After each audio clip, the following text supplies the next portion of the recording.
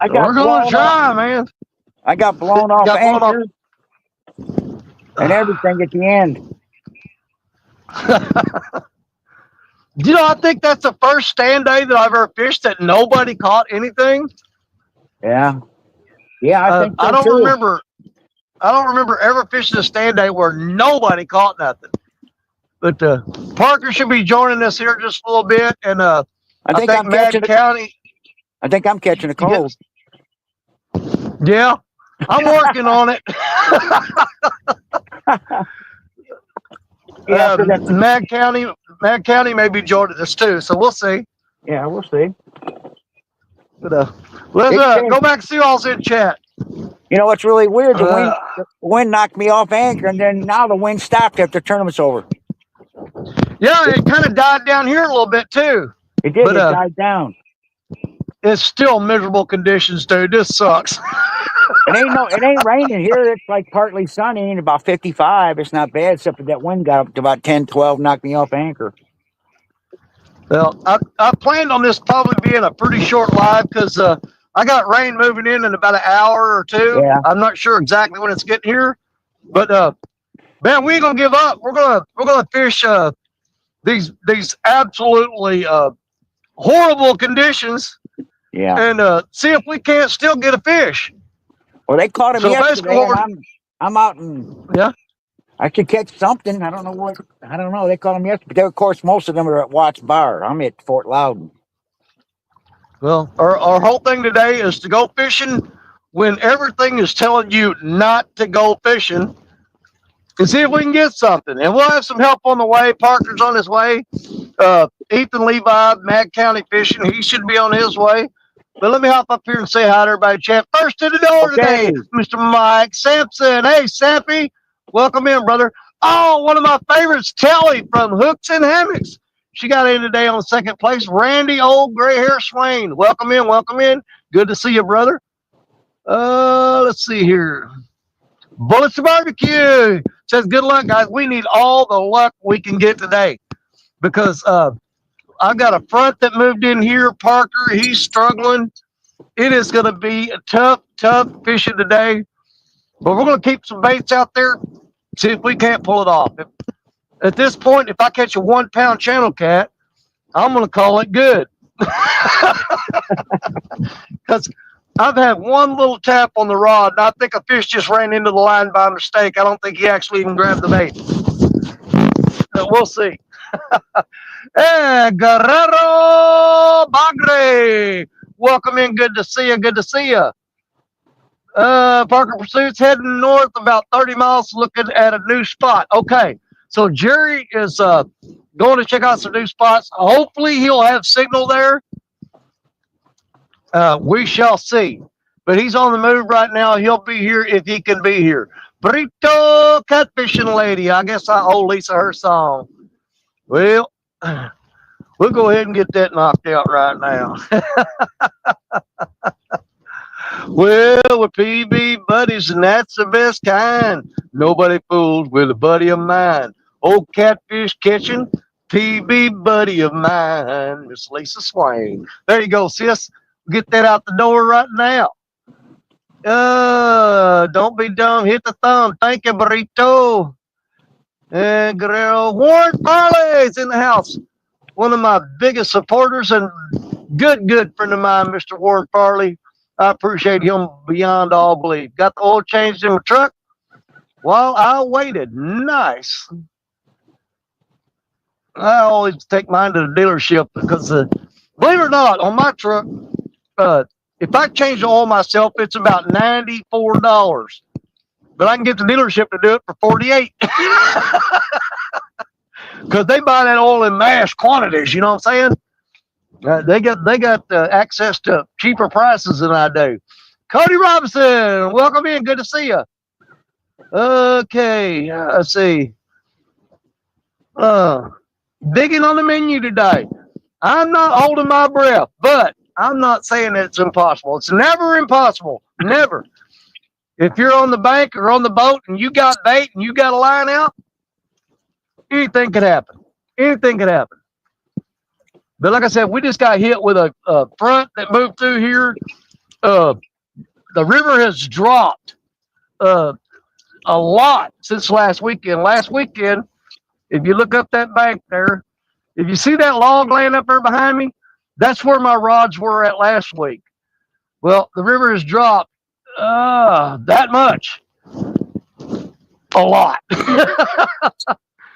And as Jerry Parker can tell you, when he gets in here, anytime we get a fast drop in the river, it absolutely kills the bite. You can still maybe pull a fish out of here if you try real hard and you're real persistent and stubborn. But the odds are definitely stacked against us today. So we're going to try anyway because we don't care. I could be at home eating pie, cake, cookies, watching TV under front of the heater. But we're going to come out and hang out with y'all instead. All right, there's my buddy J.G. Hill. What's going on? Man, we've got to try to get on something, man. All these people coming in here, we're going to give it a shot. We'll give it a shot. Hopefully we can get on something. Like I said, Jerry Parker's on the move right now. He'll be with us shortly if he has signal. He's going to some new spots that he's never tried before, so we don't know what's going to happen there. Hopefully Jerry's got signal and he can get on up here.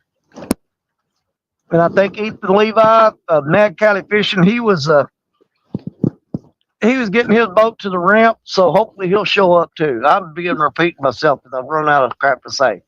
All right, there's man, we got to the bottom of the chat quick today, man. Yeah. Whew. You know what? My clothes are all damp from that little rain that come through here. Then I'm a little chilled, but I'm not suffering yet. But my hands are cold. The biggest thing on me right now is my hands. My fingertips are just numb from the cold. But we're going to stick it out anyway. We've got 5 rods out. We've got the Jody rod down on the end there. It's got a big chunk of gizzard shad body on it.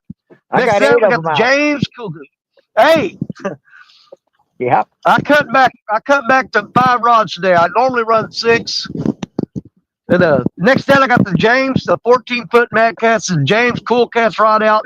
It has a small carp head, the head section on it. Then we got the Lisa rod from Aaron and Lisa Elliott. It has, what do I have on that rod? Oh, a piece of Asian carp, zombie carp that's been laid up on the bank curing for about a week and a half. So we got that on there. And that rod has had a couple of taps on it, on the zombie carp. Next up, we've got our 10-foot Ancient Mariner with the Ancient Mariner albatross reel on it with River Cats tackle hooks on all these, by the way. And what do we have on that rod? I'm trying to remember. What did I put on it? Oh, a skipjack head, which I don't have a lot of confidence in skipjack right now. They have not been eating skipjack all year long this year. They just ain't wanted them. And last but not least, I've got the 7'6" Ancient Mariner with the Albatross 6000 on it, with a shad head on it, just a thread fin shad. So there's what we got. Put hand warmers in your top of your hand inside the glove. If I had them, JG, I would. But I ran off and left the freaking hand warmers at the house. I didn't think it's going to be that cold today. But I forgot about the rain. The rain changes everything. I'm in the upper 40s, probably 50 degrees right now. But we've got a wind blowing with the mist and rain, and that always puts a chill on you. You know what I'm saying? It'll kind of cool you off a little bit. JJ, you need to go back and watch some of my zombie carp videos, dude. Where I catch a carp and I stash it underneath a log on the bank. And my record is I use the same carp for bait for a whole month. I would come back. You can only do that in the wintertime, though. It doesn't work in the summer. They rot. But in the wintertime, they don't rot. They stay pretty cold. It's almost like having them in the refrigerator. And it kind of cures the meat and it toughens it up, but they don't rot. And they make really good bait. Zombie carp is awesome, buddy. I've caught a lot of fish using that bait.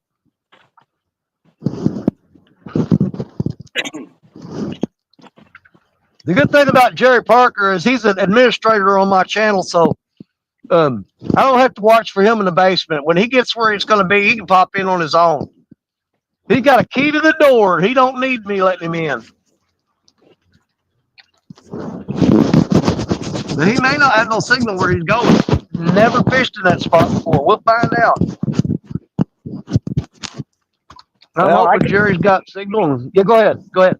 I said I got all the Kumba reels and one Shimano, all bait runners, and I got one bait caster made by Bass Pro Shops. And then I'm using all skipjack. Nice. Man, they just man. Here's the thing.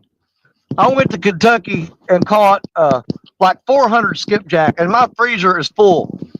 And I've tried them and tried them and tried them all year long. This has been the worst year for using skipjack for bait that I've never seen it like that before. They just don't want them. They hit shad all year long, which normally that's a wintertime bait. That and the cut common carp have been the top baits for me. The main part of this year was shad and cut common carp. I caught almost all my fish on those two baits.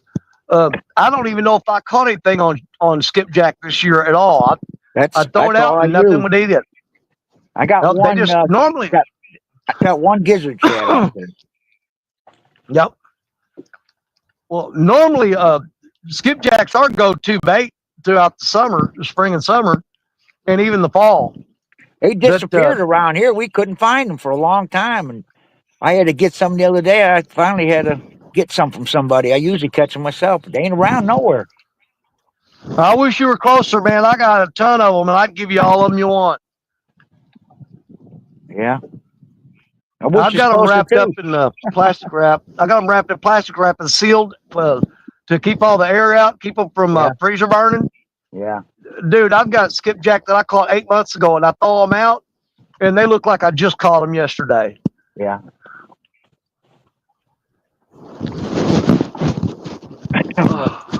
I got frozen on here.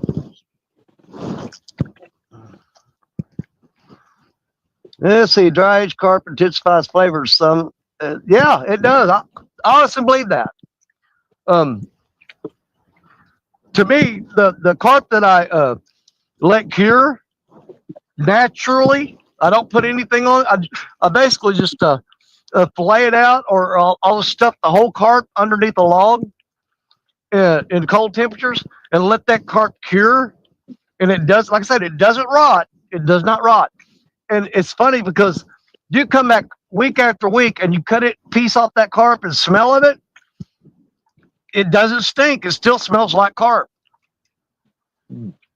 I mean, carp don't smell good, but I mean, you know what I'm saying. Lisa Elliott, what's up? Good afternoon to you. The Lisa Rod is out there. She's right there. There's the Lisa Rod right there. And the Lisa Rod has, it's the one that's got the zombie carp on it. And that's the only rod that's had a bite today. I got a couple of taps on it.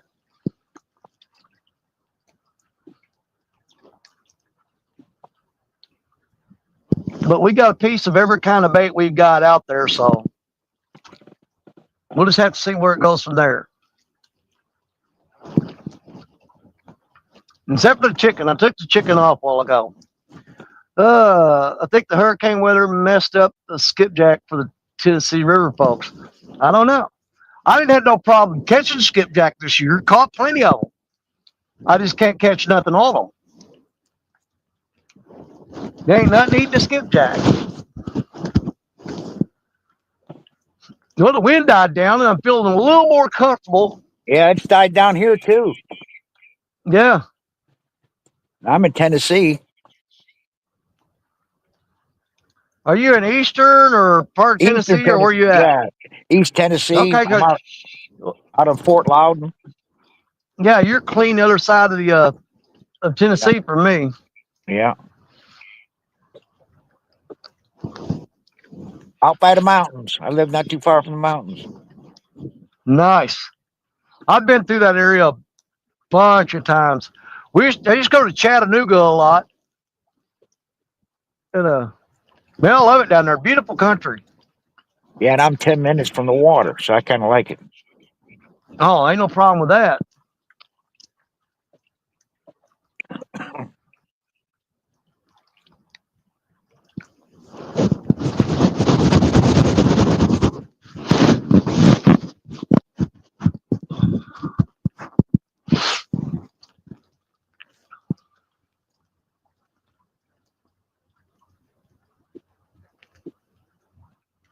Yeah, the barometric pressure here has gotten with that front that come through yesterday. It's messed up. Um, the river's dropped. I'm gonna guess probably 10, maybe 12 feet since last weekend. Dang, that's a lot. Yeah, it when it drops here, it drops fast, and a fast drop is not what you want.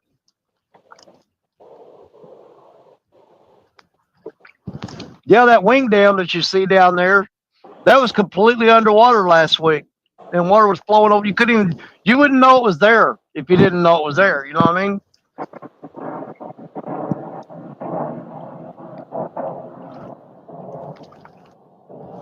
But I'm fishing the exact same spot that I fished last weekend, and it's like difference between night and day right now. The water was up last week. I caught a 31-pound blue. I got a 15-pound blue and a 11-pound blue. But at any given time, I had 6 rods out last week. There'd be one of them tapping, getting a bite. I mean, I had plenty of bites last week and managed to hook up on 3 fish. 100% difference this week. Low water, uh, high pressure front moved through here,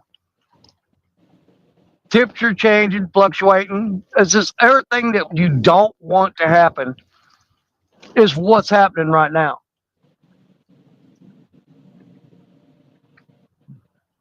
But what we're hoping today is that we can prove no matter what that you can still catch fish.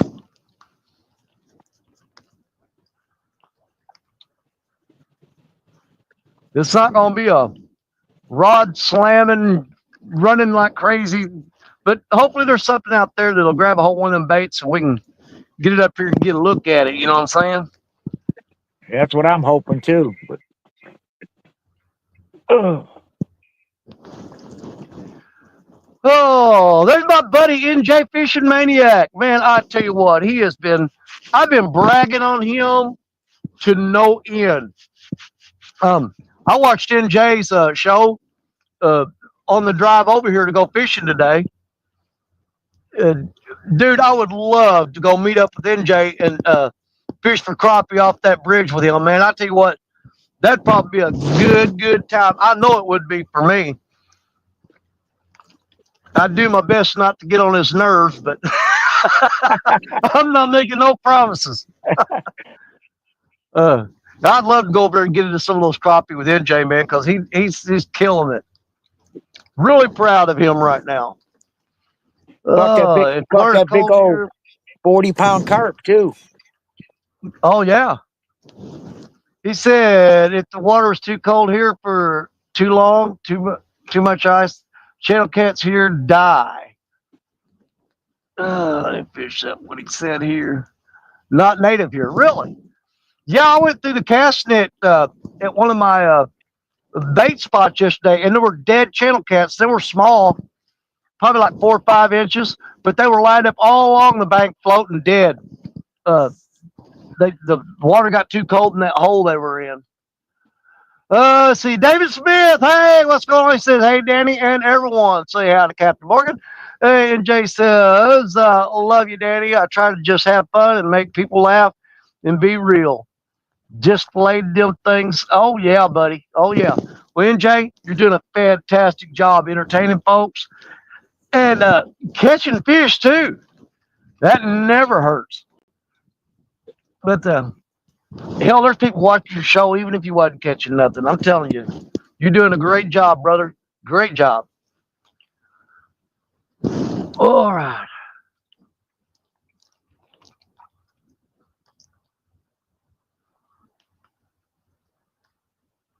You know, I tend to leave my baits in the water longer and don't change them out in the wintertime because it don't seem like they get washed out as quickly in cold Yeah. water as they do in the hot water.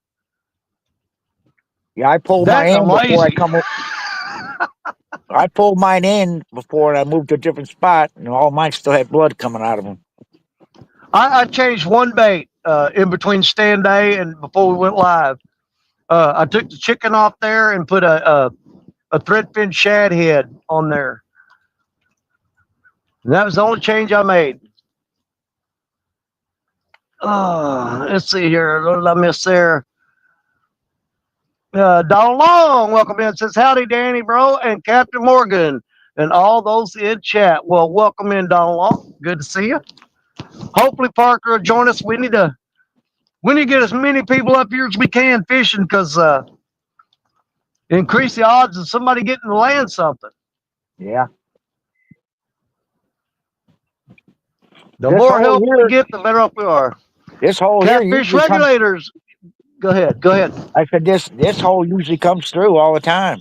I usually catch something. Well, I'm rooting for you, brother. There's Catfish Regulators member for 26 months. Let's go, Danny. Big Fish Energy. I'm trying, brother. I'm trying.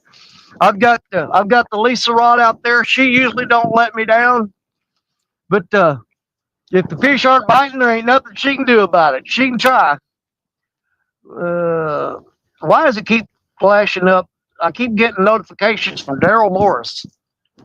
Just keep hitting ignore on that crap. I'll deal with him after the show.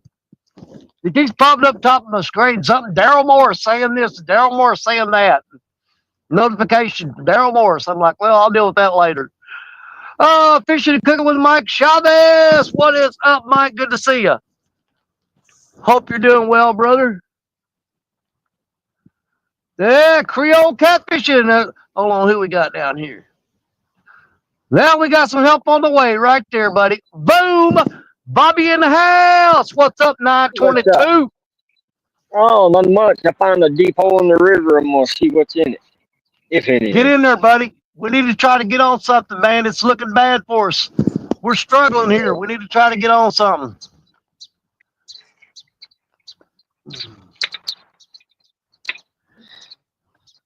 There's Cujo Earthfield. Good luck, blood brother, Mr. Danny. What's up? I figured he'd be out with Parker today, but I guess they didn't get the opportunity to hook up today. Cujo fishes a lot with Jerry Parker. You'll see him a lot of times on the boat or the bank with Jerry. They do a lot of fishing together. Everybody saying hi.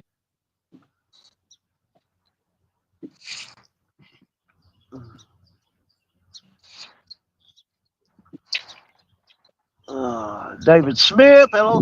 AMC Kingdom. Happy holidays, everyone. Happy holidays to you too, AMC. And thank you for stopping in and hanging out with us. Appreciate you.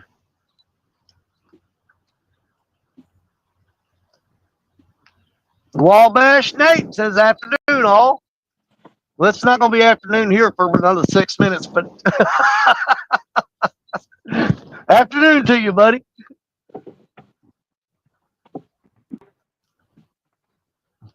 And I think I got to the bottom again, and there's Nubbies. Nubbies come in. Welcome in, Nubbies. Got 31 people watching. The three of us out here doing we're on the struggle bus, trying to get on the fish, Jerry Parker is on the move. Parker is on the hunt for a spot. He's going to try to get in here, and we'll see if he can't help us get something going. Nubby said he's out there trying to catch one himself. Well, Nubby, I can drop the link if you want to come up and fish with us. God's time it is afternoon. Oh, God, he's starting that crap. I was going to say, but I don't get into an argument, you guys, because I tell you, it's all God's time. amen. Except for California. Oh yeah. I'm kidding all you California. If you're California people out there, I'm kidding. Illinois Kind too. of. That's Fresno.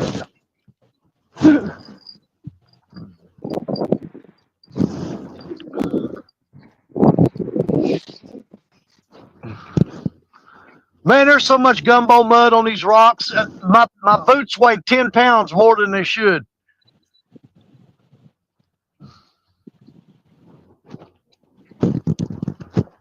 I'm trying to walk across these rocks in this bank, and the mud sticking to my feet, and it's slippery on these rocks. It is not fun.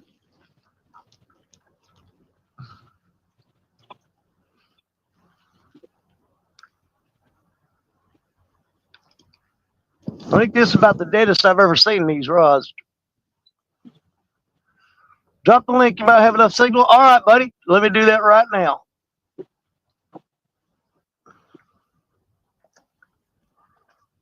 See if we can't get nubbies in here.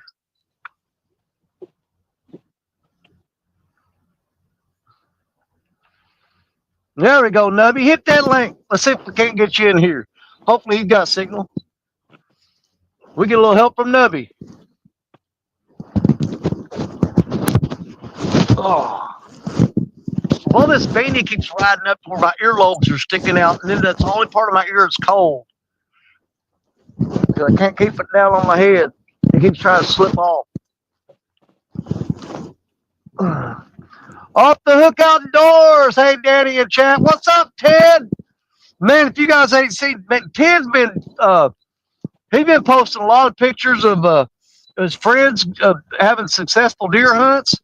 Dude, they've had some killer deer on there, man. I'm talking about, man, they've got some good ones. I just shot a little old 9-pointer. He wasn't a huge rack buck this year, but I went out. I said, man, I'm just going to shoot the first thing that comes up because I need to get meat in the freezer. I ain't got time to do all that head hunting crap.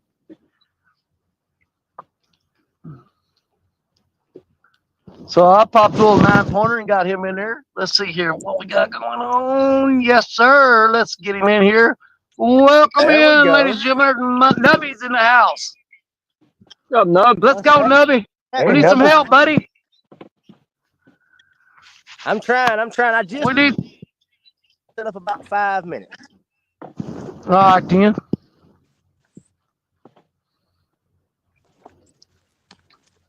I got 2 more rods over here to my left that ain't in the camera.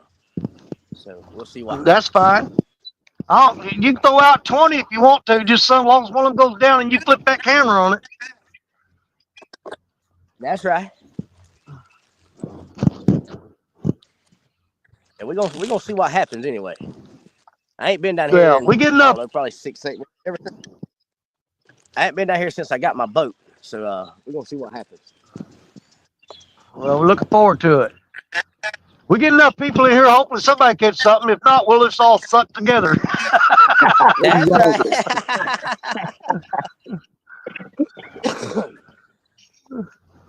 We're going to catch a fish and we'll all go down in flames, but we'll do it together. That's all that matters to me. I know that's right. Yeah, it is sad sucking along. Yeah, honestly, I think that was the first time that I've ever been on stand day that nobody caught a fish. I ain't saying that it ain't happened before, but it's the first time that I was on there that nobody caught anything. I don't. Maybe once, I think. Yeah, because we had that 3-way tie at one time for first place, or 6-way tie for first place Nice. with all the .22s. Yeah, no doubt. But, yeah, it's a rarity, that's for sure. Somebody usually always catches a fish. Absolutely. Yeah, I really hope my neighbor hasn't sold this place down here. What, you trespassing? I might be, Danny. He had a for sale sign up front for a while, and he took the for sale sign down. So I don't know if it's sold or not. We'll find out. Hey, we may get a replay of I did a live show a few years ago, and Bugman was up on panel with me fishing, and the game warden snuck up on him and scared the crap out of him, man. And we had a field day with that one. If he sneaks up on me here, you'll get to see me run. Hey, Michael Grumpy Vet made it in. Welcome in. Three bank anglers versus one boat. Well, we ain't versus. When we're fishing on my show, it's the fishermen against the fish. Because we come in here as a team every time. The object That's is right. for We somebody to against the catch fish. something. That's right. We're just trying to make it a fishing show. That's it.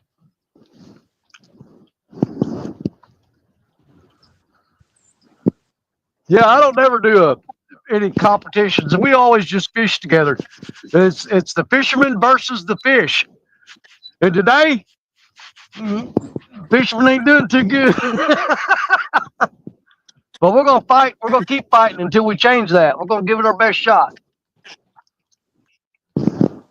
I don't know if you can see that river, Danny. It's about, what, 50 yards wide. I cast it Let me all the take a way to the look. other. Oh yeah, buddy. That's a good I looking cast spot it. though. I cast it all the way right about where that log's at, just ahead of that log. And my line is 45 degrees. Well, what all you got in there? You got blue cats, channel cats, flathead. What do you got? Channel and flats. I don't Okay. know of any blues, but that doesn't mean they ain't here. Yeah, we got blues, channels, and flats over here. That's a good looking spot. This spot here, and most time it produces at least one fish. Sometimes That's all we need right now. All we need is one fish. But like I said, I do got some rain clouds. It's supposed to be coming up here uh, anywhere from an hour to 2 hours from now. We'll hold out as long as it can. But if that rain hits, this will be a short live stream. I'm telling you. I don't blame you at all. Well, I mean, people have seen me fish in some of the worst conditions. I've actually fished in tornadoes and hurricanes before. But But it wasn't I cold. can fish I can fish when it's cold. I can fish when it's raining. But if it's But raining not and today. cold, that's my kryptonite right there. I'm out.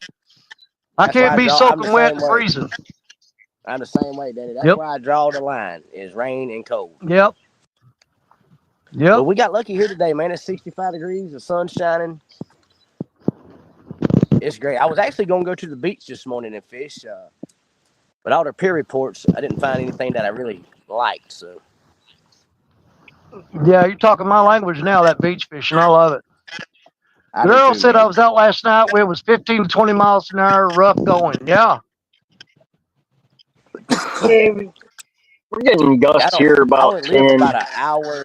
I live about an hour and a half from Holden Beach, Carolina Beach area. Yeah. I've never fished that area. Most of my beach fishing I do on the Florida Panhandle. I love it down there. There, Hillbilly Moonshiner's in. DSO, hello. Welcome in. Wabash Nate says he hates to rub it in, but he's cooking his second Thanksgiving dinner.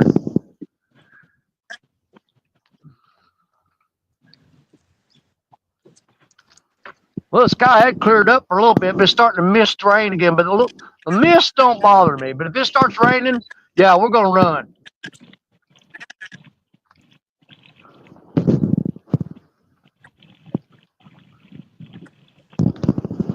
I can deal with the mist. I'm not going to deal with the downpour. Yo, no, I'll show y'all my spot here. We got a good little spot.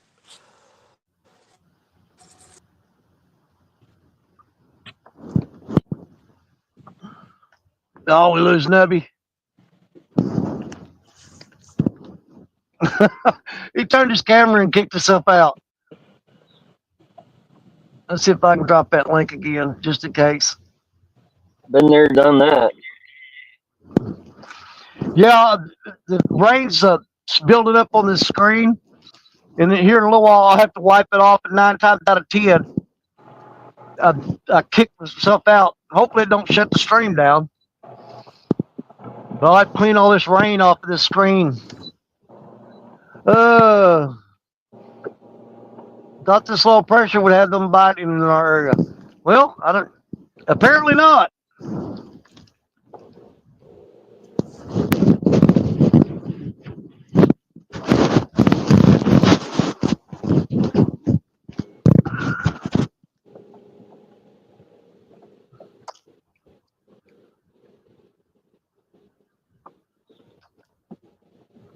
Yeah, low pressure is usually it's good for the bite. But man, like I said, where me and Parker fish at and Cujo fish at, when you got a fast drop in water level and you got fluctuating temperatures, man, it just makes it almost impossible to catch anything.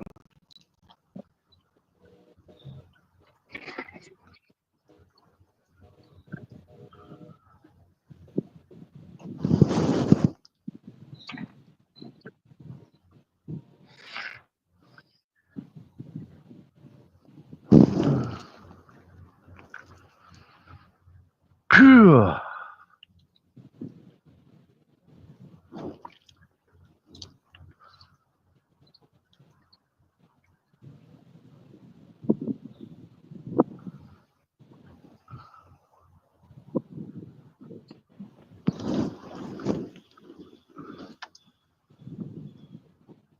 Yeah, my phone is covered with raindrops.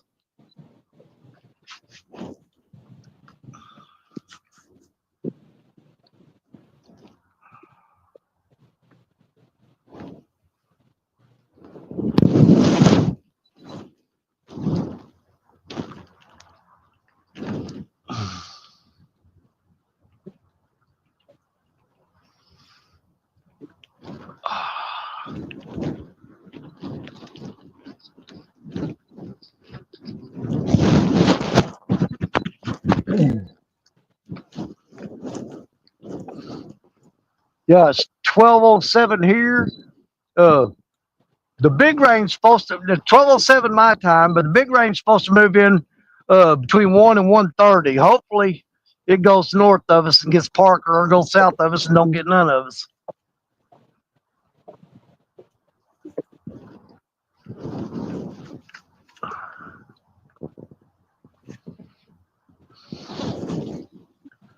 Uncle Jeep, welcome in. Best gloves ever. I've got some warmer ones. These here ain't too bad. Oh.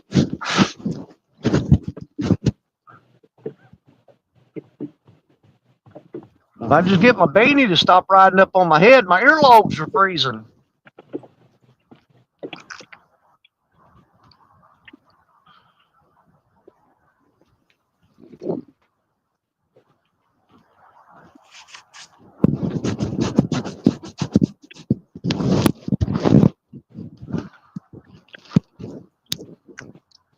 I am sick of this drizzling rain, though.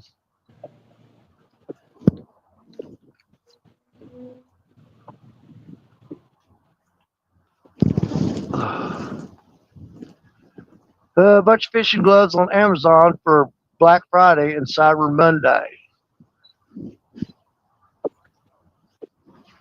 Let's see here.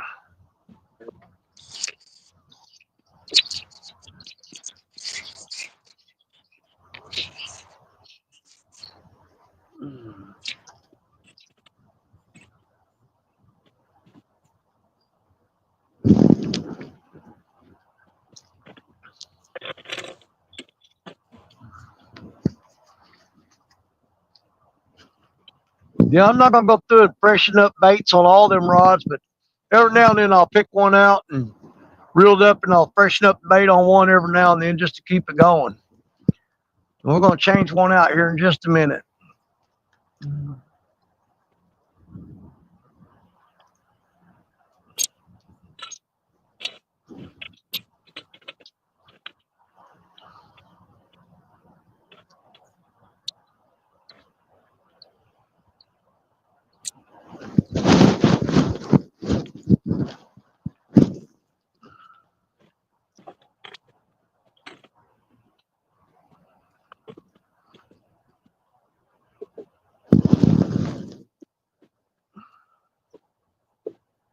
Time to get Danny one of them Army issue beanies. I used to have one. I don't know what I did with it.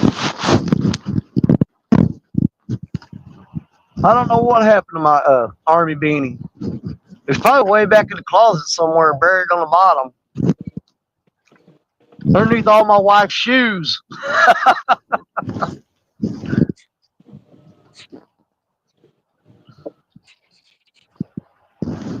I'm going to have to wipe that phone off here in a little bit, and I know I'm probably either going to end the stream or kick myself out of it, one or the other.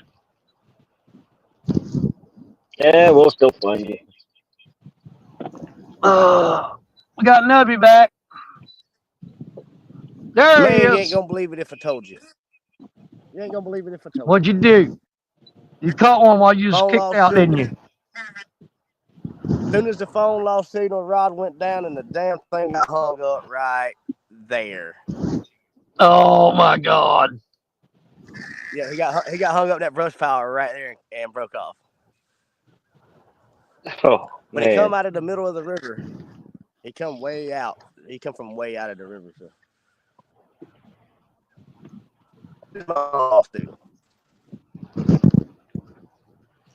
Well, if you had one on, at least that's something that's a little bit encouraging. That means we, if you hooked up on one, that means we got a chance of catching something today. So. As a matter of fact, I'm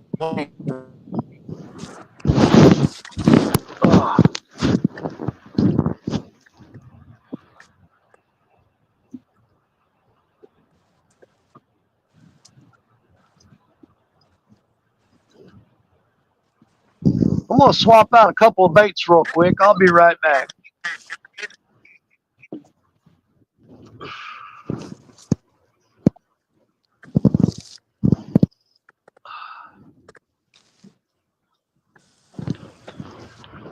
Man, you got to walk really careful on this shoreline because this mud is so slick on these rocks. All right, let's do a piece of carp.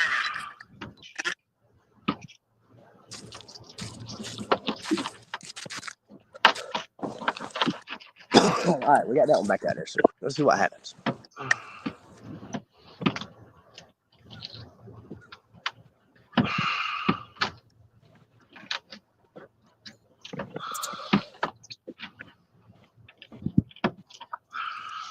So right out in front of me here is a bunch of big humps in the river. Yeah. It changes elevation about 4 foot on each hump. So I try to get my baits in between them humps out there.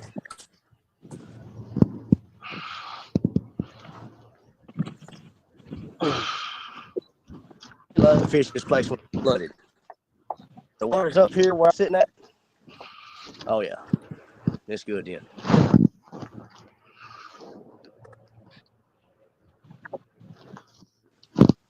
Man, this bank's slick.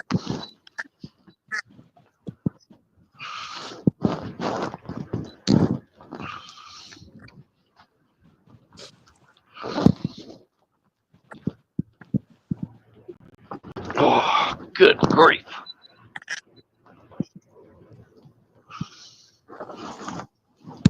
Well, at least I know they're biting eel today, so that's a plus. Dude, you know, I got a big old 36-inch eel in the freezer. I keep forgetting about that thing. I need to get that thing out and thaw it out. Yeah, I would definitely take and use it. For sure. Eel and shad are my 2 favorite wintertime baits.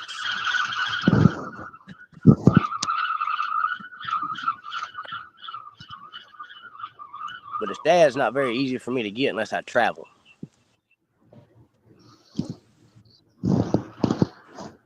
Right now, shad is about the easiest bait for me to get. I mean, I can get it. I just got to travel to one of the dams to get it. Yeah. The closest dam that I can get them fairly easy at is about 1 hour and 20 minutes from me.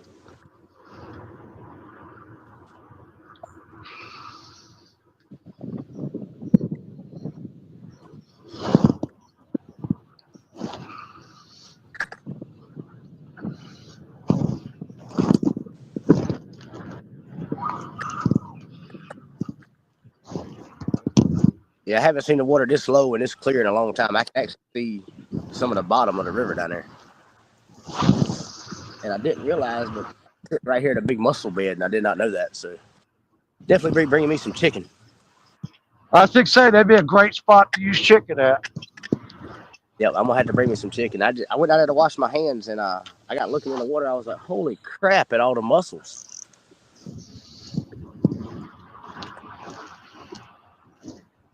I've been fishing this spot since me and the wife's been together last 7 years, and I have just realized that there's mussels down there.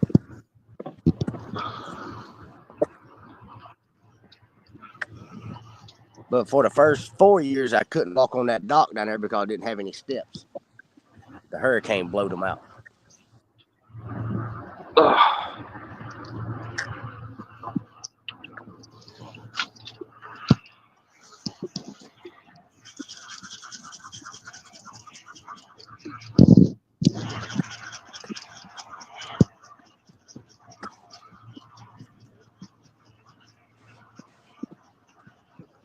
But that was the first bite I've had on my Drift King rod, so that was pretty cool.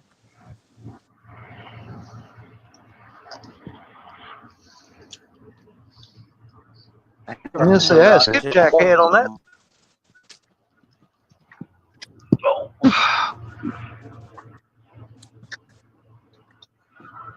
I thought I had carp on this rod. I got skipjack head on it. I'm gonna swap that out.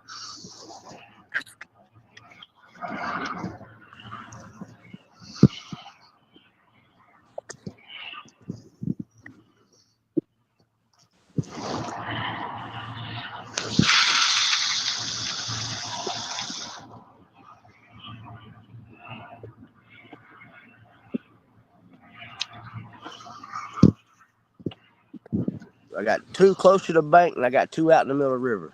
So, first bite comes from the middle. Let's see.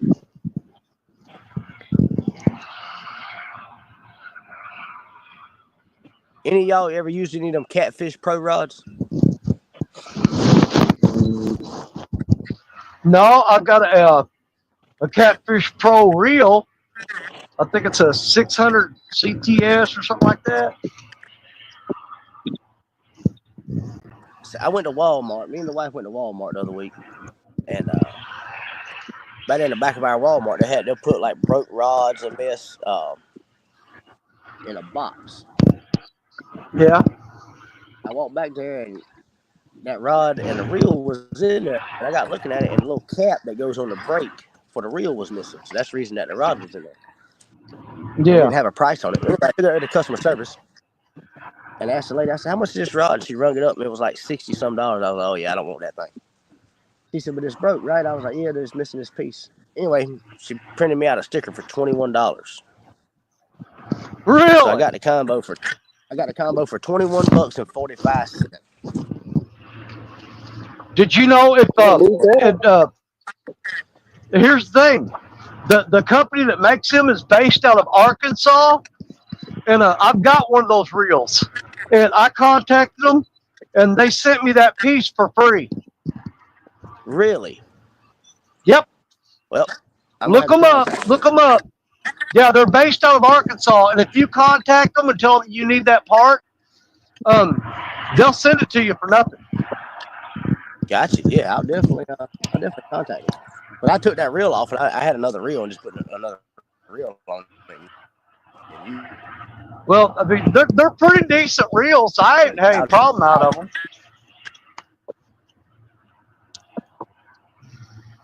Yeah, definitely.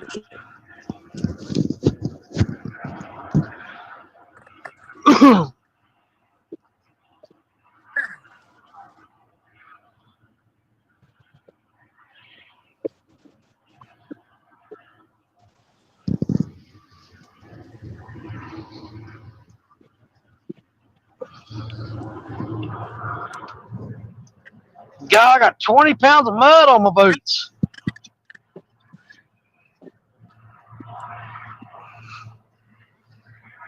That's the way it usually is here, but all the leaves has got the mud covered up, thankfully.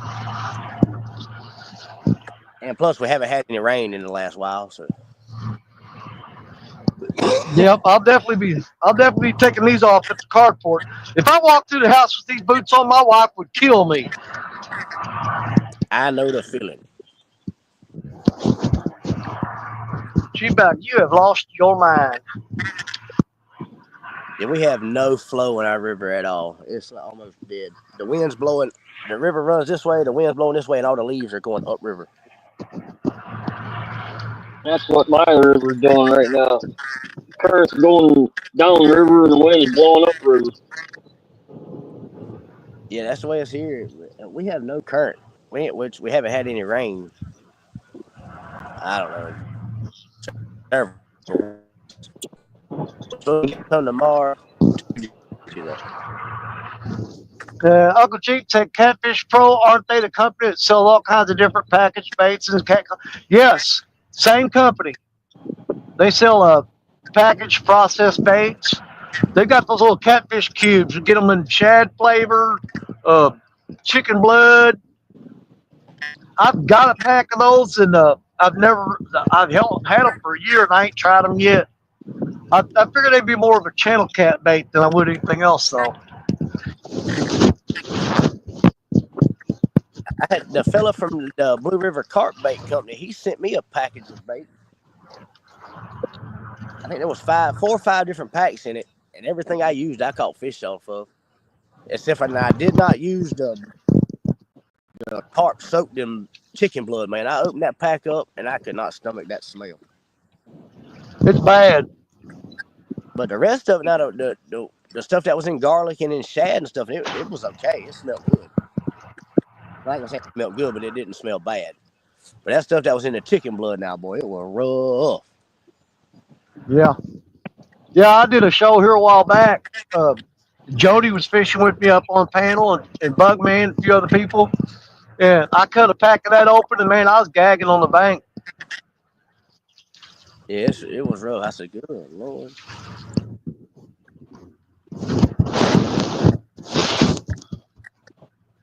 I contacted him and told him, I used all the stuff. I said, everything worked great. I said, but I could not use something.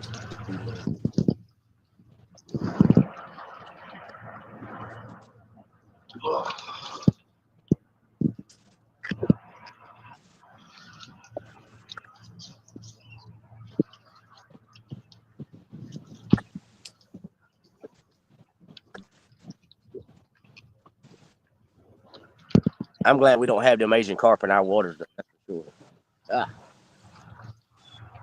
sure. They're bad here. They're real bad. We've got spots that you can run. You can run through there with a boat, and they will black out the screen on the fish finder.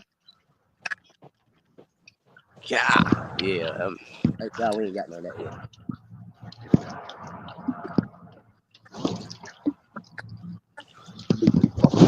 That's why I'm glad I didn't take the pontoon. I would not want to fight this wind.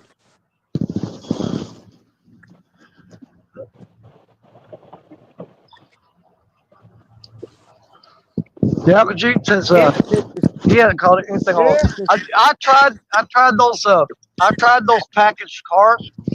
I ain't never caught a catfish on them. I used them one time and caught a. Man, I got into a bunch of bowfin and was catching bowfin on those things. I enjoy catching them things. Now that's a fun time. As long as that's what you're trying to catch. Like you're trying to catch catfish. Oh, it's aggravating, yeah. I've got a couple of backwater spots in the summertime. You can't fish there without catching those things.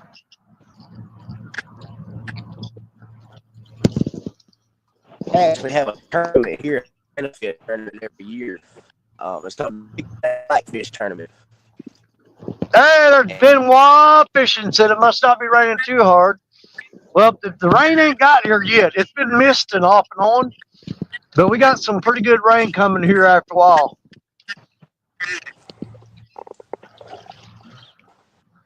We got blue skies and sunshine in Fayetteville. No, it's cloudy. It's cloudy and overcast here. Benoit says they love them toothy critters. I can do without them. I tell you what, they're fun to catch, but generally they're just aggravation to me when I catch them. They're one step above a gar in my book. Ugh. Yeah, I'll go fish them little small rivers we got. They call them rivers, but they're more like creeks. And Yeah, during the summertime, and catch them. Me and my kid to go over there with treble hooks and minnows and tear them up. I'm getting feedback off of my hearing aids. I'm gonna refresh my screen real quick.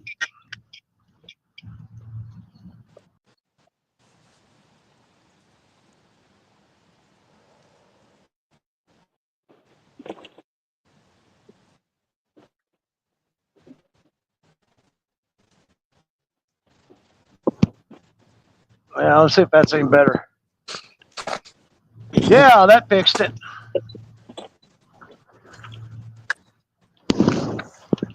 Yeah, I was getting a squawking in my ears, and I refreshed the screen that got rid of it. Oh, come on, one fish. That's all I'm asking for. One fish. Let's go. Yeah, fish it, fish it, fish it, fish it. Oh, I got a bald eagle flying directly over me. That's always good luck. Yes, sir. That's good luck right there.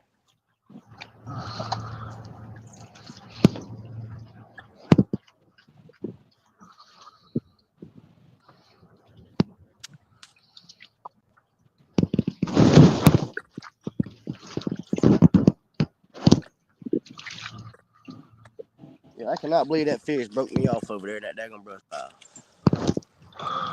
But it was my fault. I was going to try to really fit it instead of walking around it. I lose a lot up in these rocks, man. Man, I wish Parker would check in with me. I'm kind of worried about him. He was going to a place he's never been before. I ain't heard from him. Benoit said they didn't catch anything all weekend either.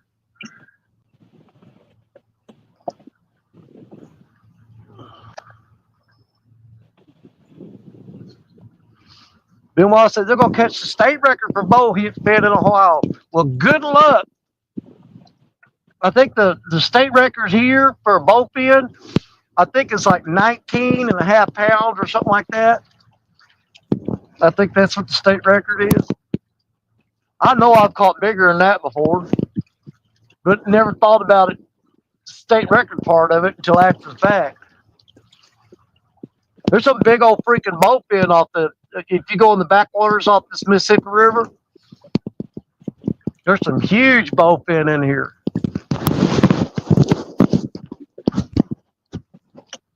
I don't think I've ever caught one off the main river. It's always been in the backwater.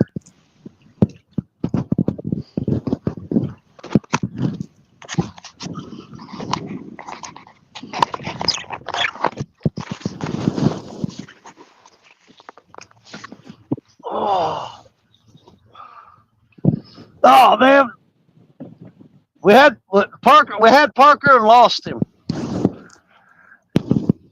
Try again, Parker.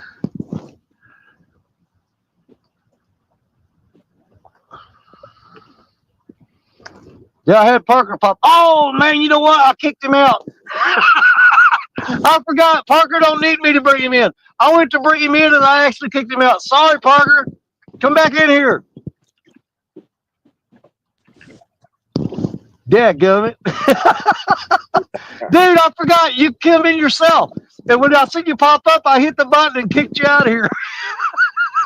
Well, I don't know, man. That deep spot, not sure. It's not near as deep as I was hoping.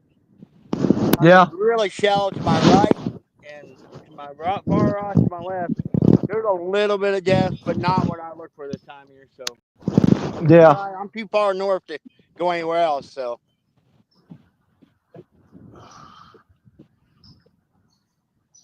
but if it starts pouring rain, I'll have to scat out of here in a hurry.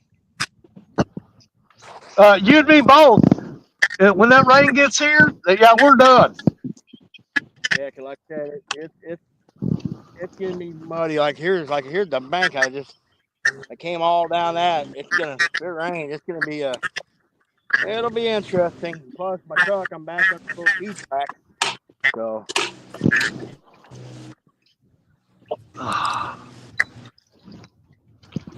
Well, I know it's probably going to hit me before it hits you, but we'll see.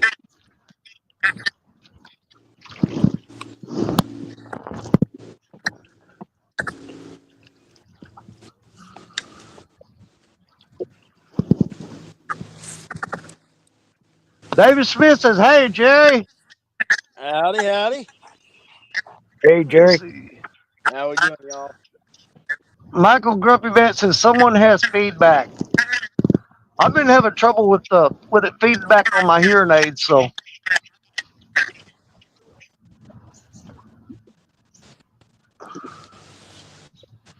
yeah, it's probably on me. Let me refresh my screen again.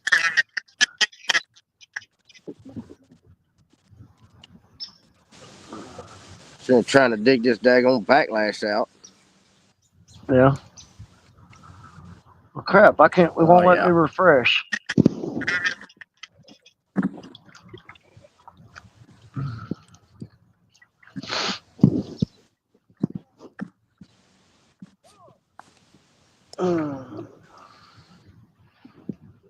David said the feedback came or started when Nubby came back in. Well, we'll deal with it. It'll be all right. It ain't that bad. Oh,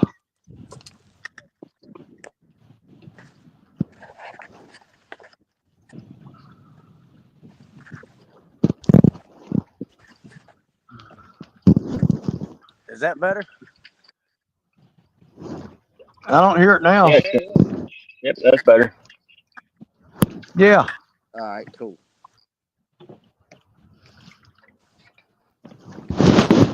Well, has anybody caught anything? Nope.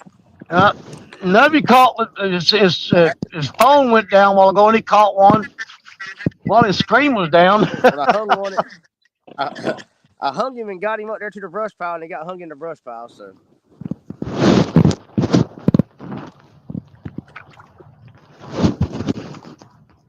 Dude, I've had just a couple little taps all day long. That's it. And Well, that was on the Asian carp. first spot I got this morning, I mean, rods are just getting tap, tap, tap, tap, tap. And I was like, I'm not dealing with this all day. And I mean, Yeah. especially like they were so small, I couldn't even reel down on them. So, Oh, there goes the eagle straight overhead. there you Put it go. right over top of me. That's usually good luck, hopefully. Yeah, if he would have pooped, he'd have got me. That bird flew right over my head. This here, you in the world is trying to get under all this line. Ooh, right, yeah. I mean, it's way down in there deep.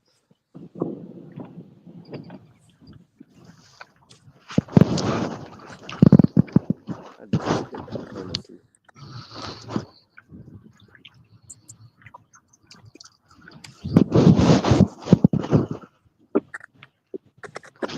That eagle flew over in that first rod there and got a bite as soon as he flew over. oh, I'm watching it. That may be all I get. It's just a tap off of it though. That's got a hickory shad, or not a hickory shad. It's a threadfin shad head on there. He tapped on it. That's the only rod that I've got out that's got a float rig on it too. I got a small peg float on there. Oh, there we go. We got a bite. We got a bite. We got a bite. Get 'em. Oh yeah.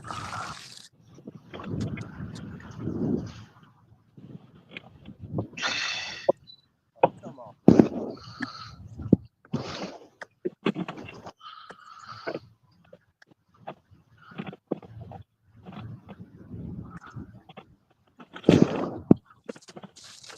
Oh, Get him, buddy. Get him.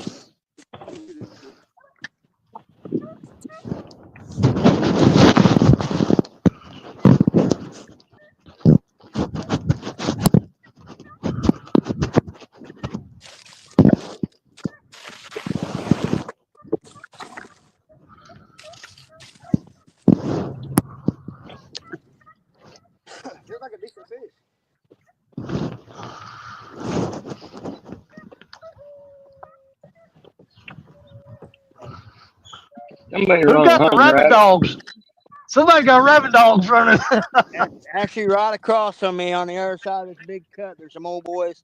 A couple old boys got some beagles running. I love listening to them beagles run. Oh yeah. Oh, me too. Dude, I used to have a big old pack of rabbit dogs, beagles, man. I miss doing that. Yeah, same. I always had rabbit dogs growing up, and so I'm kind of sitting there. I can actually watch the whole action. I'm watching the dogs on the hillside running. So hopefully we'll hear some shooting here in a bit. All right, I see Nubby's fish. Come on, buddy. Get it, get it, get it. Oh, yeah. Yeah, I had a pack of lemon bench beagles.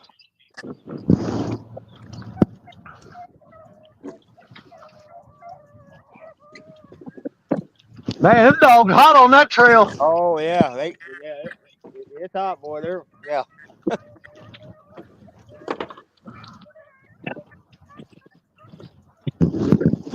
And where these old boys are positioned, that rabbit runs straight out. They're elevated. It's gonna be a bad day for the rabbit. Yeah.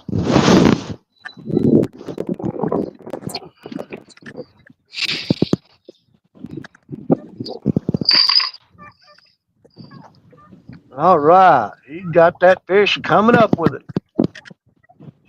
There we go, boys. Holy crap, man. That thing got a little bit more That's a size to nice. it than I thought. Heck yeah, Nubby. Yeah, I didn't think it was gonna be that big. That's a good one. He's pretty good. Pretty good fish. All right, we're gonna put Ain't it back. nothing wrong with that one. All right, that's all we needed. Everybody can go home now.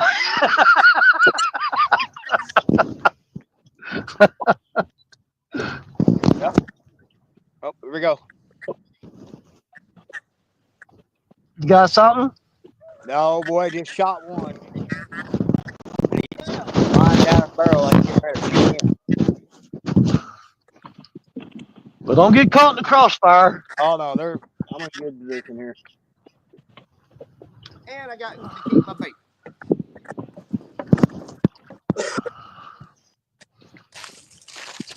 That is also, I think Kevin calls it the purple peanut rig. Yeah, he's going down the That's what brush. it Old come boy off got of. him.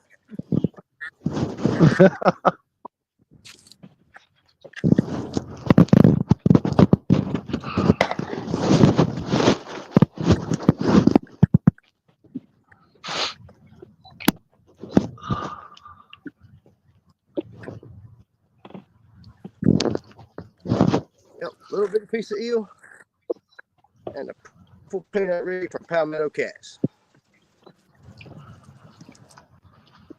Yeah, I got to try to remember to, on our next tournament, I got to try to remember to get that eel out of the freezer and thaw it out. Hey, Jerry, you know they changed the time on Yeah, I know. the December one. What they changed it to? It's from 9 o'clock to 2 o'clock Eastern time instead of fishing 6 o'clock to midnight. Yeah, dadgum day. I was kind of hoping it would That's what I'm talking about. see who's gonna. So it's 9 o'clock daytime. Oh, yeah. Yeah. Good. I like daytime better. Too cold in winter. Yeah, but I was kind of looking forward to see who didn't show up. Yep. I wouldn't have been there if I thought it was daytime. I wouldn't have been there. Now I'm going to be there. Yep, it's going to be 9 o'clock in the morning Eastern time. But I'm definitely going to break that eel out.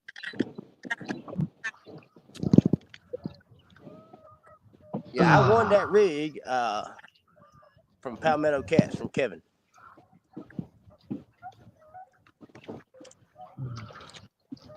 Yeah, I would have to break the eel out for sure, Danny. Yeah, Well, that wind picked up again. Now it's even blowing harder. That started blowing here a little bit, man. What's up with that? You're clean. You're a whole state away from me, and our wind's picking up at the same time. Yeah, it's about 10 mile an hour now.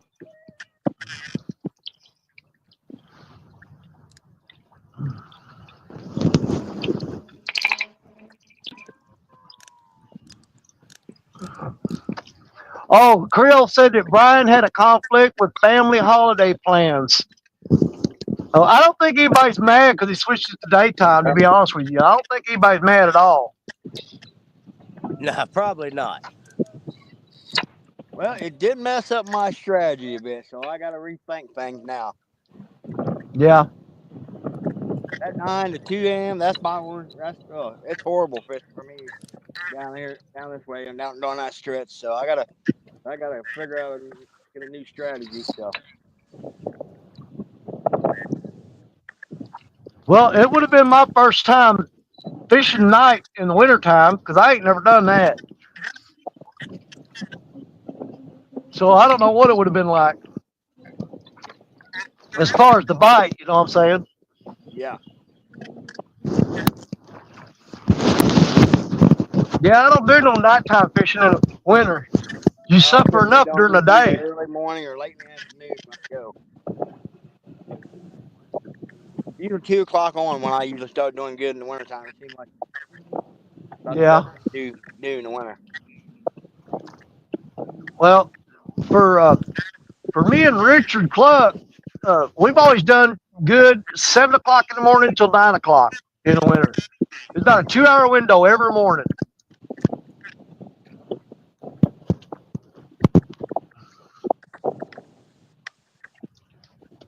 Catfish slime me up good.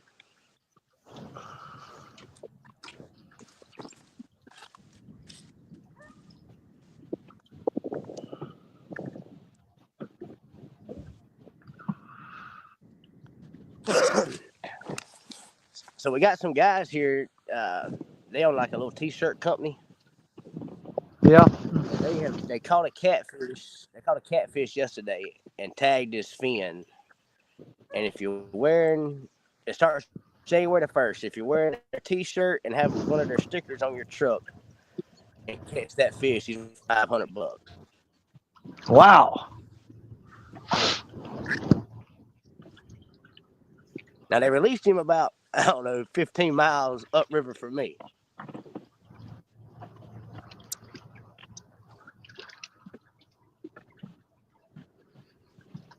But starting in January, I'm gonna hit this stretch of the river pretty hard with the boat.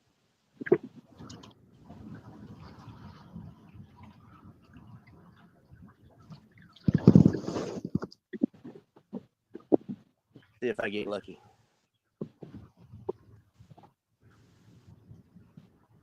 Creole Catfishing says, as of today, the Creole boat is officially for sale. I'll be putting it in Marketplace and other sites ready to fish. Everything on the boat goes. What in the world, Creole? Oh, he got a better boat, dude. That's exactly what he did. Oh, okay. Yeah, Gotcha. Creole ain't fishing on the bank. You can forget that.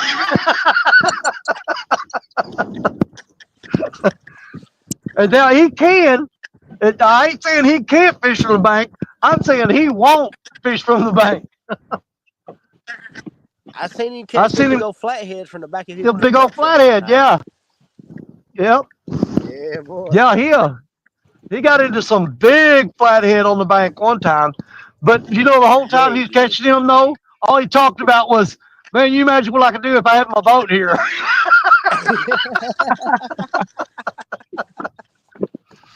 So he might have been catching fish on the bank, but he was thinking, "Man, I wish I had my boat here."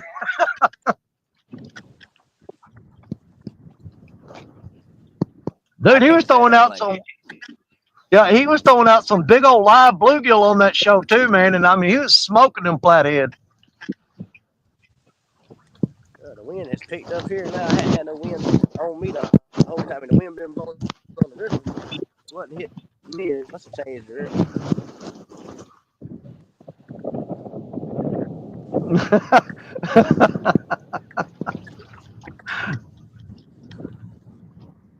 neighbor You just know, the texted me. first time the first time I ever saw Creole doing anything that you would call bank fishing, he was fishing this pond, catching bullheads for bait.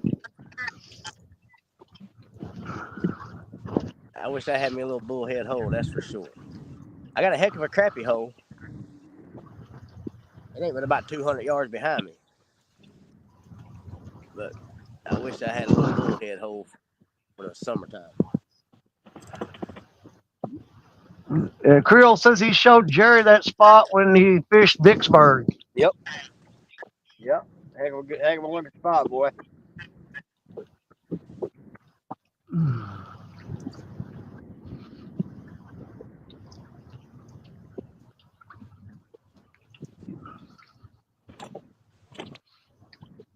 Might be making a trip to Louisiana here real soon.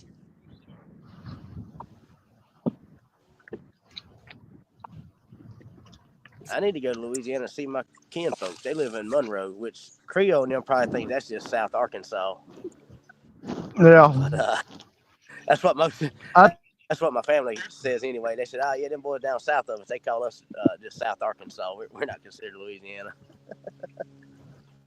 well, I think we're going to try. We're going to try to go back to Florida in July because the company I work for, I get 2 vacations a year. I get a week off in July and I get a week off for Christmas. And I hate going to Florida in July, but that's the only time I can go because that's when we get our vacation time.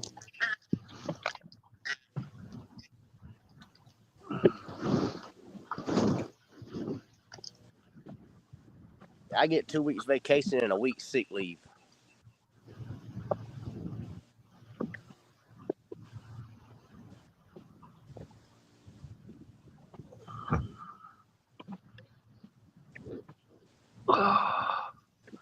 But next year I'll get 3 weeks vacation and a week sick.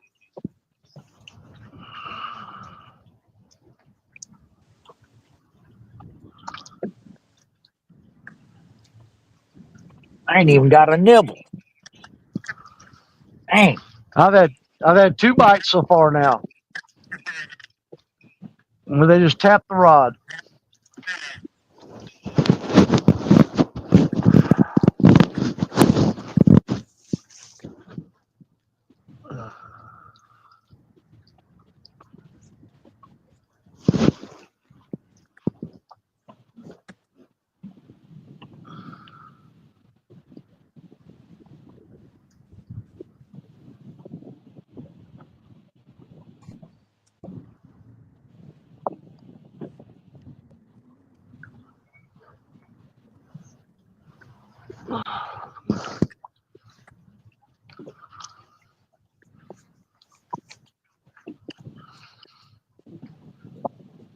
Jerry, what do you throw for bait, Shad? Yep. Throwing shad. Yep.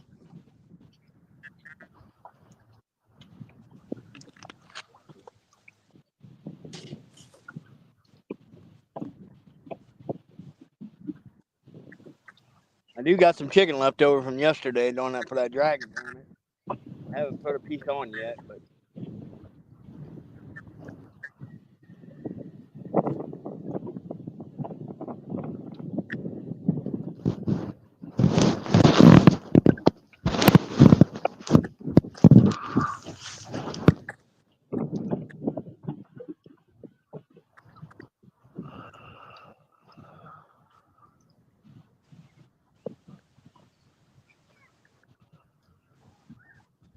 Yeah, Danny, we're good. I'm not trespassing. My neighbor texted me and said he still owns the land. He didn't sell it. Oh, well, yeah. I don't know. So I we're was kind good. of looking forward to the excitement of somebody coming up on you. Everybody be like, hey, man, did you see Danny Stone live when none of you got caught?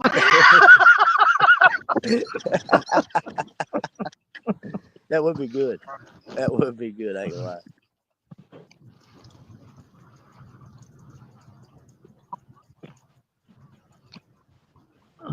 Yeah, fishy, fishy, fishy.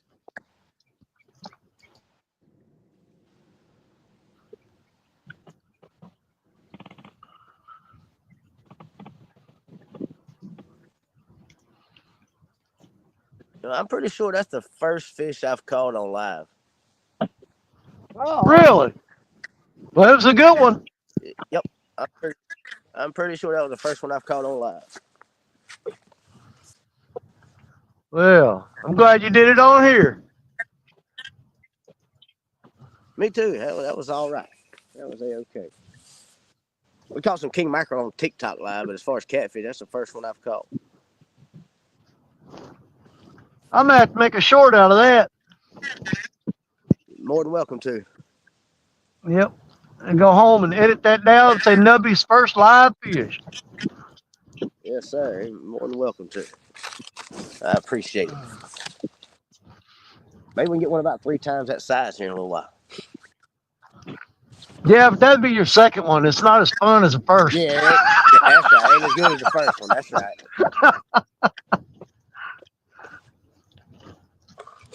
No, that fish was good enough to be, man, I'd be proud to have that to be the first live fish. That's a decent Yeah, me fish, too. man. I am. Nothing Whenever wrong with he that bit, fish. I didn't think he was going to be near that whenever he bit. I was like, this thing's going to be little bitty. Well, even when you was reeling him in, I saw him come to the top down there. I thought, well, that's a pretty good fish. But when you got up there to the camera, I thought, wait, that thing's way bigger than I thought. It had a big old belly on him.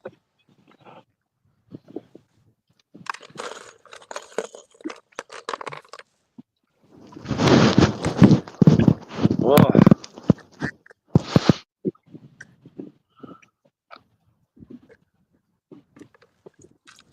It's getting about time to break out those stinger rigs. I don't use them a whole lot in the summertime, but in the wintertime, I like them.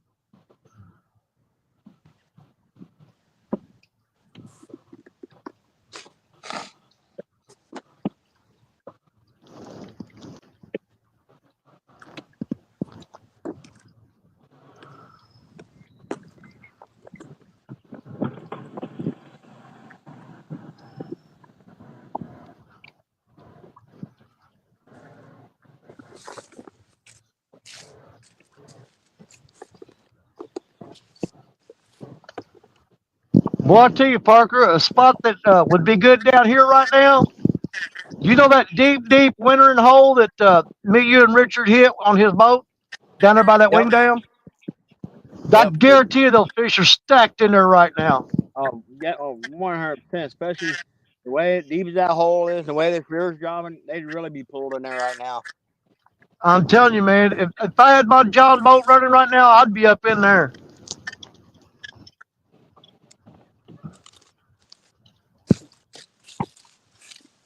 I guarantee you there are some monster fish stacked in that spot. Mm-hmm.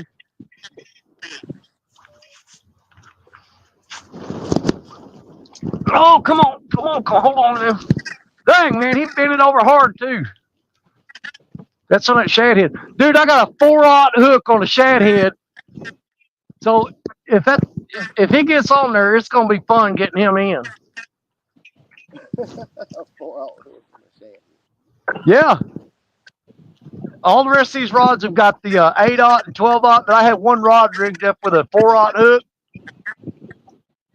Man, he pulled down on it pretty hard. But the shad head is like 10 times bigger than the hook, so he's probably grabbing that bait and not grabbing that hook.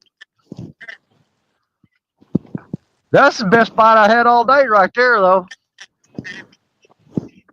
He pulled down on it pretty dang good.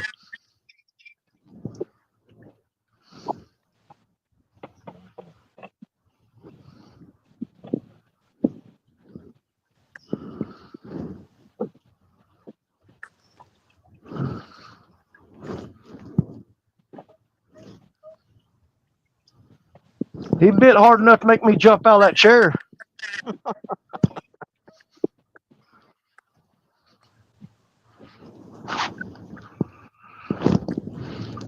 Hopefully he didn't pull the bait off that little bitty hook.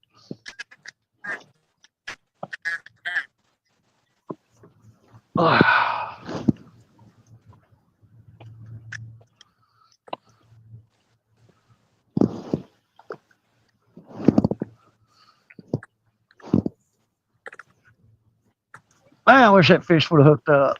Come on now. I'm gonna have to downsize that to about a quarter size chunk of shad.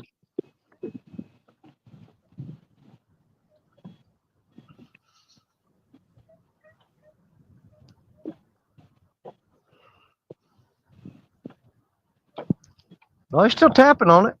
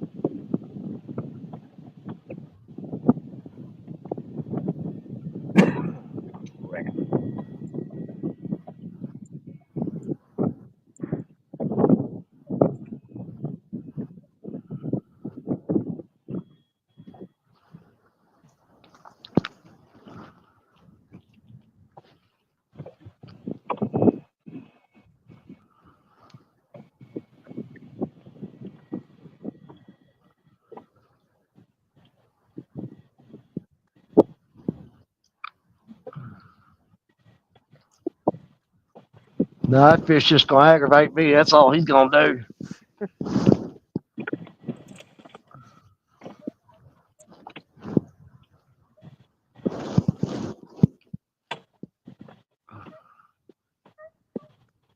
Said he hit when I turned my back. It figures.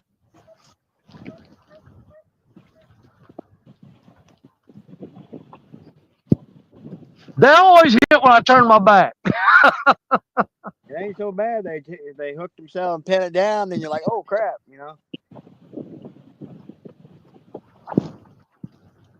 Dude, I don't know how many times I went home and rewatched the live stream, or I'd be trying to edit it out to get some shorts out of it, and I would see rods going down behind me and never know it. Never know it. Yep.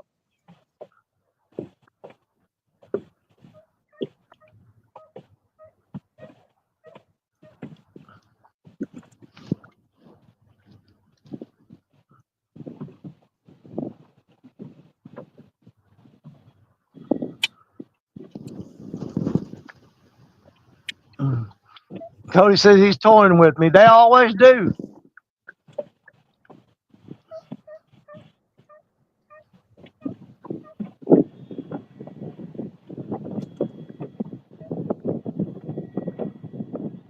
That dog is hot on that rabbit's ass. Oh yeah.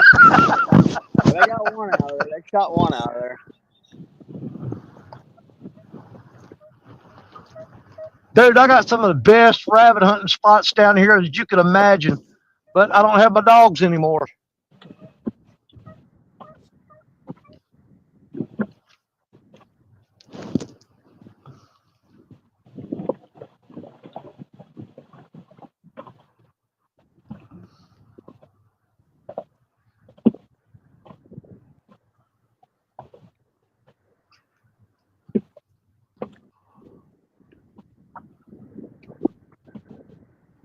Come on, fish. Come on back.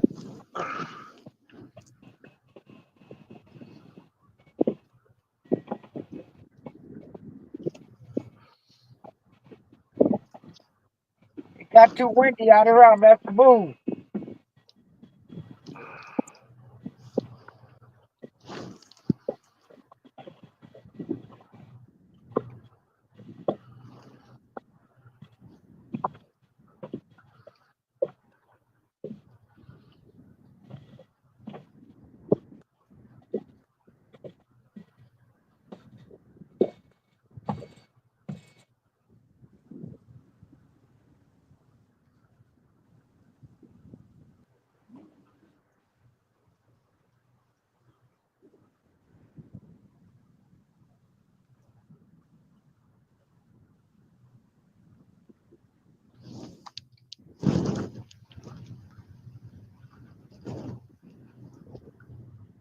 JG leave out? All right, well, buddy. Well, so far the best bite I've had today has been on the shad, on threadfin shad. So I may put that on a couple of these other rods.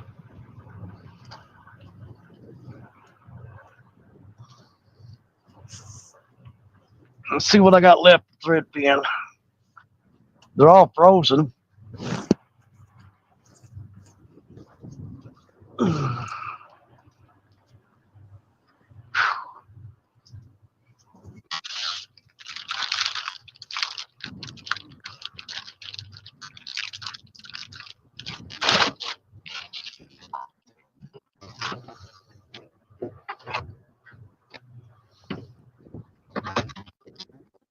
Tell him what she look like. Hey.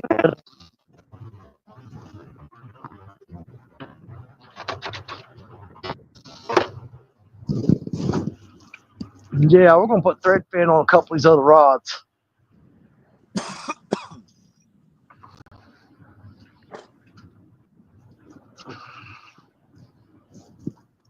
Man, this bank's muddy.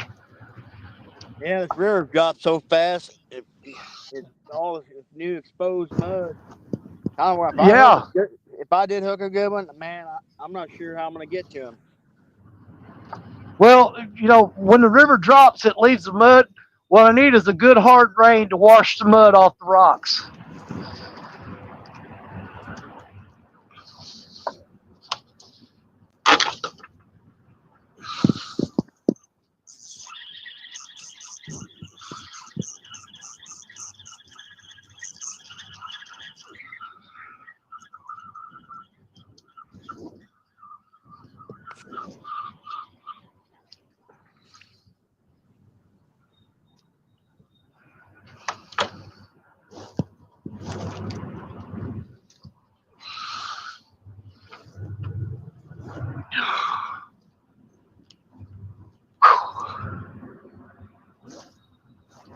Danny, how much longer are you going to be live, Bubba?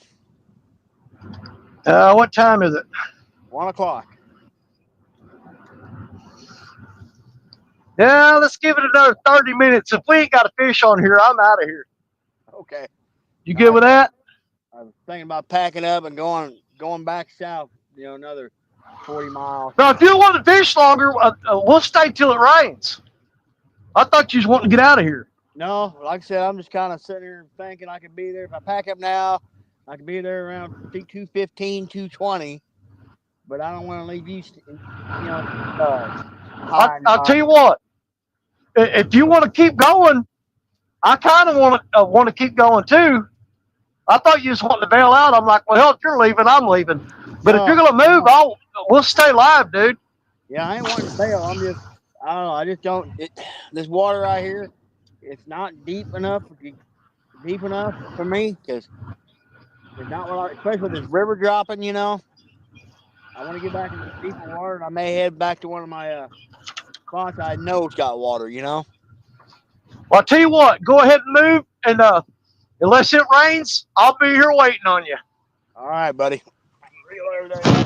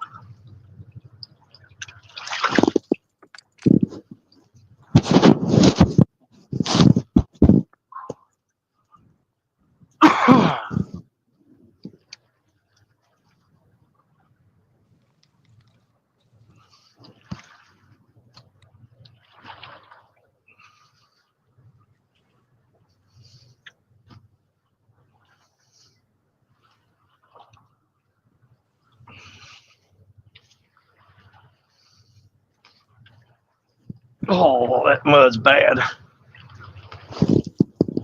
All right, so we got 3 rods with the drip-in shad on them now. Let's see if that's the golden ticket. And that shad ain't exactly fresh.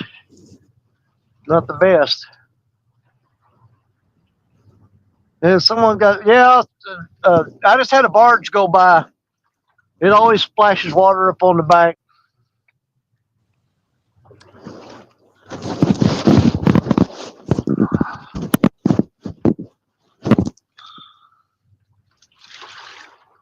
Them barges always hammer the shoreline.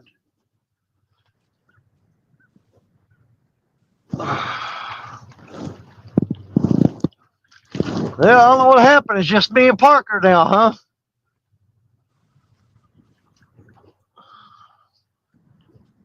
I don't know if the guys fell out or what happened.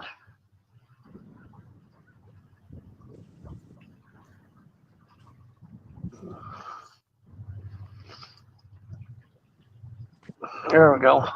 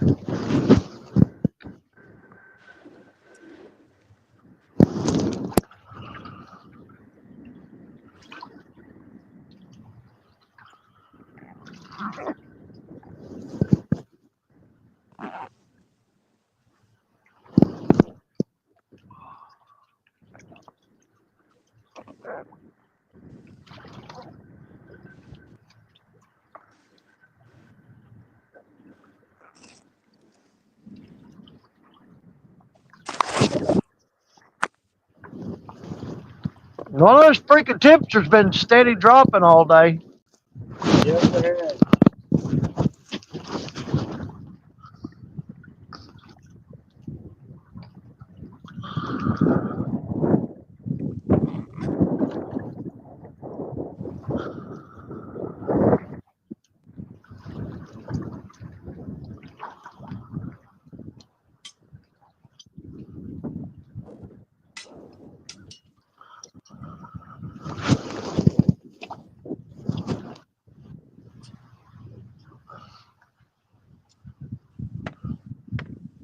Like, so if I heard the waves, I need your microphone. It's just my hearing aids is all it is.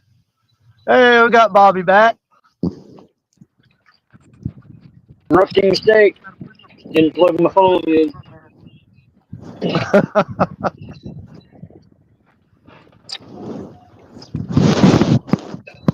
Oh,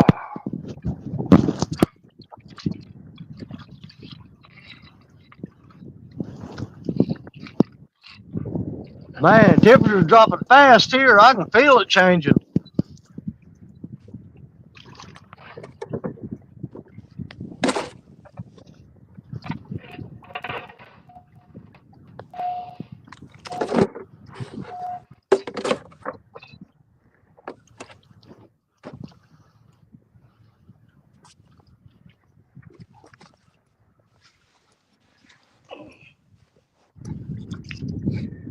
All right, Danny, I'll be back. All right, buddy, I'll be here.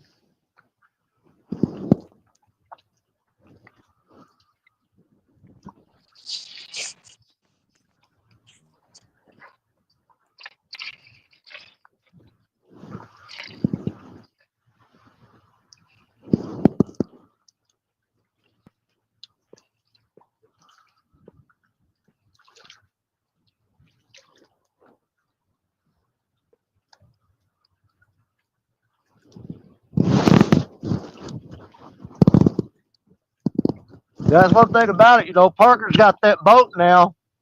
Uh, it's going to open up a whole lot of spots for him to get to that he couldn't get to before. Nah, Parker will be back. He's heading down to one of the spots where he knows he can catch fish, or he's got better chances. He's been kind of exploring today, using that boat to get around to spots he hadn't been to before. It's a process of elimination. You either go there and figure out that you want to come back, or you go there and figure out you ain't coming back no more.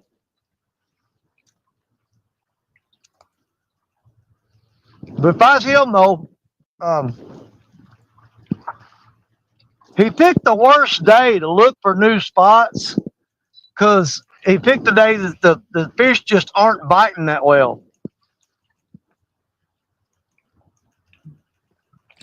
So going by that, I would go back and check those spots again on a day that you know the fish are biting before I completely eliminated them off the list as options to fish at. Well, that's what I would do anyway. And I'm pretty sure Parker's got that figured out too. He figures it out all the time.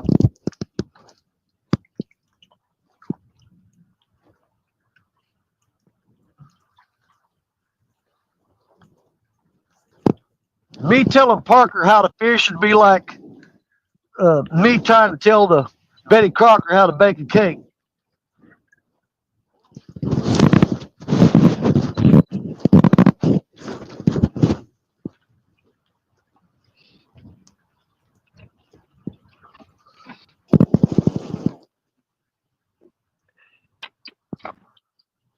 Said only Jerry would use a boat to get bank to bank spot. Well, actually, back when I had my John boat running with that, dude, I had a 5-horse Johnson on there. And that's all I used that boat for was running up and down this river. I wouldn't go out in the middle. I'd stay close to the shoreline. And that's all I used that boat for was to get up the river to spots that I can't get to either through a vehicle or walking. That's the only reason I even had that boat, was get to a better bank spot. I still got that boat. I need to fix the motor on it and get it going.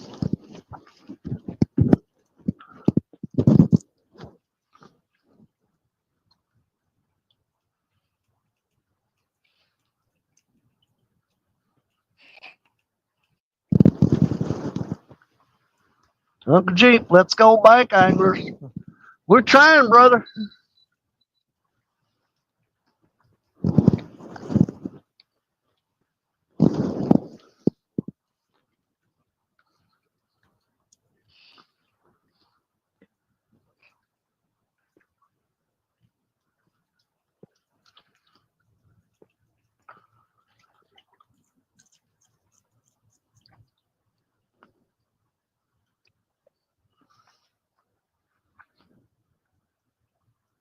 Yeah, I'll definitely edit this down and I'll get because Nubby come on here and he caught his very first live stream fish.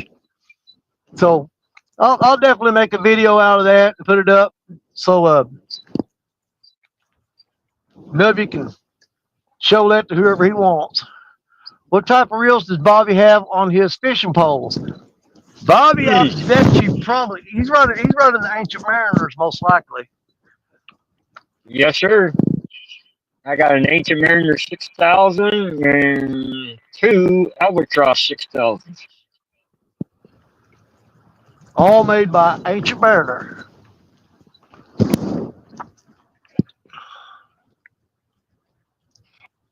And 2 of the 3 rods are Ancient Mariners. I got the Ancient Mariner Carbon and the Challenger. Well, I got a Challenger and a Contender, but both of them have the Ancient Mariner Albatross reels on them. I've got 2 of those. I think I got 2 of the Challengers.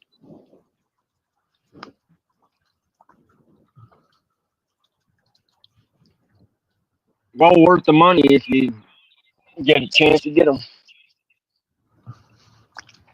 Well, it's that 10-foot Ancient Mariner. That's what I caught that 31-pounder on last week. That was fun, dude.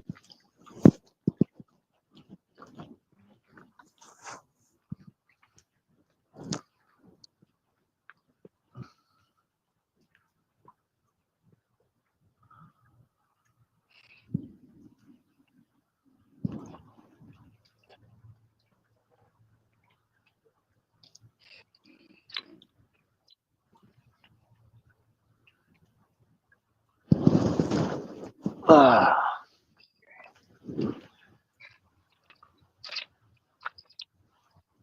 if you wanted to get a hold of those rods and reels, you just check out the River Cast Tackle.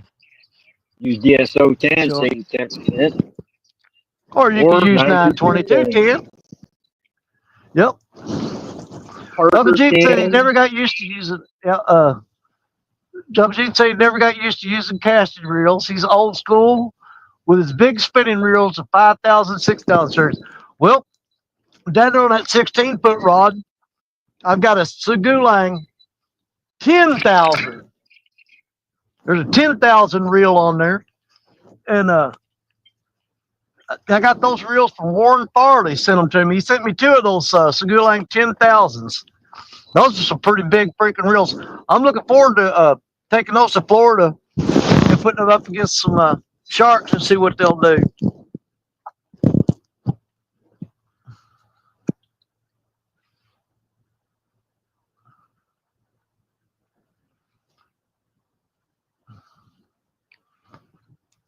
I'm going to check bait on that one rod that got hit a couple times a while ago. I bet you he pulled that shad head right off that little bitty hook.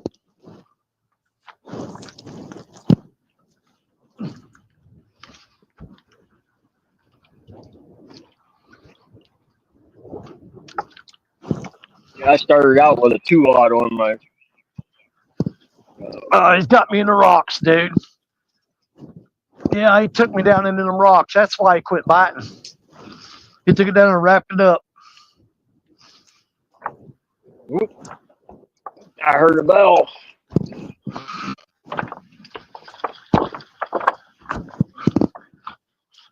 As if I lost the Yeah. whole rig. I think I did. I bet I lost that whole rig. Nope, just the weight.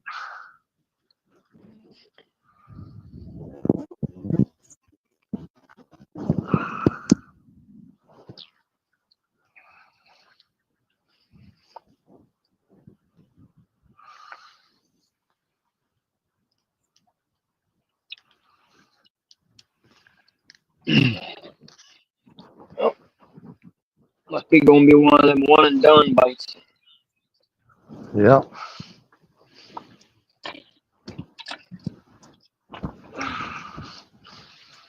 Tie another weight on here and get this back out there.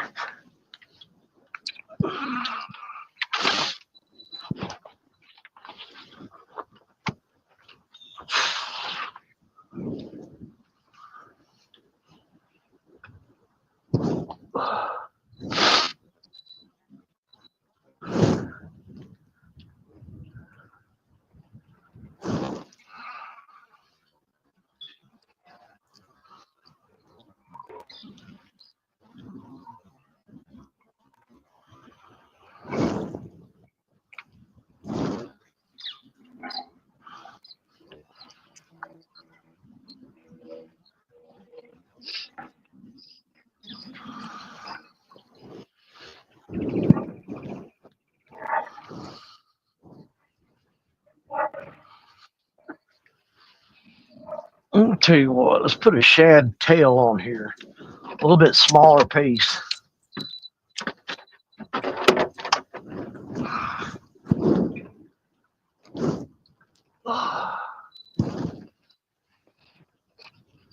Gonna downsize this bait just a little bit.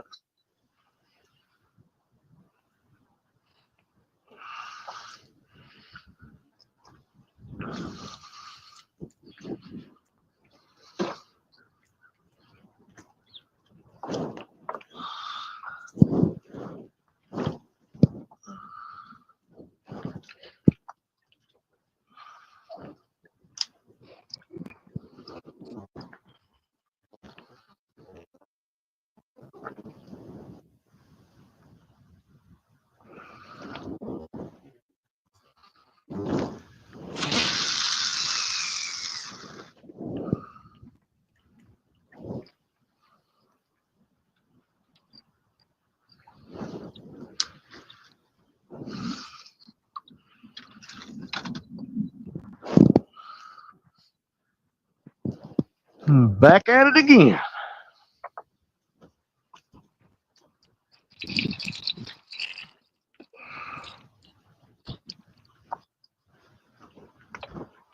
Good Lord.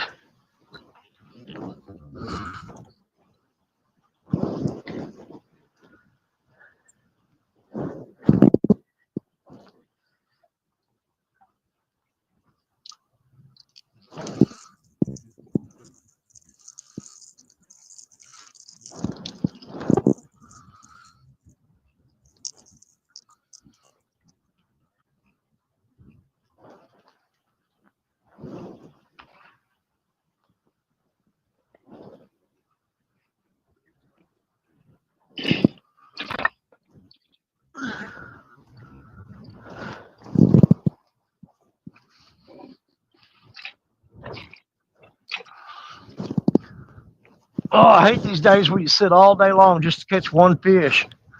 Yeah, I do. The last few times I have paid off, been decent sized catfish.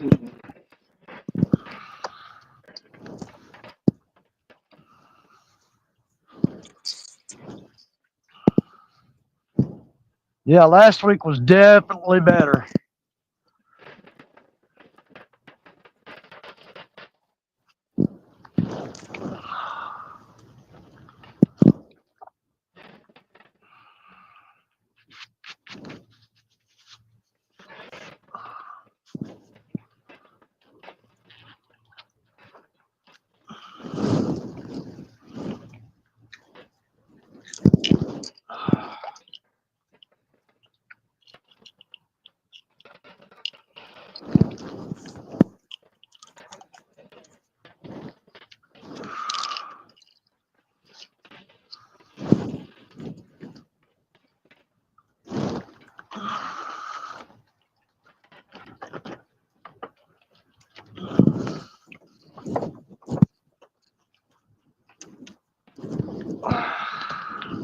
You know one thing, I'm gonna fish this section with my boat so I can get to that big log jam down there.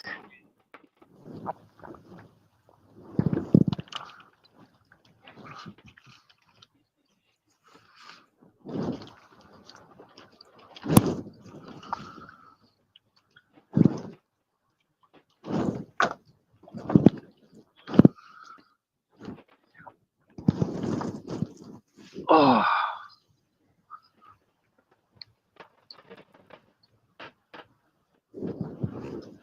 what's he talking about? Okay. Mike Lockhart. Danny, what type of weight you? I cast my own weights. I've got a mold, and let me just reach here and just grab one of them. Right there. I got a mold, and I melt lead and make my own sinkers. And I got these in 3 ounce, 4, 5, 6, 8, and 10. Right there.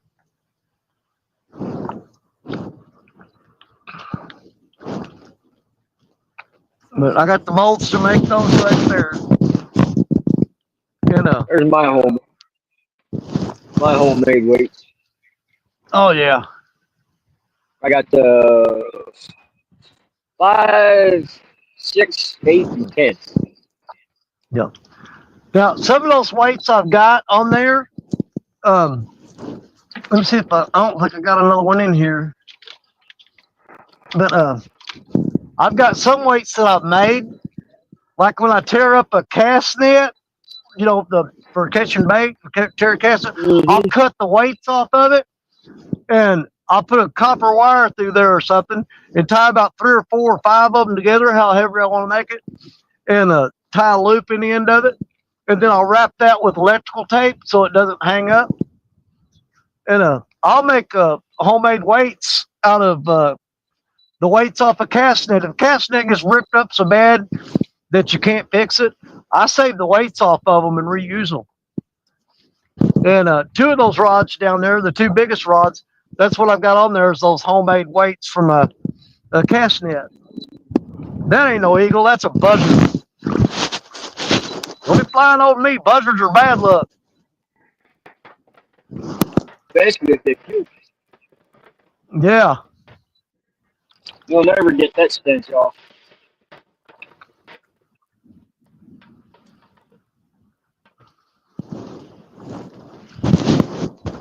Dude, I was fishing down here one time. I think it was last year or year before last, and I found a buzzard on the. It was on the rocks up here, and he had a bunch of fishing line wrapped all around him, man, and he couldn't take off. And I thought, it's a buzzard, but I mean, I don't want to see nothing suffer. And I went to try to cut that line off there. Dude, I couldn't do it. That bird stunk so bad. And I wound up calling the conservation agent, telling him, you come deal with this stinking thing. I ain't touching him. And they got down here, and the fishing line that was wrapped around him was braid, and it had cut so deep into his wing and stuff that they just put him out of his misery. Sometimes that's the best thing. That ain't a bad idea, Uncle G. I've been trying to figure out where to get some lead.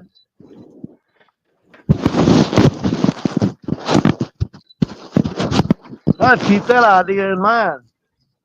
What's that? He said take the wheel weights off of semi trucks in the parking lot while they're messing around with the lot lizards. So you go out there and pull their wheel weights off their trucks, and they'll never know it. I wouldn't go that far, but I have a company that redoes those rims. They take the paint off, clean them all up, and then they repowder coat them. So I get pretty much free lead. I've melted down a lot of wheel weights in my time. And a lot of people don't like doing it because they got a lot of zinc in them. You gotta watch it. It doesn't, the zinc part of it don't bother me. They say, well, it doesn't weigh as much as lead, but I can still get free weights out of it. It may not be as heavy as the pure lead ones, but yeah, I'll melt down them zinc ones and use them too. I don't care. Oh, I do too. Matter of fact, two of the weights that's out there in the water right now are zinc. If I break off, it ain't gonna hurt the water. Yeah.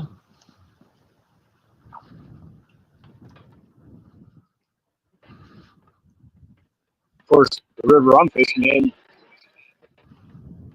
I can put 4 million pounds of lead in there. That's the least of their worries. Dude, if I could figure out some way to get all of the lead weights out of the river right here, just where I'm sitting, if I put them in the back of my truck, I'd break the axle. I imagine.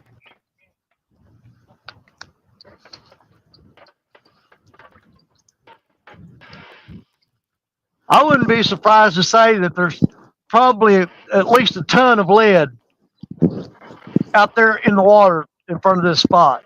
But not just from me fishing, but from all the people that fish here. Because, man, you lose a lot of weights in these rocks. A lot.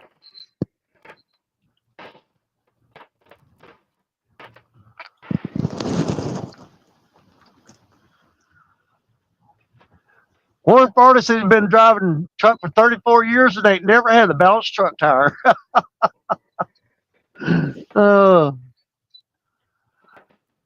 Then they go to the scrap yards, they give them away when they bust the tires. Huh. I know most of them, I've seen them with 5-gallon buckets of them, but lead's pretty freaking high right now. Yeah, most of your scrap yards ain't giving up lead. Yeah, they ain't giving up no lead. They sell that stuff. So like, I think the last I looked it was 6%. So yeah, that's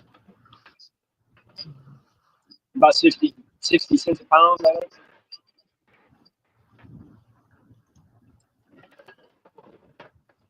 I mean, just look at what they want for a cord for a battery. It used to be $5, $6. Now they want $4, $25 because they want that lid back.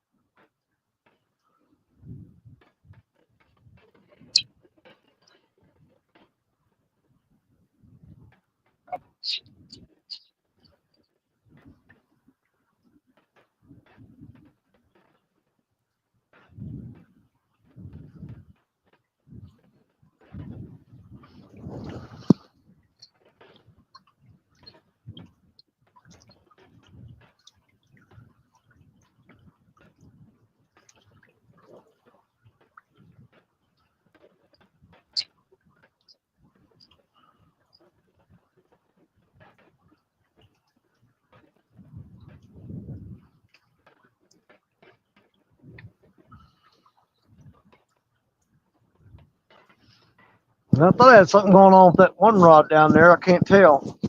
It was pulling down real slow.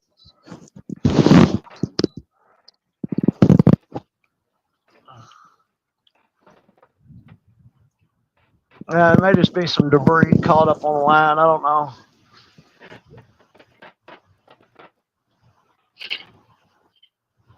Michael said he carried a hacksaw blade and cut the terminals off the batteries in the junkyard.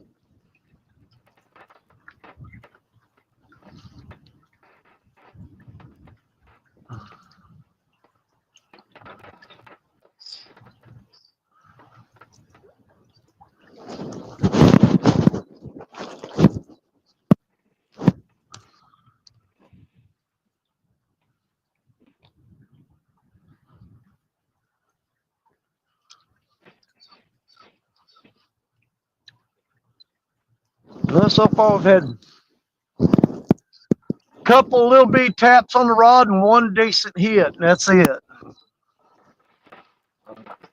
I had one bell ring. That's all I had.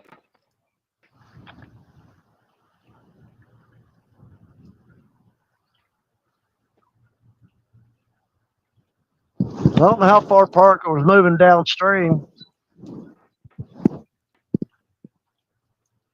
And I don't know if he's going back to one of them spots that we usually fish or if he's doing something different. I don't know.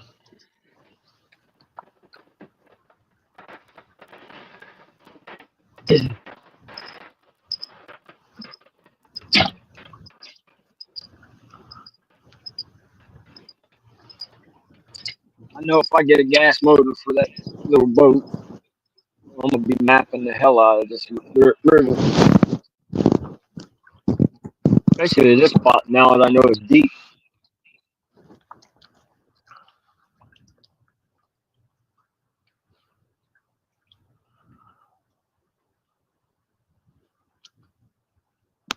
See, that's the thing, the spot I'm at right now,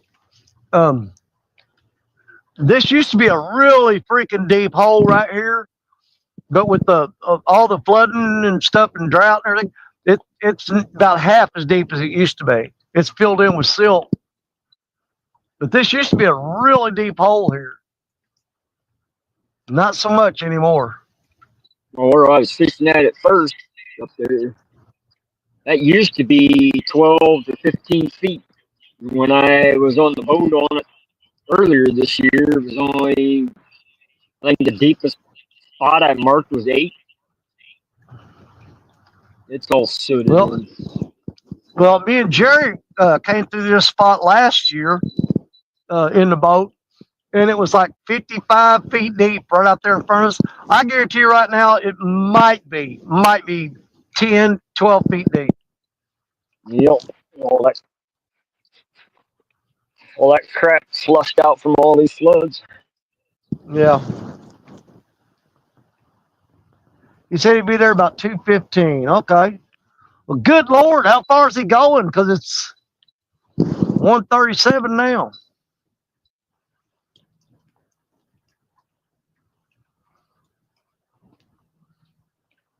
He's making that 30-mile run back down river is what he's doing.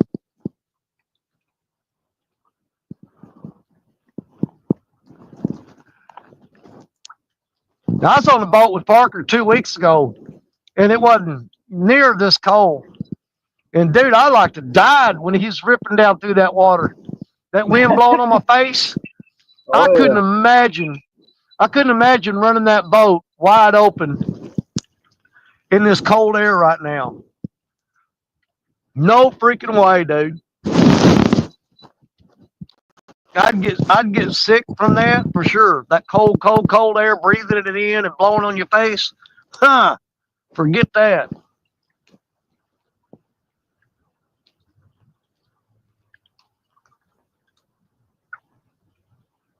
Yeah, high winds, that's one thing I can't do. I don't care if it's cold, hot. I can't stay out in it. You know, I can sit in the car and then get out and check my rods or whatever, but just stand out and blowing wind, no, I can't do it.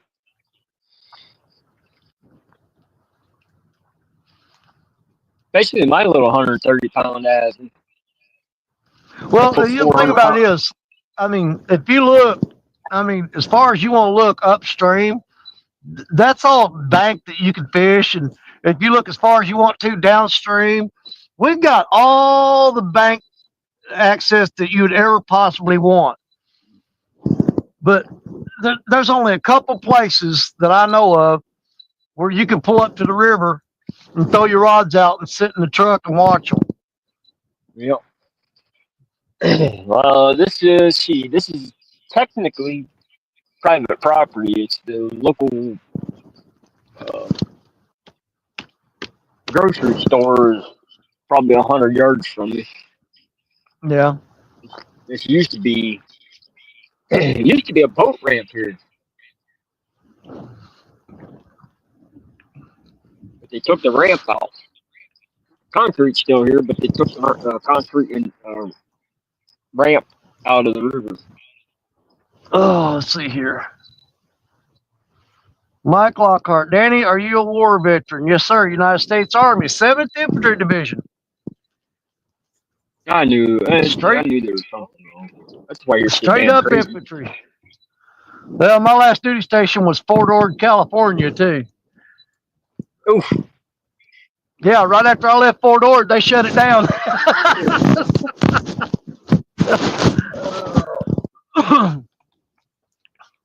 There's talk I that was they was going stationed to at open that back up. I was stationed at Fort Benning, Georgia, for a long time. I did my training at Fort Sill, Oklahoma, and got stationed at Fort Hood, Texas. I was the crazy asshole with landing rounds in front of you to cut the hole. There you go. That's a cannon cocker.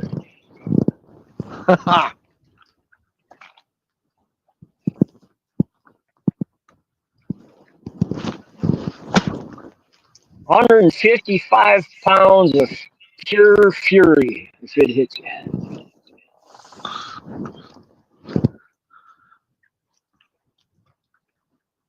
That was just the Yeah, high explosive.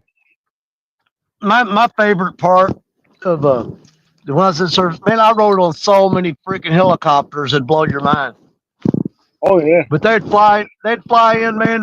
They'd set that bird down, and you had like half a second to get off of it and hit the ground. Then they'd take off, and then another helicopter would come in, dropping off guys. Well, I'd much rather get in and out of a helicopter than get kicked out of a C-130. I've jumped out of C-130s. Yeah, well, I don't know if you consider it jump. Yep. I ain't jumping out of this. I've parachuted out of them, and I have rappelled out the back of Chinook helicopters too. You know the big Chinooks? That was fun. I wasn't fat back then. Dude, when I was in the Army, I weighed 165 pounds of nothing but pure muscle, buddy. I was in the best shape of my life. Now I'm 201 in the worst shape of my life. A butterfly could land on my belly and it'd be like punching the gut. Hey, we used to take turns, man, whacking each other in the belly with 2x4s, and just to see if you could take it. But I remember. Dude, tense up and punch each other in the stomach, and your abs would be so tight it wouldn't bother you. I'll tell you right now, a butterfly could land on my stomach now and it'd take me out. I got soft spots in there. Butterfly would be using your belly for a trampoline. I'm telling you, it would kill me. Yeah, I've got tender spots on my stomach now. Putting the last bunch to go through Harmony Church in Fort Benning. I remember Harmony Church, dude. Harmony Church and Sand Hill. I went to Sand Hill.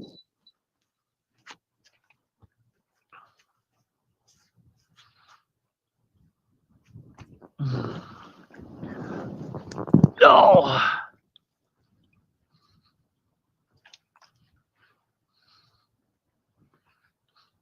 Man, them rods are deader than a Toad frog on the highway. About the Ain't time I nothing think I'm touching getting a nothing. light, by the time I think I'm getting a light bite, the wind hits me in the face and it reminds me not just the wind moving rods. Oh, there's Freddie from FOA Customs and Gear. Dude, check this out. This is what's really aggravating me more than anything. I ain't even got to. I got that brand new Freddie sling. I ain't even got to unfold it yet. I want to weigh a fish in this sling, man. It hasn't even been unfolded. I wish I'd had that sling last week.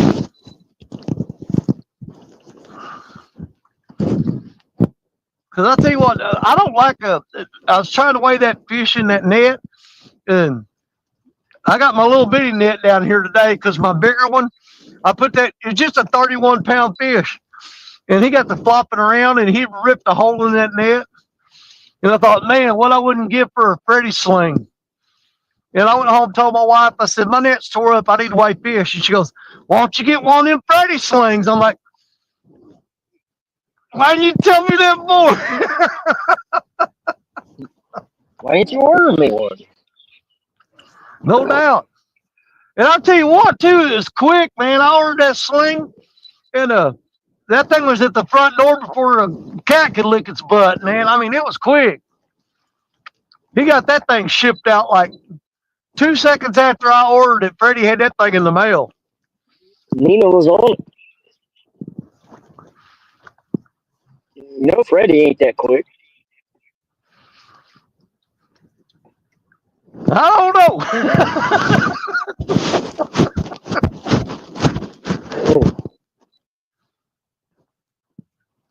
Oh, I gotta quit picking on Freddie. I can't pick on Freddie. He's been real good to me and my family. Freddie did He has sent my granddaughter so much stuff, Coda, that dude, she's an FOA nut. She just loves Freddie and them to death. But yeah, Freddie's been really good to my granddaughter. She's gotten a lot of stuff from Freddie.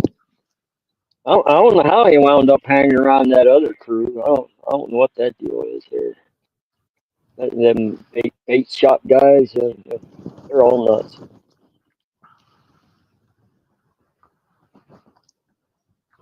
Oh, wait a minute! I forgot. I ain't allowed to pick on him today. Today was his birthday, so I got to quit picking on Chad. Now, Uncle Jeep Parker will be back in a little while. He's making a long, long run. He's moving.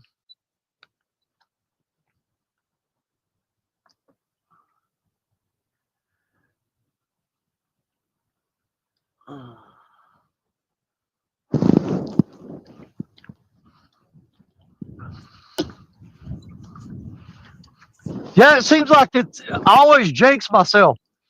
It's like, been trying to weigh big fish in the net and everything. And I say I want a Freddy sling. And so I get a Freddy sling. Now I can't catch a big fish to put in there. But it's back like when I was fishing with all those Mad Cats rods, and they do that giveaway every week. Their prize money. Yeah, and man, it was three times that I caught a fish that would have won first place. But I didn't have no freaking hat, or no shirt or nothing, so I couldn't do it. I went to CatCon and I bought a Mad Cats hat just to wear when I was using those Mad Cats runs. I didn't catch a big fish for 6 months. If I bought that freaking hat and couldn't catch nothing. Oh, look how long it took me. Yeah, look how long it took me to put fish on that carbon rod.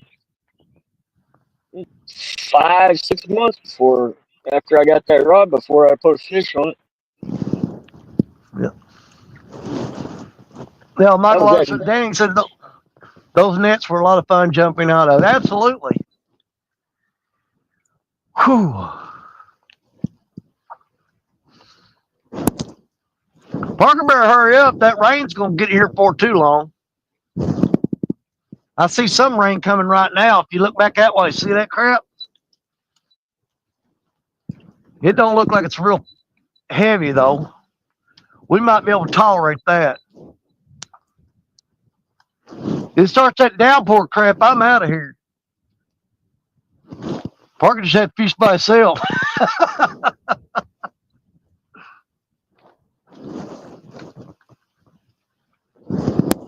Oh.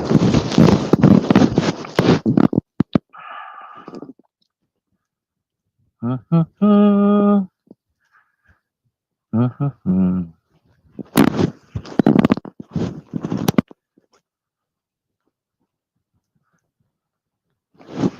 should have just brought a box of worms with me and put them on them little 4 and 5/0 hooks, man. I know I get some little bitty tiny blue cat and channel cat. You can catch the crap out of them this time of year using worms.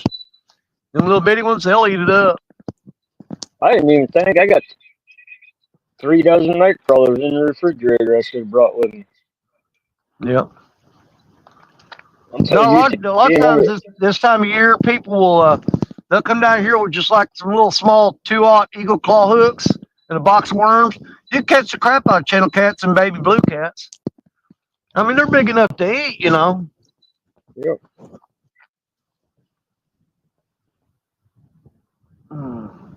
Had to jump out of one once that was working for Wentworth, really.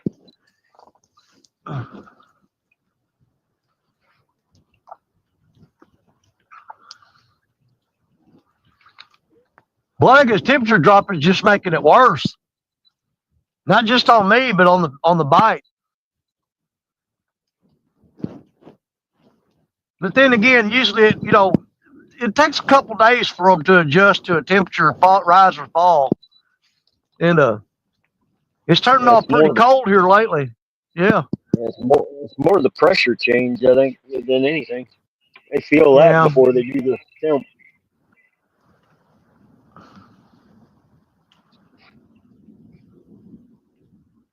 I need to fish this river more often. There is some nice flatheads in here. And I don't know if you can see. I don't know if you can see that log jam or not. Like I said, I'm trying to get back to catfishing on fixed income. Didn't think it would be this hard. It is, dude. Man, to just get everything you need. If you're trying to, get some of the top quality gear that everybody's using now, yeah, it's expensive.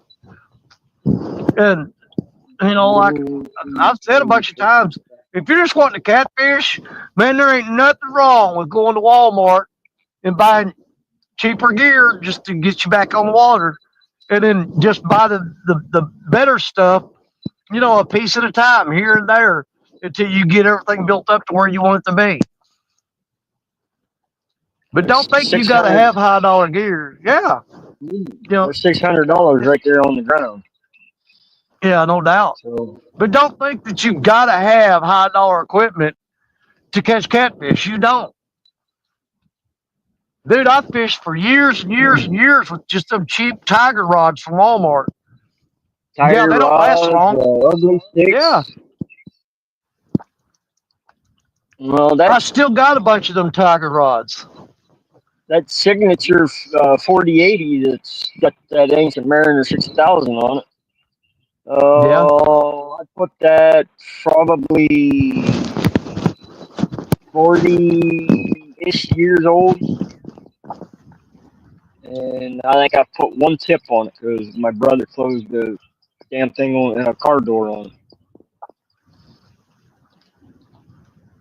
And well, it was my dad's rod. That's why it's always with me no matter where I'm fishing, whether I use it or not. It's always in the car with me. Well, like I said, I don't know what they run now, but back when I was buying those tiger rods, you got them for like $19.99 for the rod and reel combo. And hell, if you went out fishing and you tore one up, you just bought another one, Yep. The biggest problem I had off of them was the reel, because they were spinning rods, and that bail would break off of them all the time.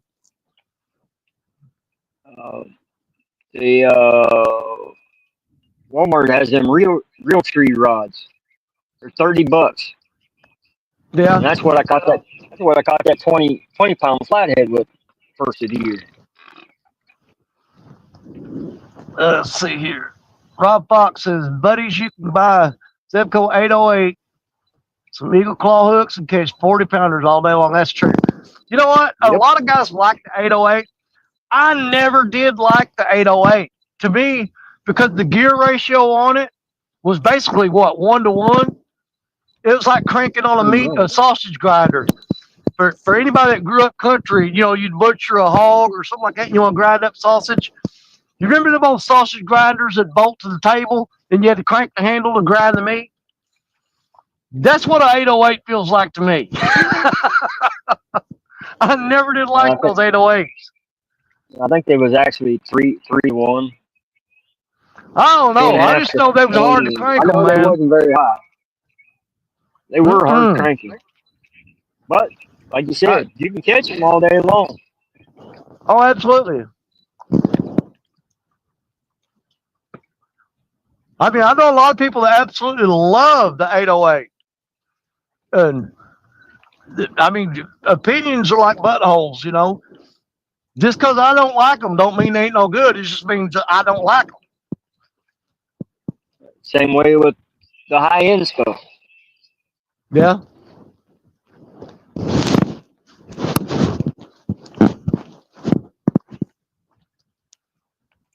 But one of my favorite reels that I had for the longest time, I had an old Zebco 33. Now, this one belonged to my, yes, it was one that my dad bought when he was younger. I've still got that reel to this day. But there wasn't no plastic. There wasn't no plastic on that thing. These new ones are all plastic. Well, take that back. I think the cover is metal, but everything else is plastic. Creel says he's still got some 888s sitting on his shelf.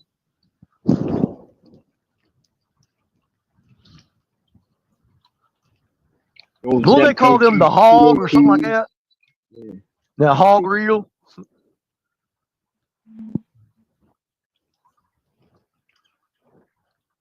Parker, you better come on. That rain is. Let's see. I have 2 Zebco 33s. I like the 33s.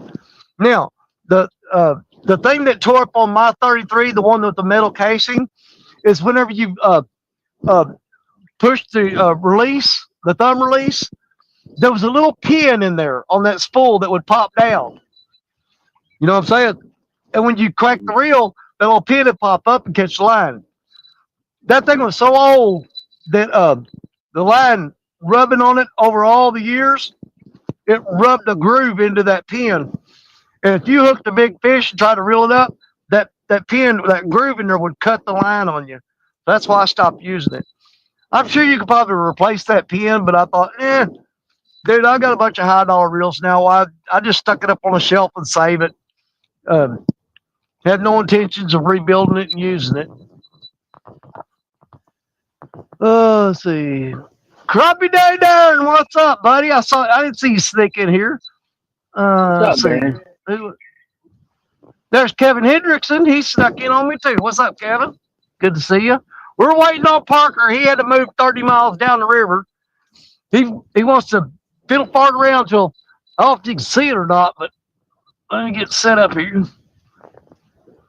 You see that? That's freaking rain heading toward me.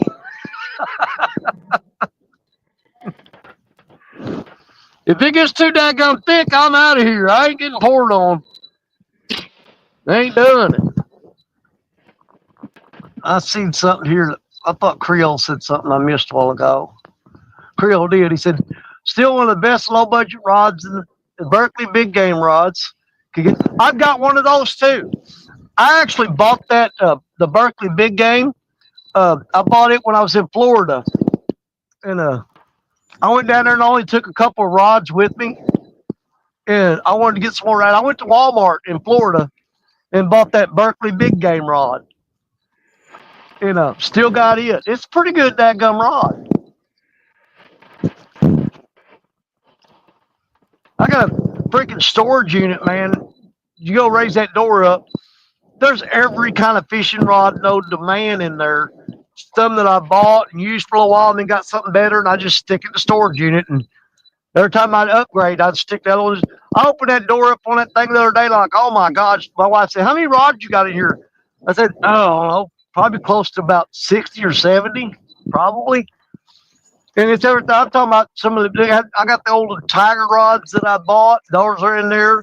I've got a bunch of ugly sticks in there. I've got that Berkeley big game rod in there.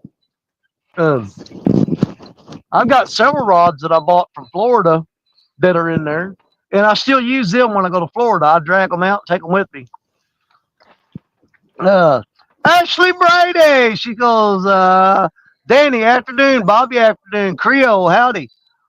I ain't seen Ashley in a while. Good to see you, Ashley. She's been hibernating. Yep. And there's Small Water Charters and John Boy's Fishing. John Boy's Catfish. Welcome in, welcome in. We're waiting on Parker to come back. I told him to hurry up because if it starts raining, I'm leaving. He was making a move downstream. I usually end up giving my older stuff away as I quit using it. I don't keep much old stuff. I'm a bit of a hoarder, according to my wife. But no, I give a lot of that stuff away to the younger kids and stuff, especially like my grandkids and stuff. They've got a lot. I give them a lot of my old stuff. You got grandkids and nieces and nephews. So start kicking your butt and winning better rods. Yep. Rob Fox says, sweet, Danny, send me one of those fancy reels out of storage. All my fancy ones are on this gear here. I got some of them in the back of the truck. Hey, I've got, I'm waiting on my carbon fiber rods. When I get those, I've got 3 brand new Albatross 6000 still in the box, but I'm saving them. I'm going to put them on them carbon fiber rods. You mean I got a carbon before you did? I don't have one yet. Oh, man.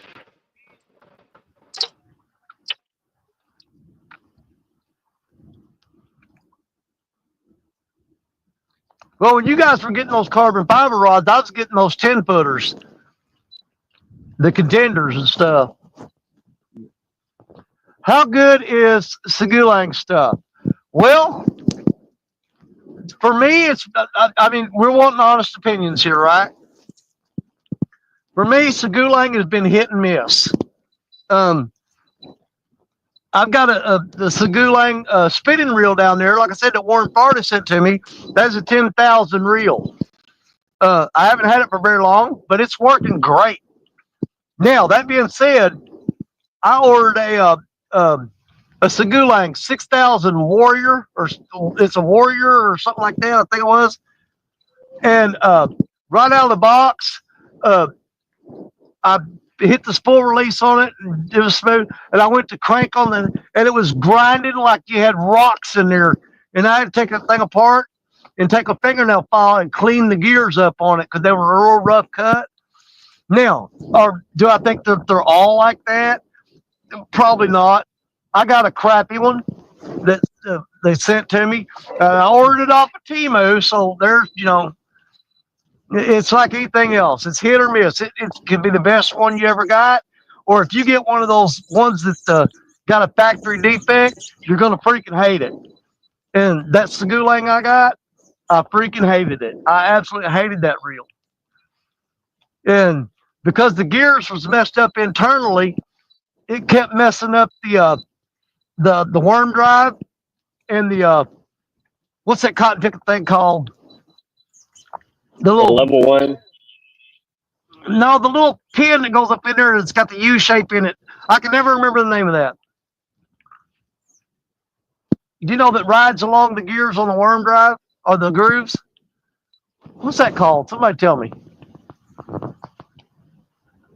Then while I said the kiddos get our stuff, parks at the boat ramp, anywhere we see them, and they get stickers and even bobbers, weights, and lures. That's nice.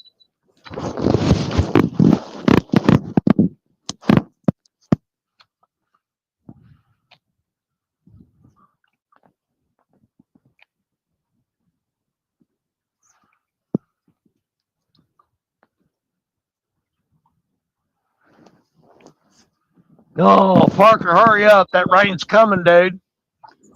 I'm asking because my wife bought me a bunch of that stuff, spin cast reels and braided line. Now, here's the thing. You're going to get into one of the biggest arguments in the world with people over the mono versus braid argument. I do both. Now, on my bait casting reels, I spool them up with mono because if you ever backlash braid, you think you got a nightmare with mono, backlash some braid. It is an absolute nightmare. So I put mono on all my bait casters. Now, that spinning rod down there, all my spinning reels, nothing but braid. Every spinning reel I have has braid on it. So for me, just for my personal preference, I put braid on my spinning reels, mono on my bait casters. I had braid on a bait caster one time, and I backlashed that thing, and I wound up taking a razor blade and cutting that out of there because you can't cut it with freaking scissors. God knows you can sit there and just gnaw on it, and it won't cut. But that's how I rig all mine up. So I've already been there and done that. It looks cold out there. It is, Ashley. I'm freezing my tailbone off. I've been out here when it's been way, way, way worse, though. This is not the worst day I've ever fished. But as far as temperature. No, it's freaking cold here. And the temperature's not that bad. It's just that we got rain misting right now. So it keeps you kind of damp. And you got that wind blowing on you. That's why I'm cold. Because I've got dampness all around me and the wind blowing. But it's actually probably up in the upper 40s right now. Yeah, it's tough. Now it's 39. Is it mono contagious? Parker says, be set up in about 20 minutes. All right. Mono is contagious.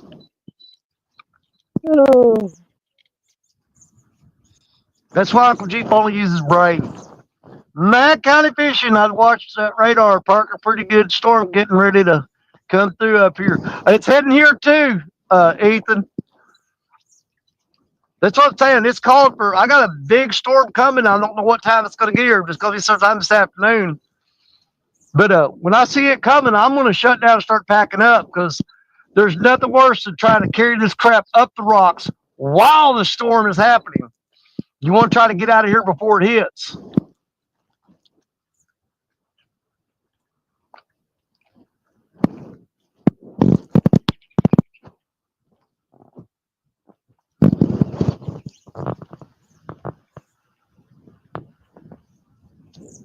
Oh, good Lord. She's coming after you again, buddy.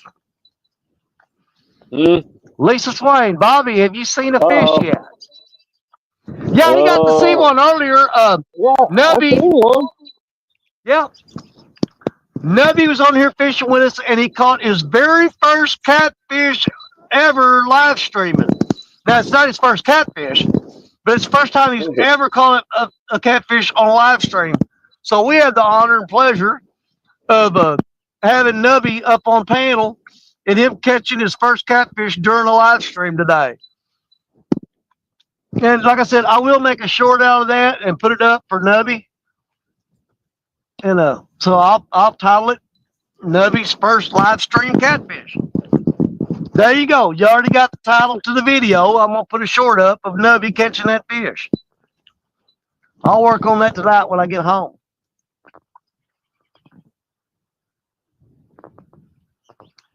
Lisa said, Danny, you know I will always come after Bobby. And you know what, Lisa? I know that. And I have absolutely no problem with it. Because I figure as long as you're after him, you can't bother me.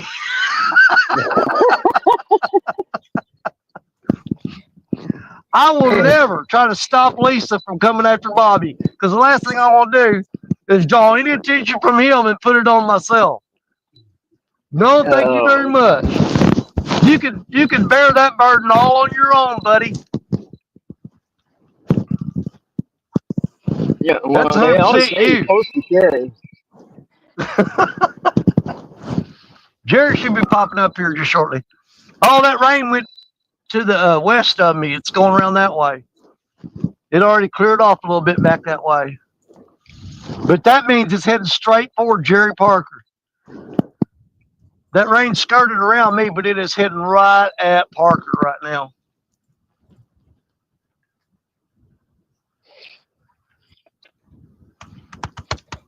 Come on, we got to do better than one good bite today.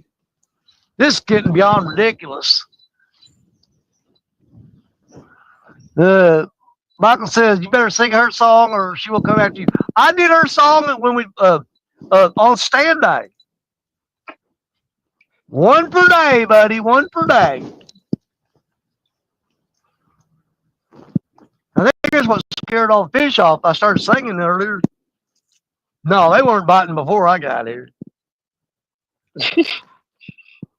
And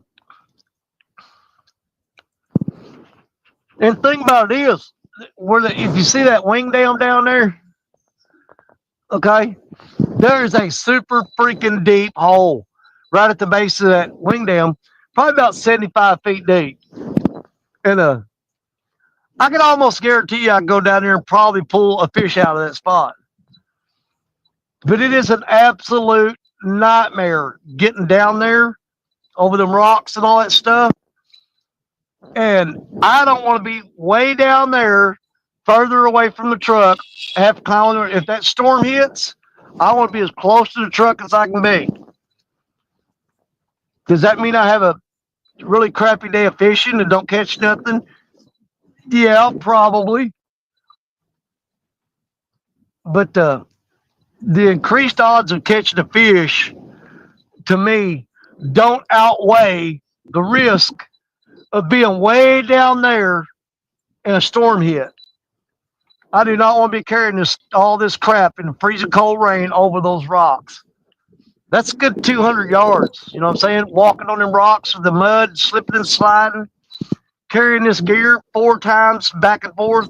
No, thank you very much. I'll pass. I'd rather just sit here and hang out and not catch fish than to go through all that. But Jerry Parker, he'd do it. Jerry Parker's a little bit younger than me, though. He's still got a little bit of giddy up in his step. I don't. My giddy up done got up and gone.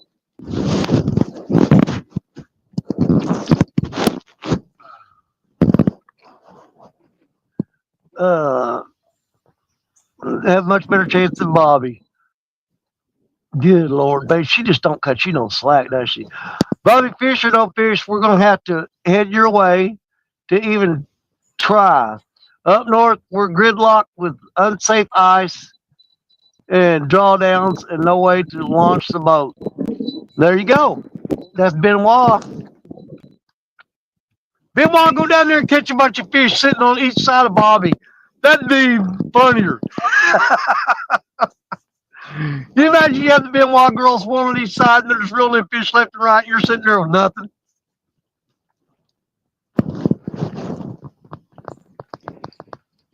Hovercraft.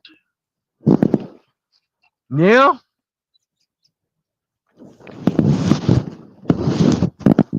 Yeah, everybody talks about that ice fishing. The only way I'm going ice fishing if I got a custom airboat.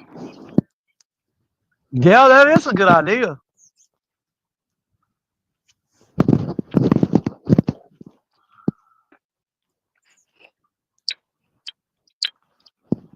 Did you want them military, the Zodiac? Them things that's got like they're like bulletproof. The bullets bounce off of them. They're tough. and rig that thing up like a hovercraft. Oh yeah. Oh. You wouldn't even need that. Them things gonna bust ice.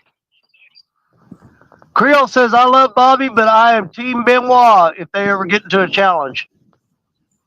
Wow.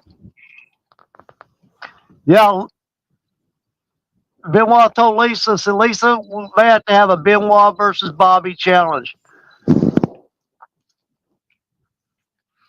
Why? I already You know know, the outcome.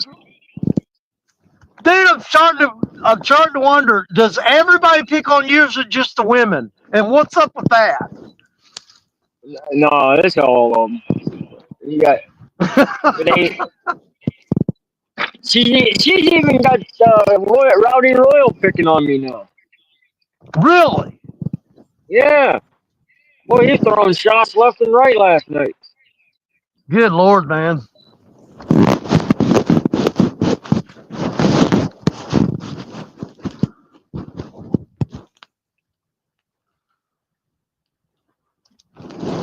I should have put a stopwatch on Parker. He said he'd be about 20 minutes.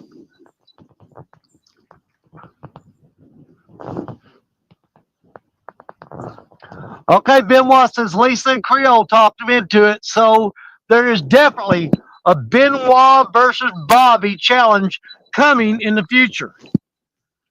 Oh boy. That's 2 against 1.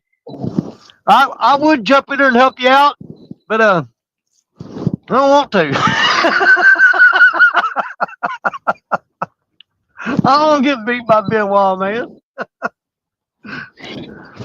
Especially if they go flathead, dude, you're screwed. Yeah, because the only place I know I can catch good flathead, there ain't no signal, so I'd be out of the challenge anyhow. Dude, they are absolutely they are the dynamic duo of flathead fishing. I'll tell you that. They go freaking crazy on that stuff. Fishing, period. See all the crappie they catch, channel cats, blue cats. They got me whooped all over. Yeah.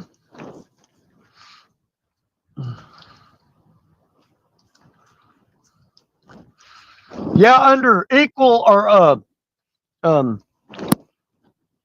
under equal conditions, I'd probably go up against them for blue cat challenge, but for flathead and channel cat, no. I'm not going against Benoit on that.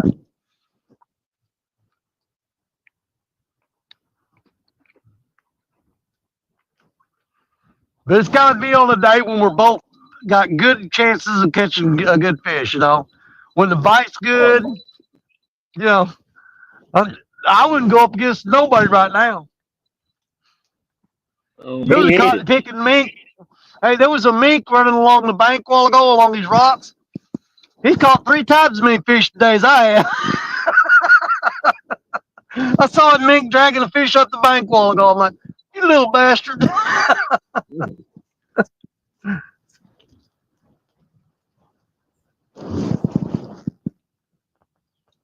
Uncle G said Parker probably saw a big buck along the side of the road and is currently trying to track it down. Well, that's not beyond the realm of possibilities, I'll tell you that.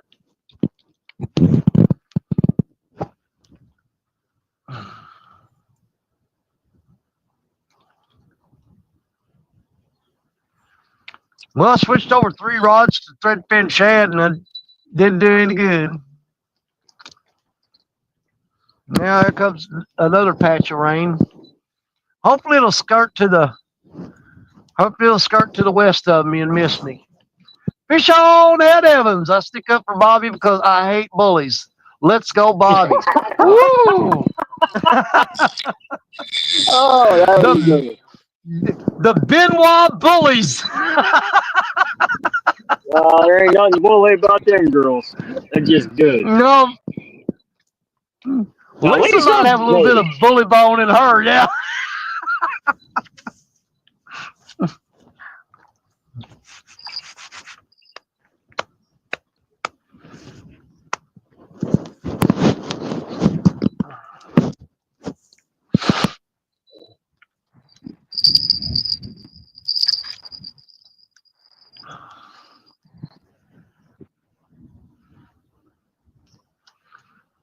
On days like this, I'd love to be able to just set the rods out, put the camera on them, and go sit in the truck in the heat and see one go down, come running down there and get it.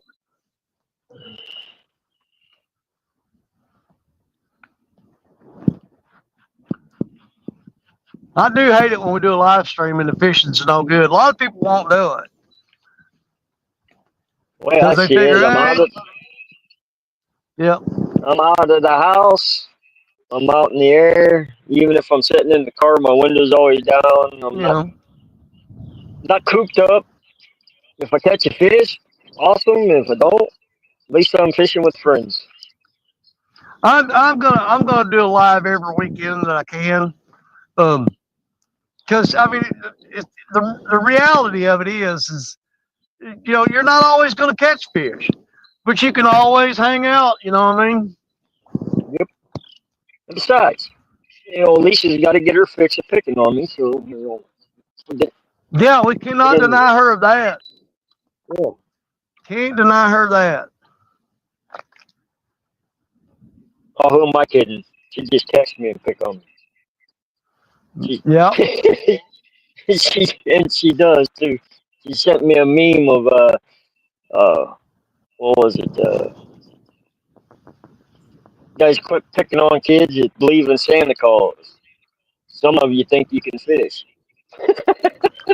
Michael says, Lisa, 7 away from 50 to be able to go live. Benoit said, Bobby, we will take it easy on you. I seriously doubt that. And I wouldn't want them to. Bring They it on may. or don't bring it. They may start out going easy on you, but if Lisa gets in chat, she's gonna provoke them. I'm telling you. I know. Besides, I wouldn't want to be taking it easy on me. Bring it. If I'm gonna get beat by 400 pounds, I get beat by 400 pounds. Yeah. Uncle Jeep said that's Bobby's problem. He's fishing with friends and not with bait. Wow.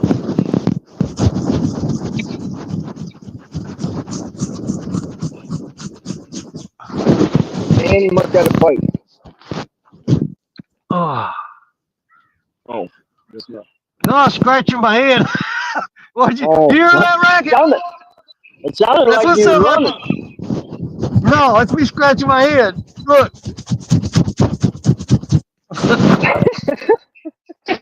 It was scratching right beside them hearing aids. Hey, dude, I was on Brian B's. He was doing a live one time and hosting a tournament, and my ears constantly itch with these. I can't stand these hearing aids. They make my ears itch. But I'll sit there and tap on the side of it when my ears itch. And Brian through the whole show was going, "What is that banging noise? I keep hearing a banging noise. What is that?" And I knew what it was, and I wouldn't tell him. I just said bang on my ear, and I'm like, "Oh, my ear's itching," And he was just going. It was driving him crazy. He was muting people and refreshing his stream. He couldn't figure out what is that knocking noise I keep hearing. And it was me tapping on the side of the head trying to itch my ear. And I told him like a week later. I said, "You remember all that noise you was getting on there and you kept trying to fix it?" Yeah.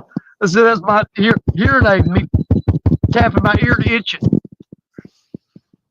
Because that drove him absolutely crazy.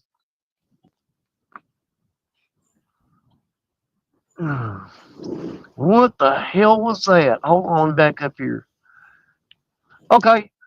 Yeah, guys. Hey, Michael Grumpy Vet is 7 away from having enough subscribers to go live. And Creole just threw his link up there. You guys do me a favor. Go check out his link. I mean, if you like it, go ahead and subscribe to him. And if you don't like it, go ahead and subscribe to him. Let's help Michael out. He needs 7 more. And let's get him where he can go live and get out here to have fun with us. I think Danny needs a gold front tooth. Well, I have to take these out first. I actually had a buddy of mine. Hey, there he is. Fish getting set up here. So. Now hurry the hell up. I'm fixing to get rained on. Dude, it's coming too. Look at that.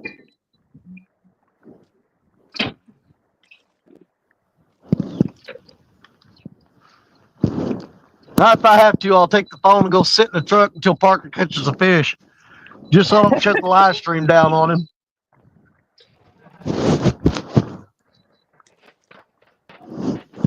Let me see. Oh, I know where he's at.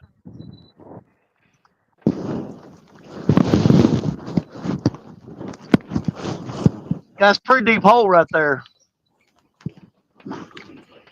Warren Party says, I think I was number 50. Right on, brother.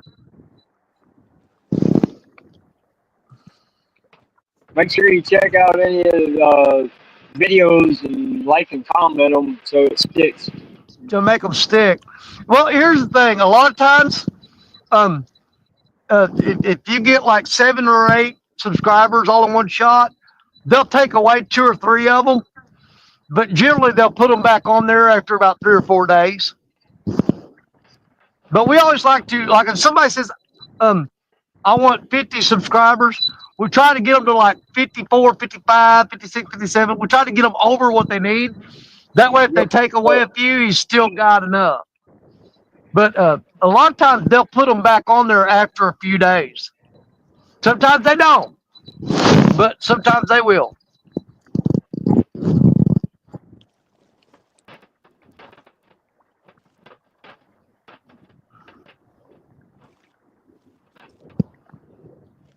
And they're just trying to catch the sub brokers.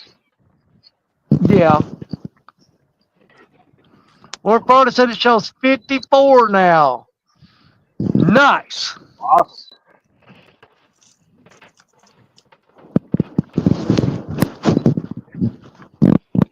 And a special thanks to our brother Creole for putting that link up there. Appreciate you, brother, for making that happen.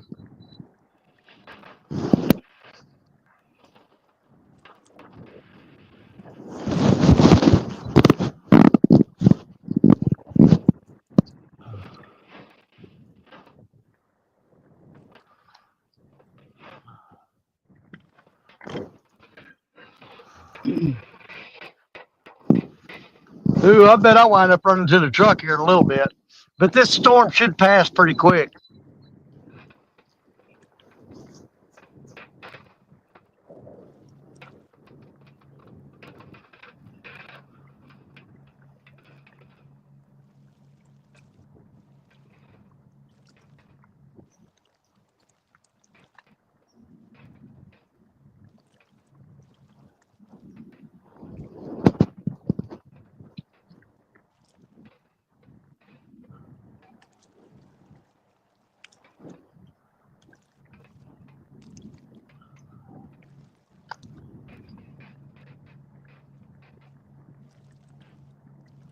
Yeah, I'll fix to get rained on for sure. It said, think Parker is fishing in front of the Coors Silver Bullet trailer. That would explain him going off screen. Yep. You know if that's rain or if that's fog. It's moving in quick.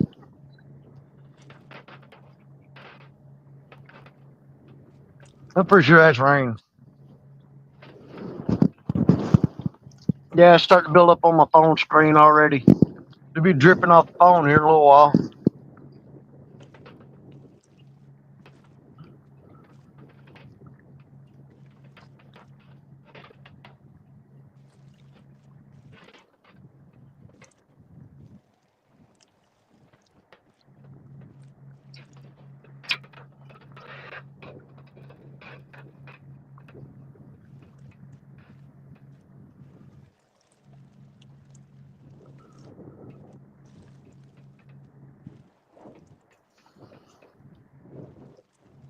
Need no sunshine when she's gone. Boom, boom, boom.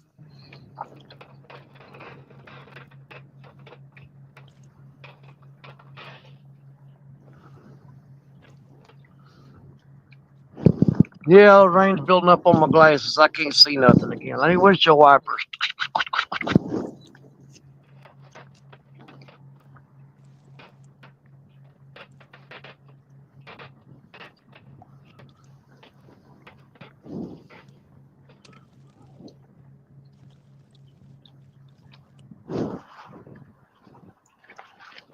You know, another great thing about this Freddy sling, it's waterproof. So if I have to run to the truck, I can just throw this out over my tackle bag and keep it from filling up with water. Rain runs right off of it. There you go. That'll work.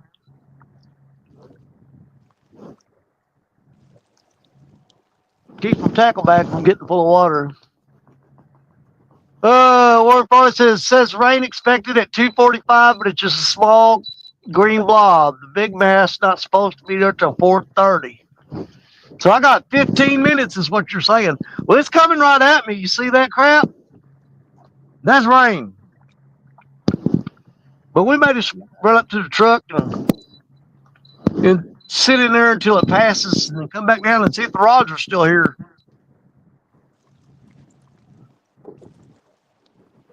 I've seen your rod holders. They ain't going anywhere. It ain't going nowhere. That's 3/4 inch rebar. I usually use my double hook angling rod holders, but in these rocks, it's easier to just drive that rebar in there. I got 3/4 inch rebar with 1.5 inch and 2 inch PVC pipe on it with hose clamps clamped to it with Gorilla Tape wrapped around them too. Oh, they ain't getting that Gorilla Tape off. No.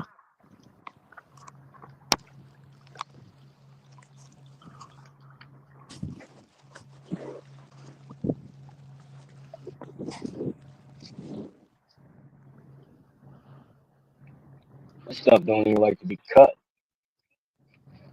Dude, I got so much trouble last night. Uh-oh. You know, we got the grandkids down this weekend, but they went over to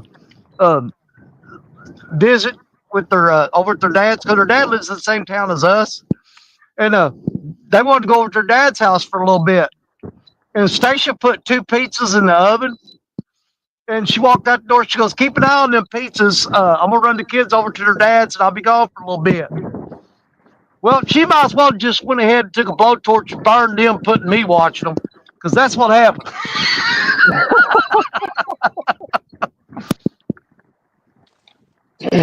Yeah, she come walking in the door. I said, "I think the pizzas are burning. I can smell them." She goes, "You didn't check them?" I'm like, "No, I didn't have to check them. I can smell them burning from here."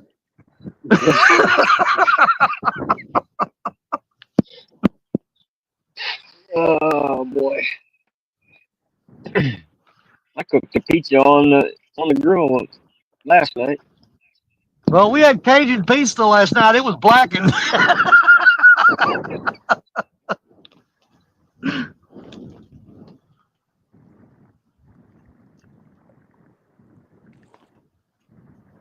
Just scrape the black stuff off. It'll be fine.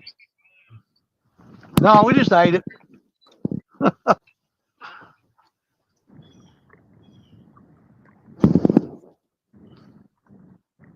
Man, I can't see crap. Got so much water on my glasses.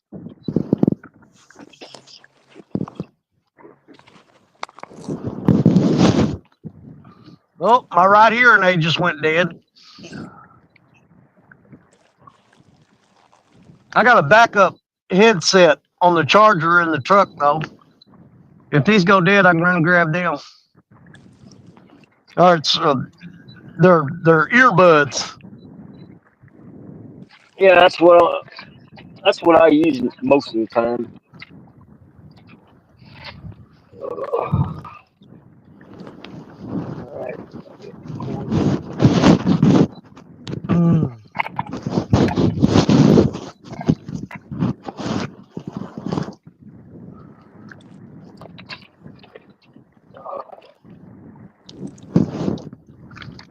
100%.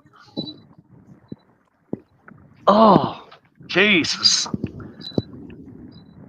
That's gonna get cold when that misty rain starts falling on me. Yeah. Kind of Yeah, I get chilled to the bone. As soon as that rain started hitting me in the face and getting on me, I started getting shivers. Well, don't sit out there and freeze, Danny. Go ahead and shut her down. It's a cold, buddy. I ain't done yet.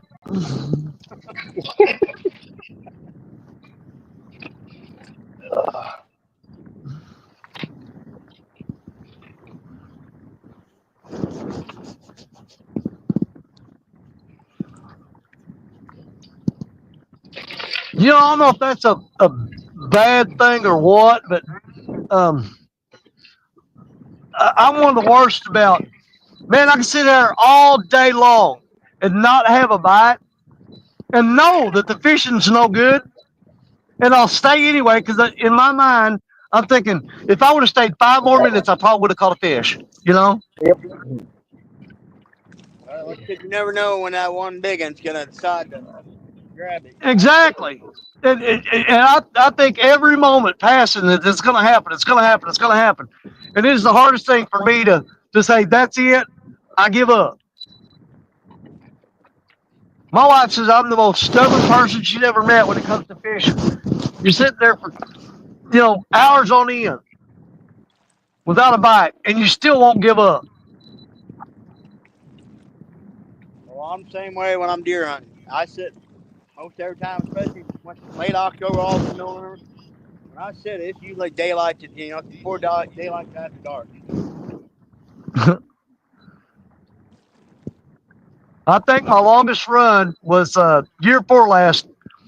Back when I used to do that Saturday night show every weekend, and I started fishing at 5 o'clock in the afternoon and fished all night long without a bite. And then at 7 o'clock in the morning, I caught a 13-pound blue cat.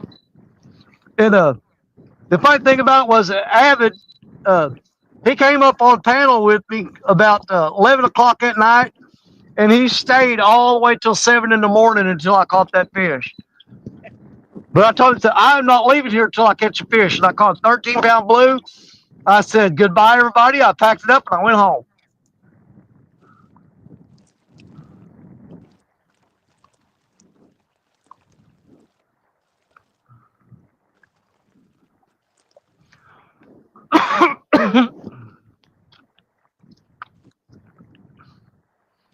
Yeah, probably catching pneumonia.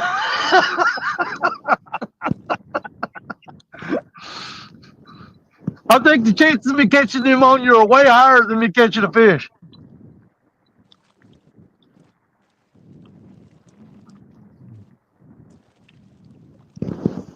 Yeah, Cujo was supposed to come out with me, man. He fished yesterday with me. He was sounding rough yesterday, and he wanted to go today. Then he texted me early this morning, and he was hacking a lung up, and I said, "Yeah, you better Yeah, chill." he said he Danny, was sick. Yeah. see, just landed in that tree over there. Hold on here. American. I don't know if you can see him or not. Yeah, big tree right there. There's an eagle Yeah. sitting right in the top of it. Right on the very top of it, he's sitting up there. I think I got him. Yeah. Just landed there.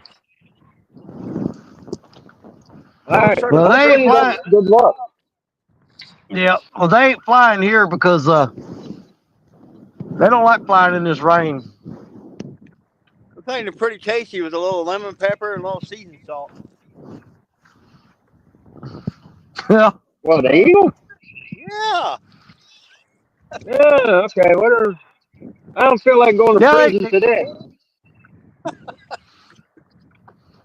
I told them one time, you know that big old giant blue herons, the great blue herons that walk along the bank? Oh, I yeah. told him, those taste just like an owl.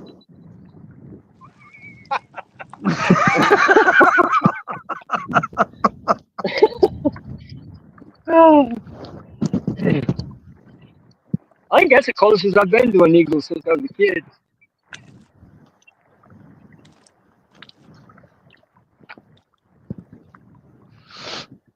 They're really making a comeback here. Oh yeah, dude. There's so Everywhere many of them. here. Yeah, down here, they're all over the place. Out at Tappan, they actually have a camera on the nest. that runs 24/7. I'm supposed to be able to log into it. I never found it yet. Yeah, we've got a couple of those down here set up. Well, that spot that place that Parker was talking about earlier, that Duck Creek Conservation Area, they've got a huge eagle nest in there, and they've got like a couple cameras set up on those.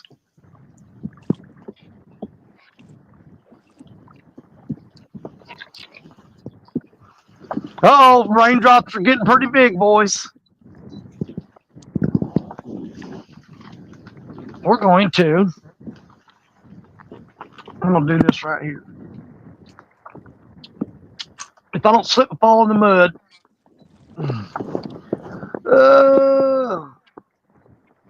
What did I do? Accidentally tap that screen?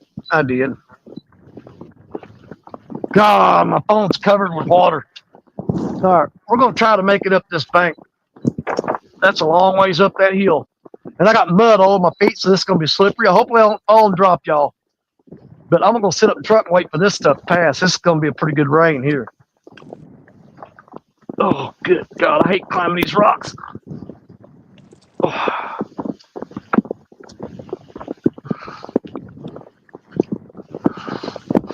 Yo. Man, that's slippery.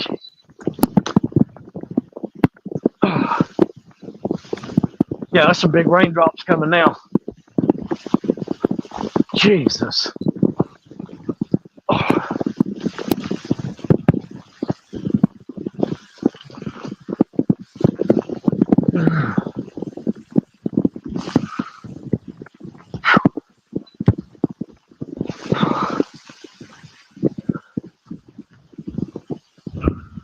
Oh, that was thunder.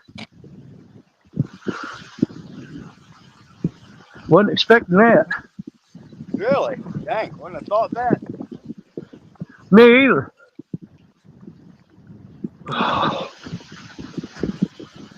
Oh, crap. Where are my keys? Oh, it's starting to rain hard now.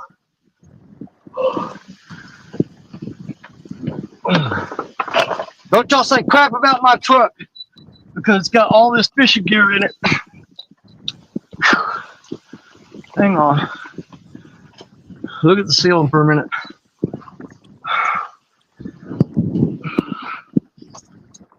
Dang. That's out of breath coming up that hill. Oh, yeah, it's raining hard now.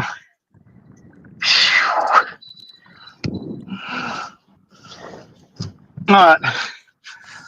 I'm going to try to take this towel and wipe my screen off because it's covered with water. Hopefully the worst thing I do is kick myself out of here. And hopefully I don't end the live stream. All right, y'all ready? I'm going to clean you up.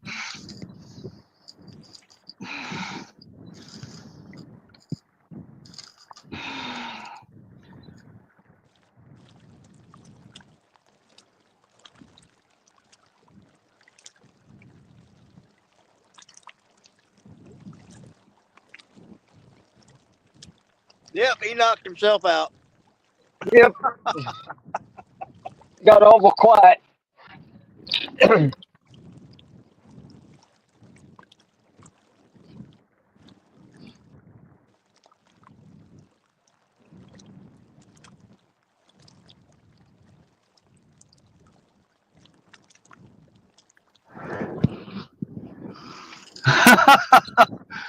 J-Dog just sent me a message, said I poked him in the eye with that towel. Now, hopefully this will pass pretty quick.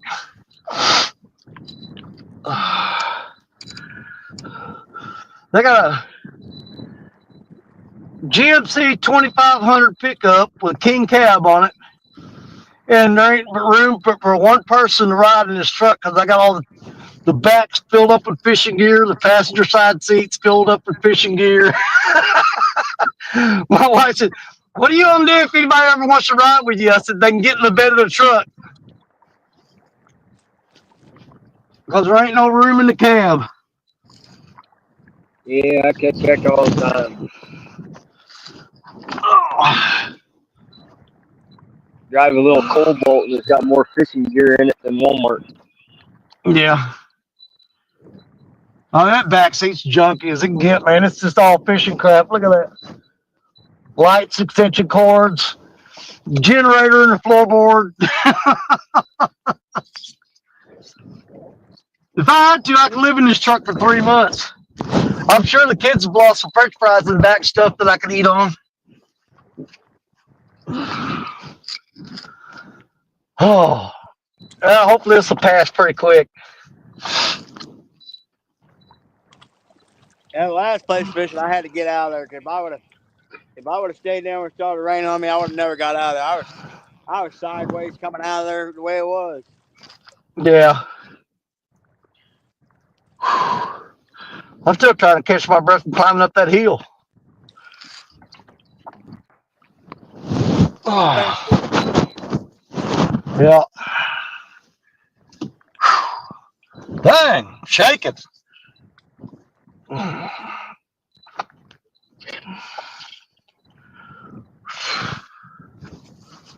I wish I could see the fishing rods from here. It'd be nice. Danny, you got to buy it. Probably. Right now, I don't care. He ain't going to steal that rod. He ain't pulling out that rod holder.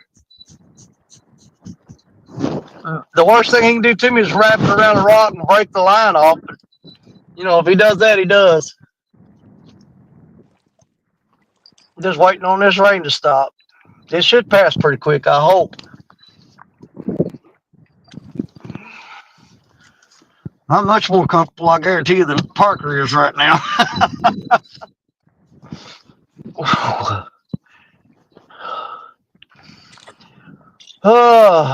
My vehicle screams, tell me you got a dog without saying you got a dog.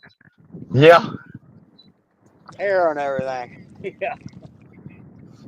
Yep. I'm freaking awesome. Oh, that's one thing I can't tolerate is the smell of a wet dog, though. Yeah.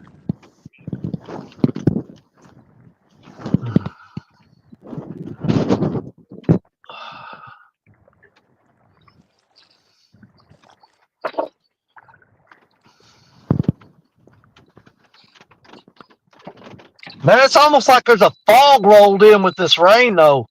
I mean, you see all that crap? You can't even see out past the window. Oh yeah, it's hazy here. Oh, there's a fog just rolled in. It's thicker than pea soup. Man, I think it was might have been like 2 years ago or something. New Year's Day, Chad and J Dog were live, and I come down here and fishing, and it was so foggy. There's times I was not sitting about this close to my rod. There's sometimes I couldn't even see my rods. Yeah.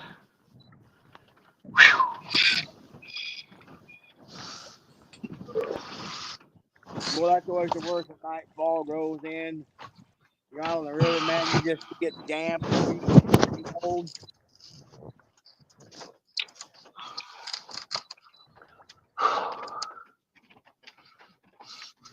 Man, I might turn on some heat.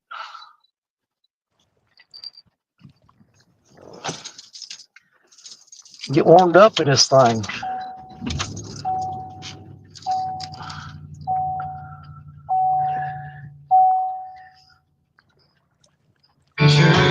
Oh, shut up. I don't know. Dadgum. Freaking radio kicked on. Had to turn that down.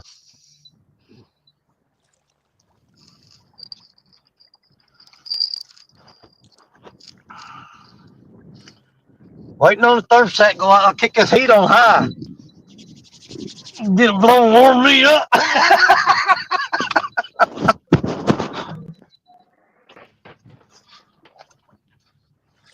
Well, how convenient wakes you. How did you run out of gas going to work? I burned it all up sitting on the riverbank.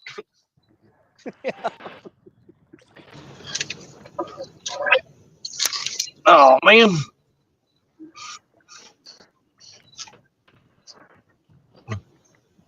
Well, y'all switched over to the truck speakers.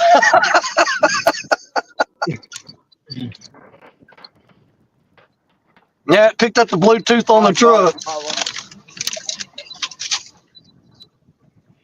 I'm following the Mr. Buddy YouTube. I keep threatening to steal it, but I ain't used it yet.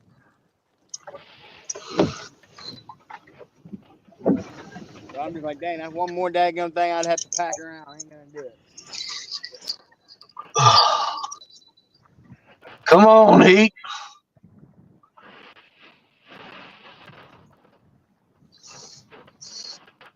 Yeah, I gotta get warmed up, get this shiver knocked out of my spine, man.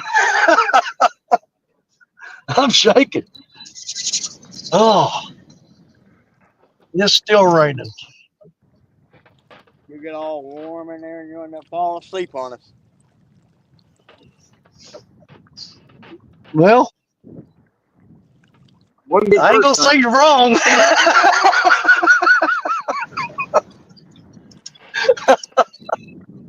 I might.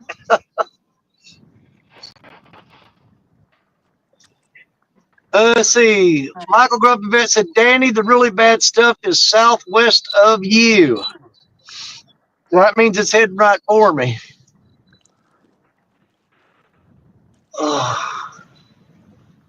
So get out there before 4:30. Oh, I will. I got 10 till 3 now. We're going to give Parker a little time, see if he can catch something. So we've had one fish on Nubby saved the day. He come in and caught one fish for us. Yeah. Oh. Whew. I got the heat turned up all the way. Oh, yeah. There it goes. It's starting to blow hot air now.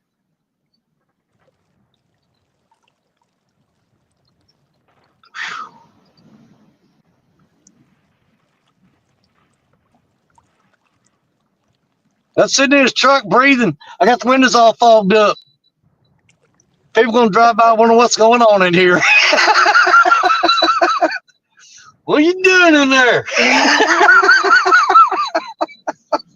Nothing to see. Nothing to see. Nothing to see here. Just keep on going.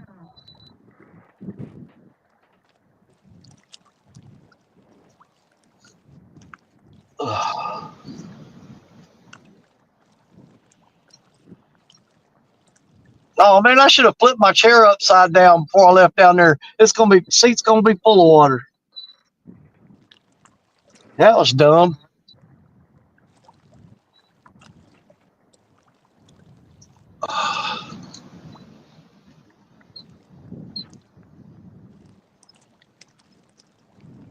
I'm getting squealing feedback because it's trying to work off my hearing aids and the speakers on the truck from the Bluetooth too. Yeah, mine does that too. Yep. Get a squealing in my ear.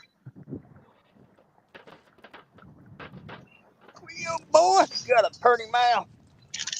Yeah, I need to switch over to these other hearing aid things or these Bluetooth speaker things, I guess, because the hearing aids are just about dead.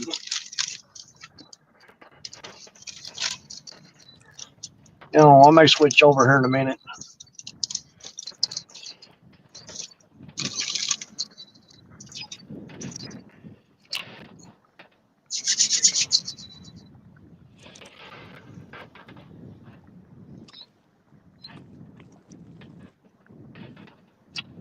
Put a few handprints on the window for good measure. No, hey, I'll take my boots off, stick my feet up there.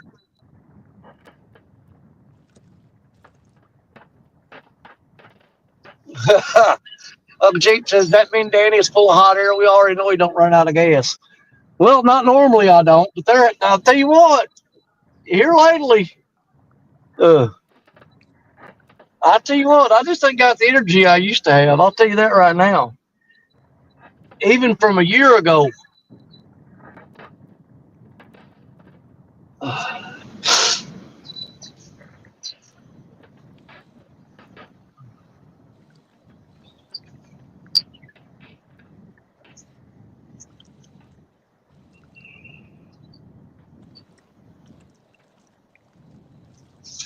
Boy, I do need to clean this truck out. My God.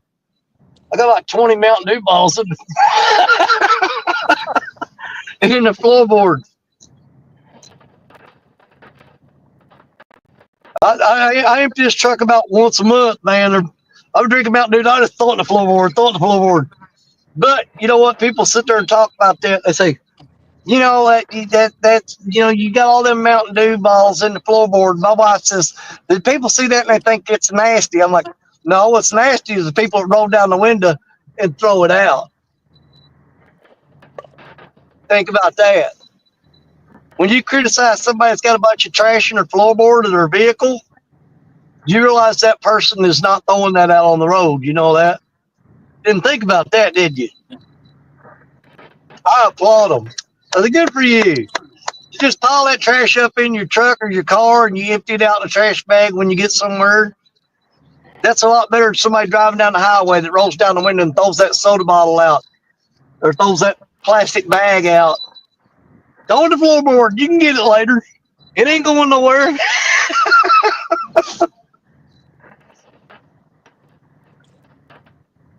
My old Valari, you didn't throw anything on the floorboard you wanted to keep. That car was self-cleaning. Yep. I think that rain just about quit. I don't see nothing hitting the windshield. But I got the heater going now. I don't really want to get out of here. I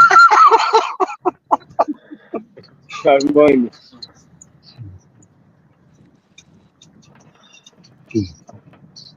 Let's see, 5 cents a bottle. We don't get no refund on our bottles here, I don't believe. Let's see. Refresh, then recycle. It don't say nothing about giving me no money back. That's only a few states. I think Michigan, a couple other states. No, it didn't give you nothing.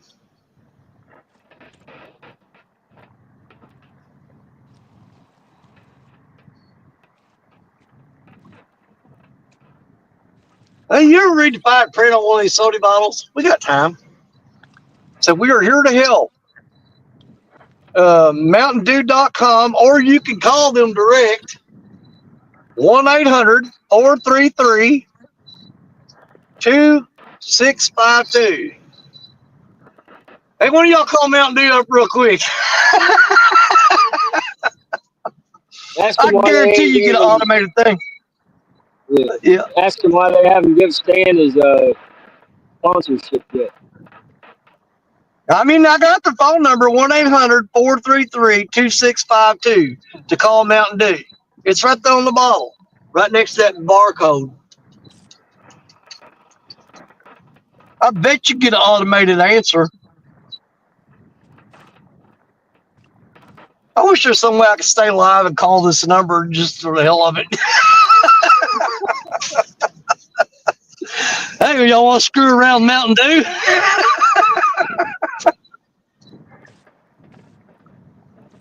Whew, man, it gets toasty in here quick.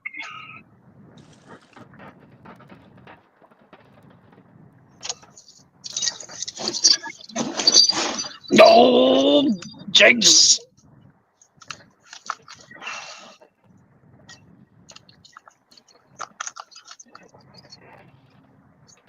Open the door and shut that Bluetooth speaker off. Now I can't hear nothing.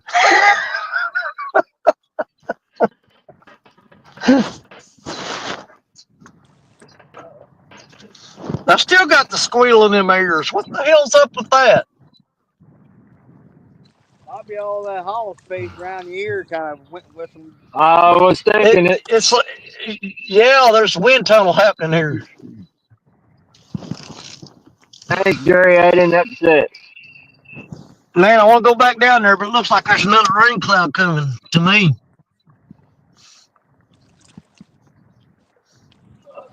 We can give a couple more minutes. If it don't rain no more, we'll head back down. Fishin Fever, Austin. He said, hey, everybody, how's it bite? Sucks.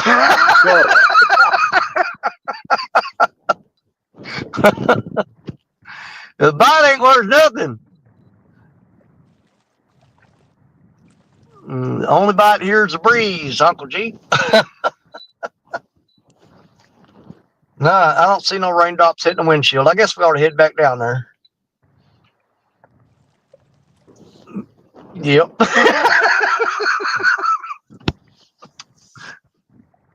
Now I wish I could see them fishing poles from here. Dadgummit. I can't though. Fishing Fever, $20 super chat. Thank you, brother. Merry Christmas to Danny and family in case I forget. Well, thank you, Austin. I appreciate that. I appreciate it very much. Thank you, sir. Now I can afford to run the heater a little bit longer, put some more gas in the truck.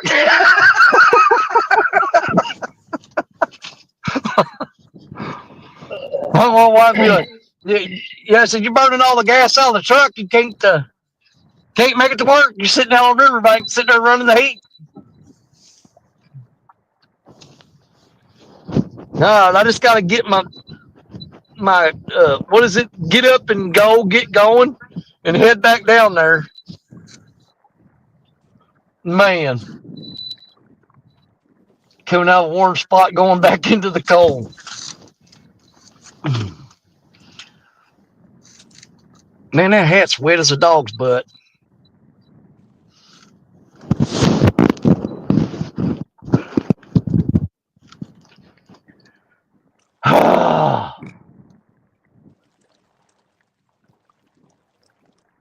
I'm like a zombie right now. I'm gonna get out of it. Get on the truck, Danny. I'm gonna switch these hearing aids out before I go.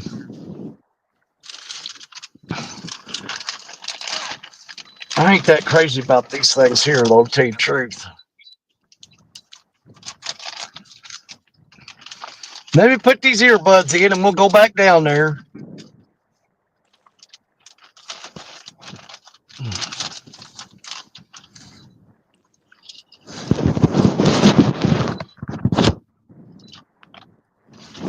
Hopefully I can get these to switch over to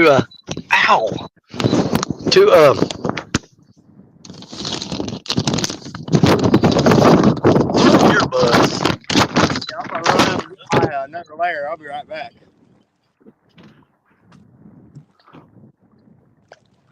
Hang on, I got a bunch of technical stuff to do. That's the wrong one. Where's that button at?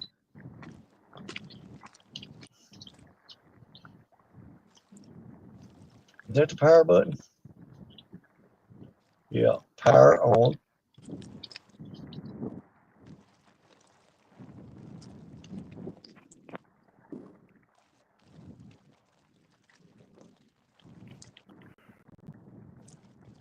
I can't hear nothing yet.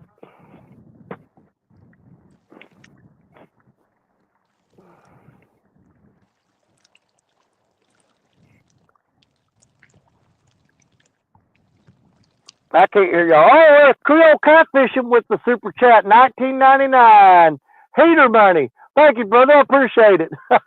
All right. I got to do some finagling with this thing and see if I can get it to work. I always grab the wrong side. Power up.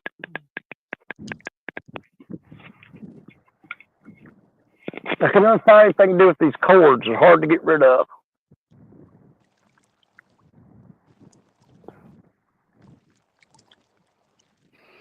All right. Hopefully I don't mess nothing up. I got to do some technical stuff here. Hold on.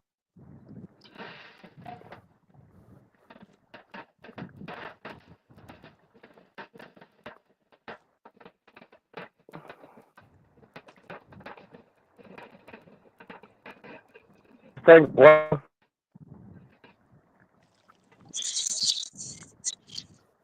hey, Parker, say something.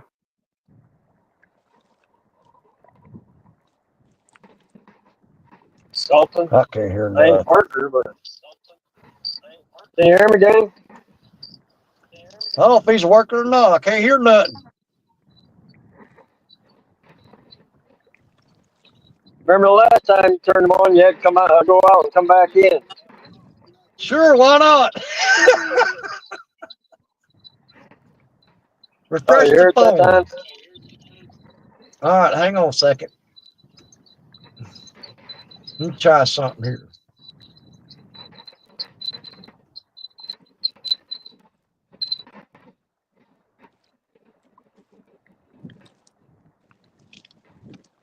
Got a beeping in my ear.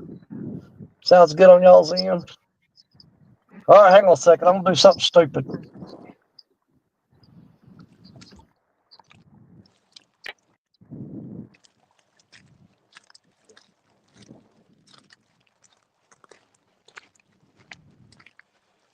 Ooh.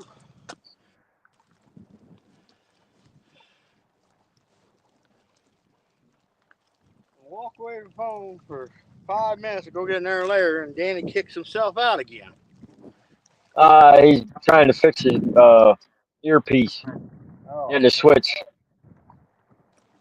You had to switch the earbuds.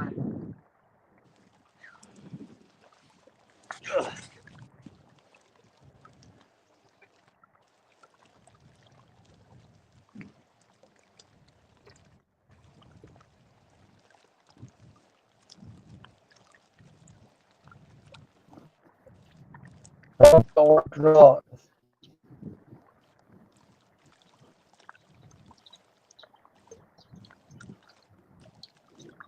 I Can you think hear I me gotta get now? further away from these hearing aids because it won't disconnect from them. Let me move back down the bank and see if that'll work.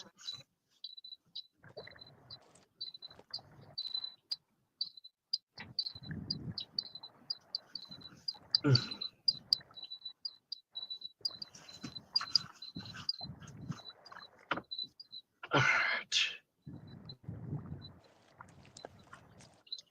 Give me a second. I'm working on it.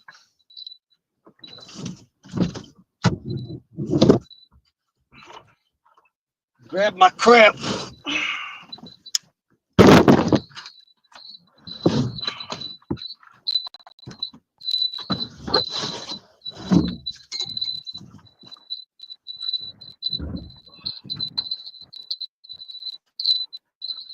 What do I do with my truck keys? Hang on, I won't lock myself out of the truck.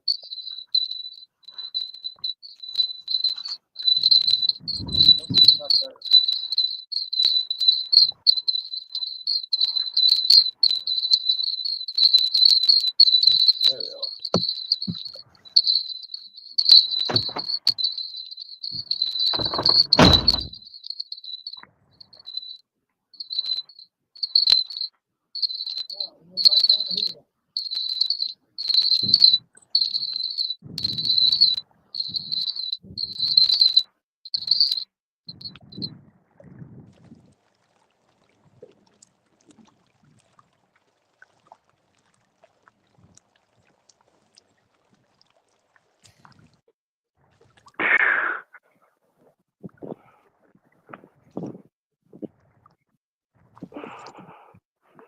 There's toy truck.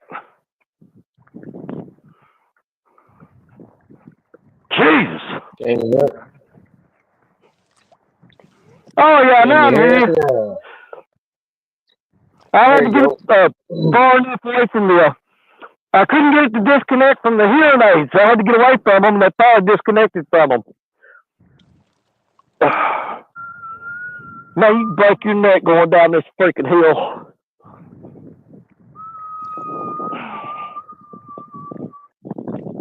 These rocks are all wet. Oh man, there's a big old fish just jumped out there in the middle.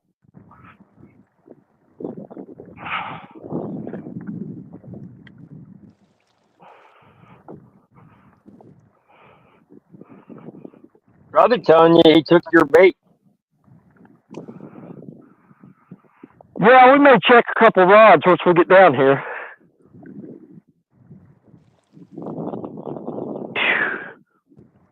Man, these rocks are slippery. Oh.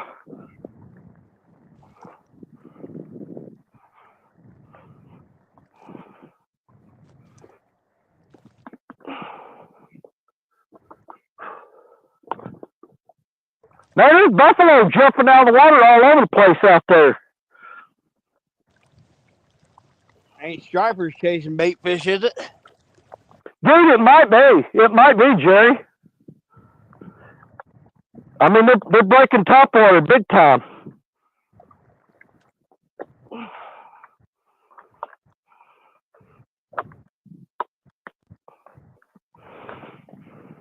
I bet you my chair is full of water. Oh, good grief.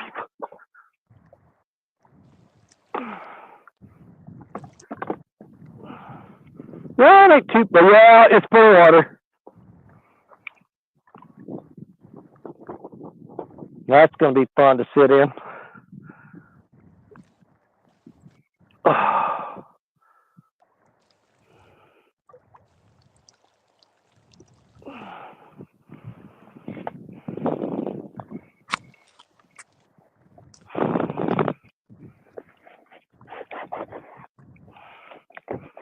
Oh, well.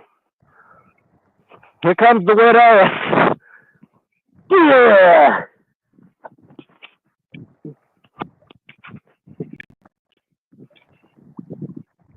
Man, I was hoping I get down where these rods be bent over.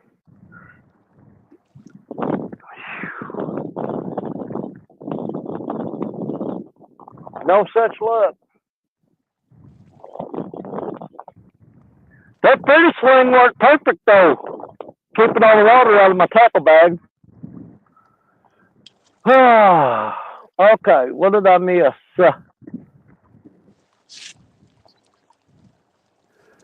Let's see.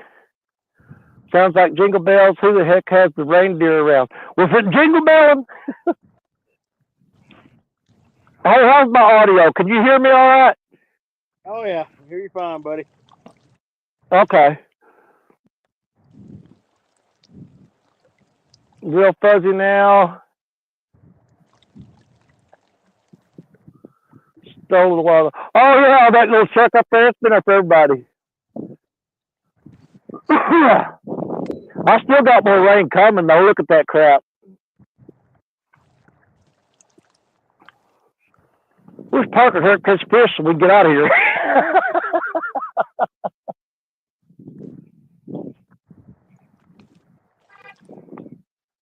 Man, it is foggy down here.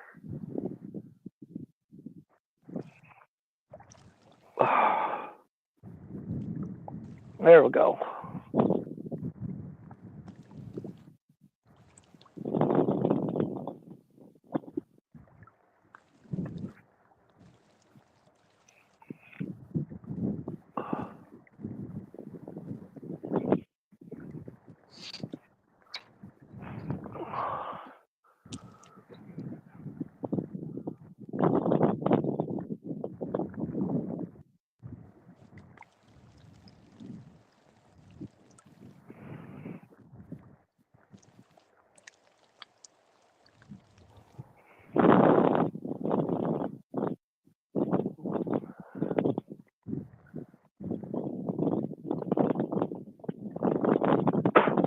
Yeah, I'm definitely gonna have to map this out with a boat,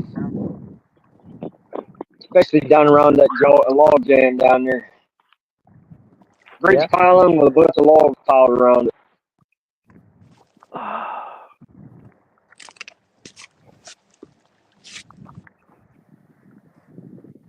Well, I sat up there in the heat of that truck. Now I'm twice as cold coming back down here. Oh yeah, it never fails. It's like or try like even on Yep. the work job site, we try to warm up. We don't even turn the heat on a lot of times. So we just get in the truck enough to get the wind chill off, you know. Yeah, because when you get warm, it's way worse on you when you go back out in it.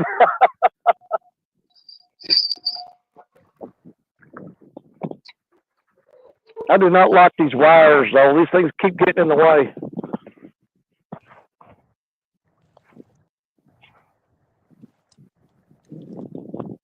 Oh, freaking mud. Yeah, I don't like these ones with the cables on them. They're aggravating.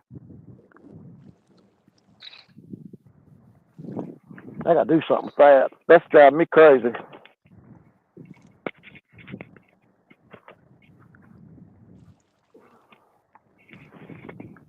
Maybe it's just laying behind me like that. There we go.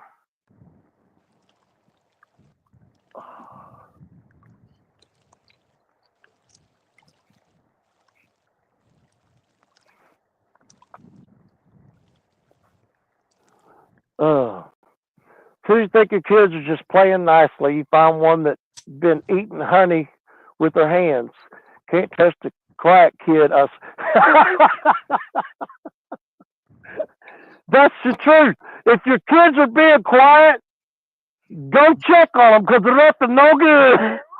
Yep, that's a fact there, boy. Yep. Y'all being way too quiet. Something's going on.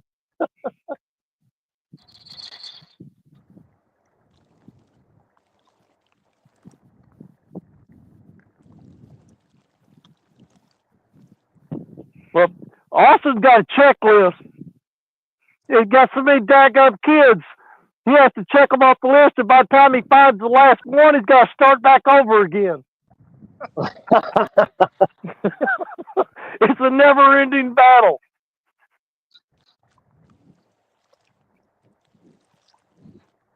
Yeah, the wife goes, "Did you check on all the kids?" "Yeah, but I'm about to start over." Because the first one I checked on had plenty of time to get into something else. Oh yeah, they know how to work the system. One will get real quiet, so you go look for them. Then the other ones get into stuff. Absolutely. I'll run interference. You guys go steal the cookies. Exactly. Put them in that secret stash spot we all agreed on. Man, that fog rolling in like crazy. Look at that. Dang, yeah. See that? Yeah. You can't even see halfway across the river now. Oh, you remember that old movie? Now, I'm not talking about the remake, but the original, The Fog. Remember that movie? Yeah. Yeah, now it kind of freaked me out when I get in the fog. It's kind of creepy, man.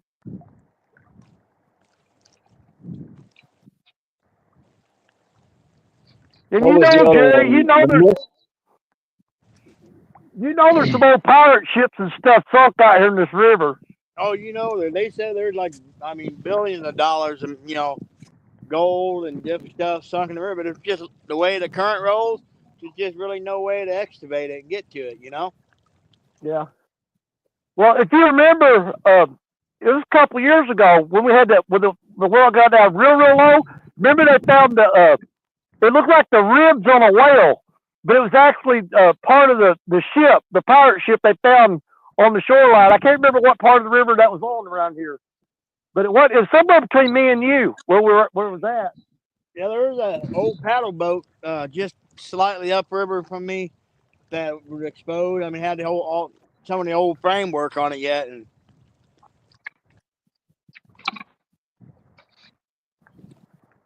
my dad was telling me a story years ago. He used to work on the river way back in the day, and he was telling me they're down around freaking Natchez, Mississippi. There was a couple boys. They were down there, and the old boys telling about this. These young boys have been playing down on the river. Well, that night, the mom was getting her clothes, going to wash them, and she reached in her pocket and she found these old Spanish doubloons, like 3 or 4 of them. So they woke the boys up. Said, "Where did you get these?" Well, there's an old box sticking out of the bluff down there. So, oh boy, next morning, everybody goes down there, and well, they pulled that box out, and they were all gone. And they said, "Oh, was that the only ones that were in there?" I said, "No, there was full of them. We skipped them out in the river." Oh my God! Yeah. Billions of dollars. Yeah. Them boys didn't know no better. Yep. They just thought they was nice shiny rock. Yeah. Now, Austin just asked a question, but I'm going to answer it for you, Jerry. His question was, how was Parker able to find places to drag on the Mississippi yesterday when he didn't have too much current? He was at Baldwin. North Mississippi yesterday. Yeah. He was at Lake Baldwin, man, in Illinois. I don't have a good motor, a good trolling motor in my boat. So that's one of my big investments this coming up years. I'm gonna get a good 120-pound thrust trolling motor, spot lock. So yeah, I wasn't able to drag on the Mississippi, Austin. Unfortunately, I had to leave my beloved river and had to go to a lake on the Illinois side. dude, with all the rocks and revetment in this area here, there's no way you could drag this. No way. You'd be hung up every 10 feet.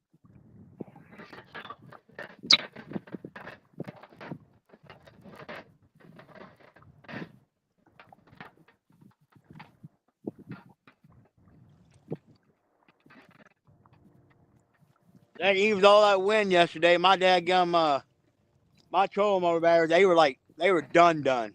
Like they were done. Really?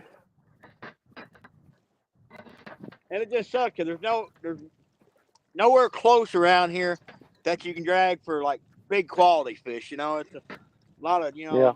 What are you doing, Bobby? You copycat? What? What are you doing copying off me? You can't be getting in the truck. No, I'm actually contemplating. Well, I'm gonna see if one more spot's open to fish. If not, I'm gonna head for the house. Yeah, we'll probably fix to get out of here in just a little bit anyway. But the other spot's on my way home, so I'll see if it's able to Well, fit. We have a lot of those makeshift villages popping up around here, yeah. and they set up on about half of the places I wanted to fish today.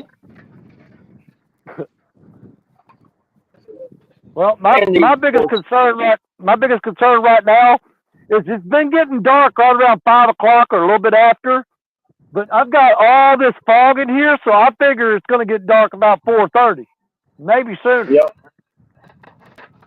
Oh boy, that is rolling in pretty good. So I got 321.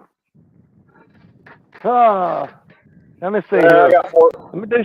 I got 421. Well, but you're in the wrong time. You ain't on God's time. Oh.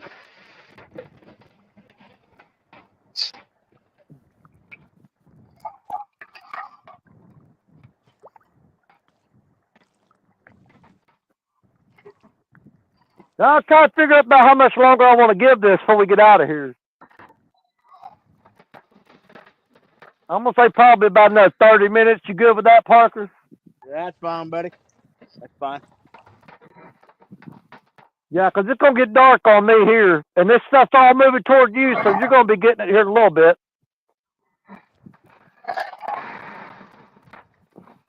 And Michael said, Danny, around 4:30, 5 o'clock, you're in nothing but rain. I'm going to be long gone before then, buddy.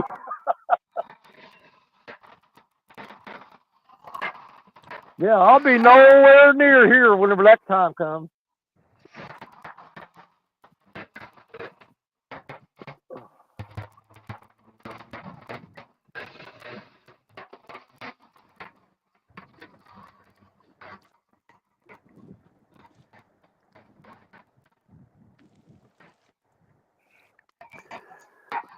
Oh, besides, Danny, I wasn't copycatting you.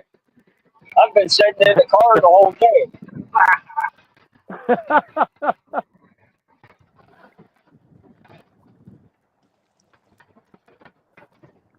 I'm glad I finally figured out how to put an avatar back up there.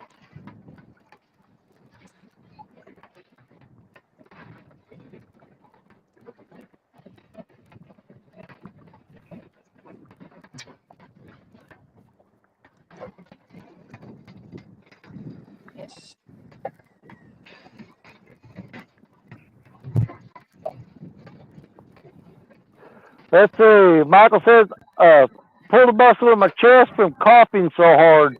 Yep.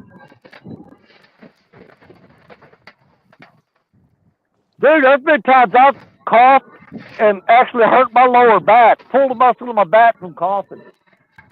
I coughed and sneezed. Oh, my. Oh, yeah. Sneeze and hurt your back. Oh, man. Especially with this, I got the 2 metal rods in my back. So I sneeze hard or cough hard. Oh, that makes the trickle go down your leg.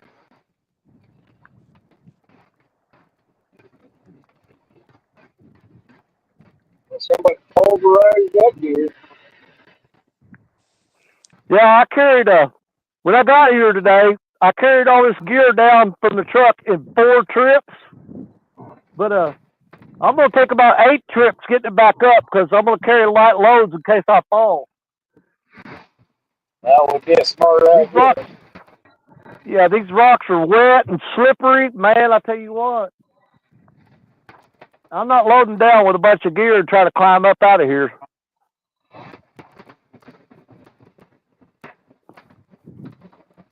Gonna have to Michael set said, the Bobby, zip line for yeah. Michael said, Bobby, I did that, and 24 hours went in for second back surgery. cool. Yeah, I don't wish that crap on nobody.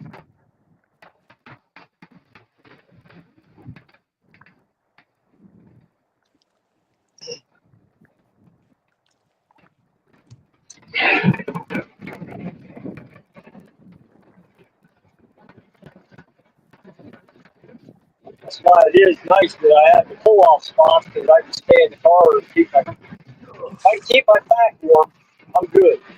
My back started getting cold, I'm done.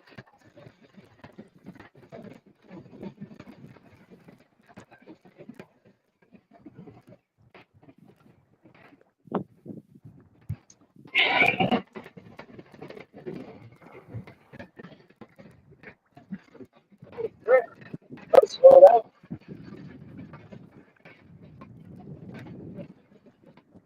Yeah, I'm gonna give it let's see, 19 more minutes, because that way, if I timed it right, I'll have the last load up to the truck about the time that rain gets here. I might sit out, like I said, I'll probably sit for another hour or so. But like I said, you Now want to that rain gonna be here. get. I'll I'm shoot gonna have some that footage. rain hitting here, and I don't want to be carrying gear when it comes. I just hope the Jaggum River stops falling by the 21st. Well, I hadn't really thought about that. Thank you, Matt. Well, 21st, yeah, that when we have our next term, I'm hoping, about at least a week, 3 or 4 days before that, at least hopefully it'll level out, Well, since they turned it into a daytime tournament, I'll probably go fish this wing dam down here on that day. I mean, I'll still have to load everything up in the cart and haul it down there. I know where I'd like to fish, but that commercial guy is hammering it so daggum hard, so I don't know. Oh God, yeah, I know it. He's tearing that place up, dude.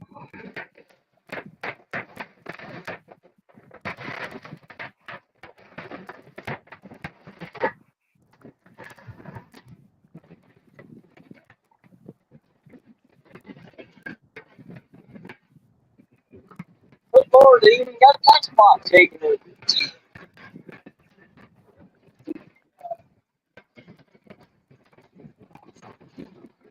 Damn crackheads.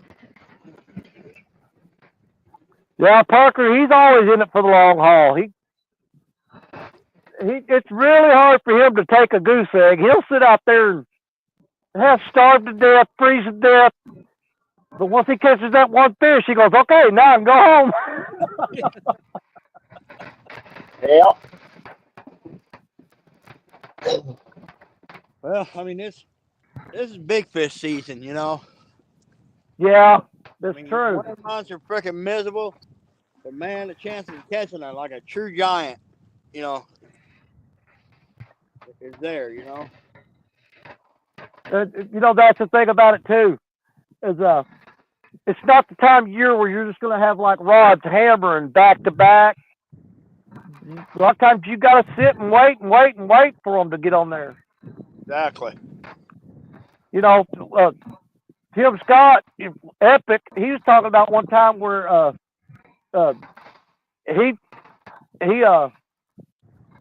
saw a giant fish on his graph, and he sat on that fish for 2 days before it finally took a bait.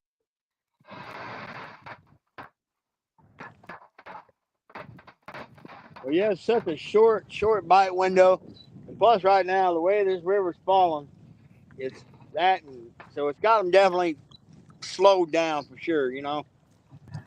Oh, no doubt. I mean, I wouldn't mind. I mean, it's a real slow fall, fine, whatever. But the way this, I mean, it's like insanely fast. How quick it's dropping. Heck, the rocks are like, well, you can here, you can see. Yeah, that's what I said, dude. Last weekend, I was 25 feet up the bank. Yeah, you can see how wet the rocks are, how fast the thing fell just today. Rocks are still wet, so. But it's just. Cody Robinson said, "No way, I'm sitting 2 days on a fish." I tell you what, if it was an absolute giant fish, yeah, I could do it. If it was just an Well, that's what I absolute said. giant. Epic did. He talked about that in several videos where he sat there and stayed on that fish till he finally got it to take a bait. I take the same approach to fishing these big fish as deer hunting. I mean, I'll wait for weeks on end for a giant buck. You know, if I have a ticker buck, just waiting for him to make the wrong move. I mean, I'll hunt weeks on end. I kind of take the same approach, especially if I know there's a giant fish there. Oh yeah, I'll ride it out. Hey, how does my screen look? Because what Can't the see hell's crap. going on with it? You're all. I got rain all over, dude. My screen's flashing white and black. Oh, no. Oh, I'm gonna try to wipe it off. Hopefully, Grumpy old vet. It's just the Mississippi. It's fallen. We had oh my gosh, I guess it's been about a month ago. We had a massive like rain. I mean, the river came up like something crazy, like 18 feet in a few days. Now it's falling. It's just dropping so fast. Most of the boat ramps are getting to where they're being are unusable. There's only one or two in my area right now you can even get to. And it looks like it's going to fall for at least another 5 days yet. The river's going to fall at least another 5 days. That's the one thing bad about, fishing the Missouri River, Mississippi River. You're constantly dealing with fluctuating water levels.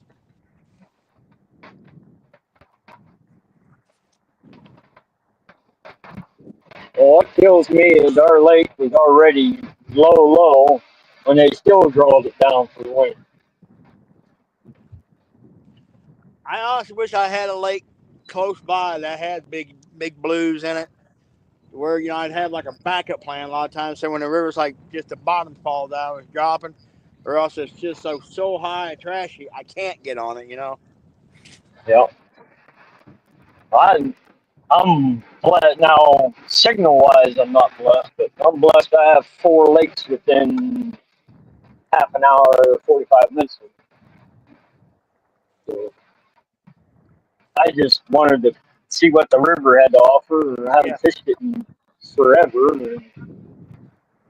Now we've got some phenomenal channel cat lakes around us, and we've got one power plant lake. It's got a ton of blues, but just nothing. I mean, there is some quality fish there, but man, you got to weed through so many small fish. But there is a lake. I'm gonna say another 4 or 5 years, you'll start seeing some really big blues come out of it. They started stocking it a few years back, so I'm thinking another 4 or 5 years you'll start to see some good fish. But they're maybe starting to get some good fish because I was fishing below the spillway. Actually, I have a video, a little short, and I caught like a 48-pounder out of there. So they're starting to get some decent fish. Yeah, I need to get up. Seneca, some of those other lakes has got blues in it. Do some. I need to get back on Clendenin because they got blues now, and it's still one of the biggest flathead fisheries in my areas.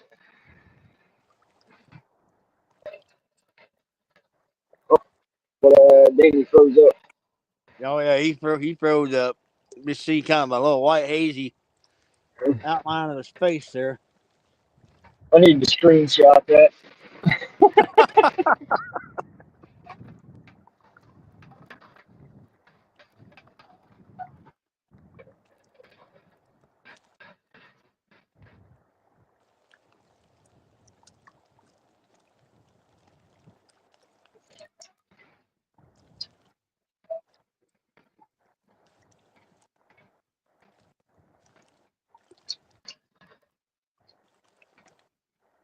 Yeah, I think it's foam must have a little bit of moisture in it. Yeah, he might got a little. I'm sure he'll have that when he goes to plug it in tonight. I'm sure the charger will probably say moisture detected and battery port.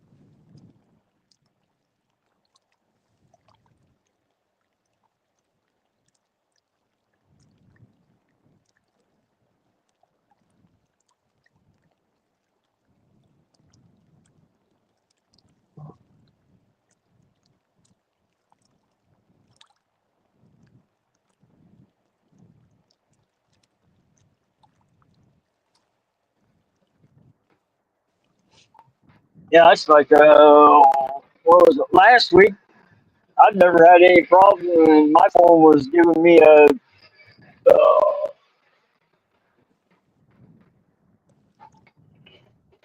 camera shutting down too cold or some crap like that. Or, All you right. Yeah, I've been having a few issues. Well, that when I fished the Top Cat deal on a Catfish Weekly few weeks back, more by the time I got everything packed up, it was right there toward the end of that thing. It was starting to rain on me pretty good, and by the time I got everything loaded up, it was pouring on me, and my phone got pretty wet, and it kind of it. I've been having all kind of issues. What's going on, John? What's up, buddy? Danny kind of, I don't know, he kind of glitched out for a second, so hopefully, well, he popped back out. Maybe he'll be back here in a second. I get to the house, I'll pop up the chat, and I can meet street chat. All right. So yeah, like I said, he'll like I said, Danny wasn't gonna be live too much longer anyway, because like I Yeah, said, he got the fog rolling in, and he wanted to get out here. I got a little bit of time yet before this rain hits me, so I'm gonna ride it out for a little bit longer.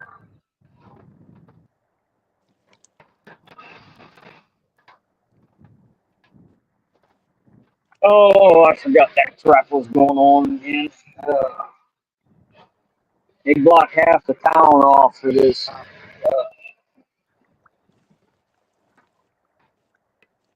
Oh, it's themed after that damn Disney movie with the train, Oh, the Polar Polar Express. Express. Yeah, Yeah. porting Yeah, off half the right town. between me and Danny, there's a little town. So Lisa said once again she predicted Bobby wouldn't catch anything. She did predict it.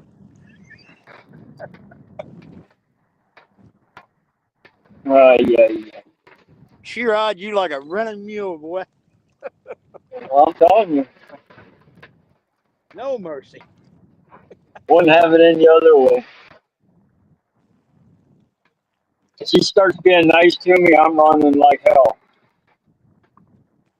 Yeah, kind of puts you on red alert. Grumpy Bet said Iowa DNR is stocking those wiper in the lakes again. I'll tell you what, we've got a matter of fact the lake I was on yesterday during that dragon tournament. That thing is full of them hybrids. There's going to be some pretty good sized ones in there. And I'll be honest, I'm really shocked we didn't catch any of them like when we were dragging. I don't spend a whole lot of time over there, but my wife likes to go over there, and Richard and Stephanie Cluck, they like to go over there, and yeah, we've caught them, catch them pretty regular, just dragging baits. But I might take a day over there because man, them things are delicious. I may take a day over there and take the boat over there and just concentrate on them things one day. No, the wiper is the They just hybrid bite like between the all white get out. bass and the striper, right? Yeah, it's like the cross between a white bass and a pure string striper. And that's what you get to call they call them a wiper, but it's like a hybrid striper. And those things, I mean, they fight like nobody's business. They are some scrappers. Well, I mean, just look how hard a white bass or a striper Oh fights. yeah, I mean, absolutely. some of the funnest fish to catch.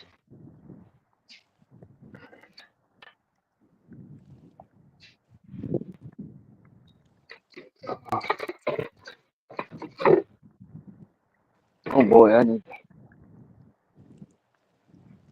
You started fire. Boys and girls, I'm starting to think Danny might not be coming back. Lisa says, He's "Hey, probably I love sitting in the Karate Kid and background Cobra listening Kai. to us. No mercy."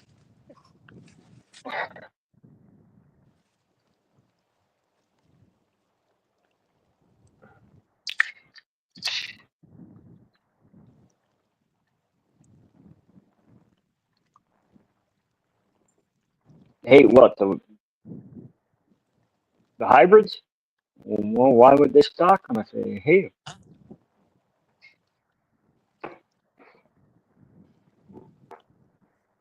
Well, that's the thing. It's kind of like, especially a lot of your southern lakes, your largemouth guys. Oh, they hate those hybrid stripers with a passion, because them things have just got a voracious appetite, and they'll eat. It doesn't matter what it is. They'll eat the fingerling bass and everything. That's why a lot of the I know your bass guys that they don't like them because they think they're gonna hurt the bass population. Which there is some scientific research. A lot of your lakes that used to have like a lot of like a lot of your California lakes used to have a lot of monster bass. Once they started stocking the pure stone stripers, you don't see the big bass in there as much. Because the competition with food's too strict. hmm.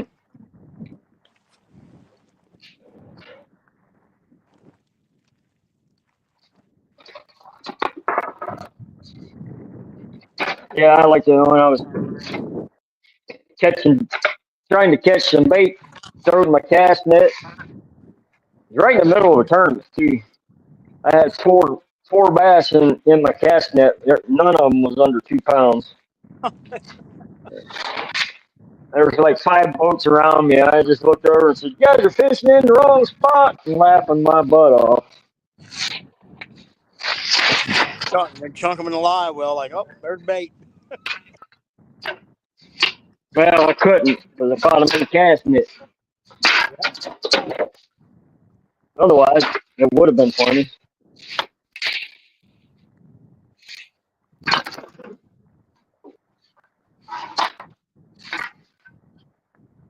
But the thing is, years ago, I used to be a hardcore bass fisher. I fished a lot of majors.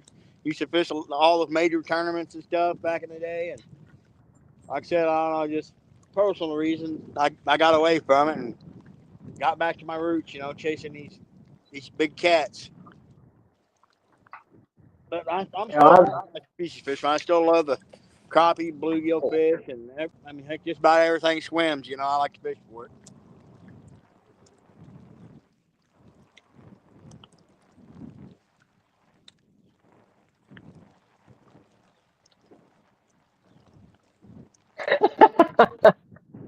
Lisa says the only time I'm going to get a break from her is Christmas.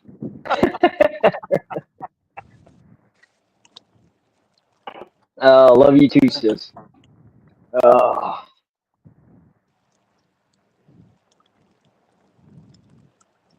but yeah, there's a lot of stuff that goes on with these stocking programs. They stock blues, and then people call, and then they start saying they're evasive. No, they're not evasive. You stock them there. Yeah, You can't call it an invasive species when you're the one that put it there. they have a winter trout stocking program here in Missouri that was stocking a lot of the different townships and a lot of the local lakes. And I mean, it's great for like a lot of people who get out in the winter and they'll fish. And the things are super easy to catch and good time Oh yeah. to take the kids out, let the kids fish for them. And they do throw a few lunkers in there. They'll throw a few lunker trout in there. And like here, like right now, it's the catch and release portion. But sometime in February, they do where you can start keeping them. And for the most part, people do a pretty good job thinning them out before the water gets too hot and they die off. Yeah, one of our local ponds just released. I think they said 1,000. Our lake here in And town has 36 or I was 3,700 every year. Pretty good sized yeah. lake. Well, this is just basically a city pond. They Now, released 1,000. They released 1,000 in there, and 4 of them were above 2 pounds. They didn't say how big above 2 pounds, you'll but catch a lot of them, like, average about 2.5 pounds, 3 pounder. And some lunkers. A few years ago, I caught one that was 13.5 pounds. oh, they get big, yeah. But they released four what they called big ones. Okay, They yeah, said the lunkers, yeah, the old brood trout. for they did a kids derby or something. I don't remember exactly what it was, but out of that 1,000 they released, they've only had a reporting of 400 of them being caught. So Oh wow. so I might have to take a trip up there. Well, I do know, like I said, some of them do make it into the summer. Fish count, one fish. That was my nubby. He caught that early in the day. I've been off on and off on the stream, David, for most of the day. I went and tried a new spot, so I ended up traveling. So I've been, I guess, up here for about a half hour now. Been live with Danny, so I'm trying. But Danny, I think, he's having some phone issues because he popped out of His the phone thing. kept blanking out. So I've been Yes, keeping the stream yes, going. Lisa. It The doesn't count's pop 0. back. No, the count is 1, Lisa. The count is 1. So just kind of seeing if Danny's gonna Nubby pop caught back, one. give it a little bit longer, and if he doesn't pop back in, I will well, when they in the live stream here in a little bit. But like I said, just kind of Okay. seeing if Danny's gonna pop back in. I'll get off the thing. Now, I'm gonna give Danny Michael. a call, make sure to make sure he's okay. Yep. Now, Michael would be correct. I have not. I've caught 0, but on the live there was 1 fish caught. Nobody caught.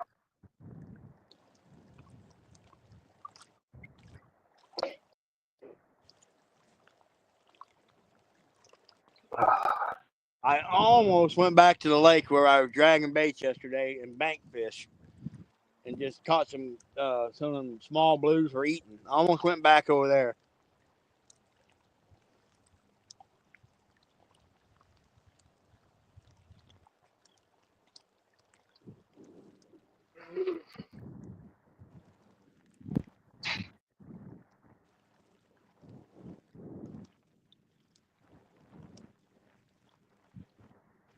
Oh.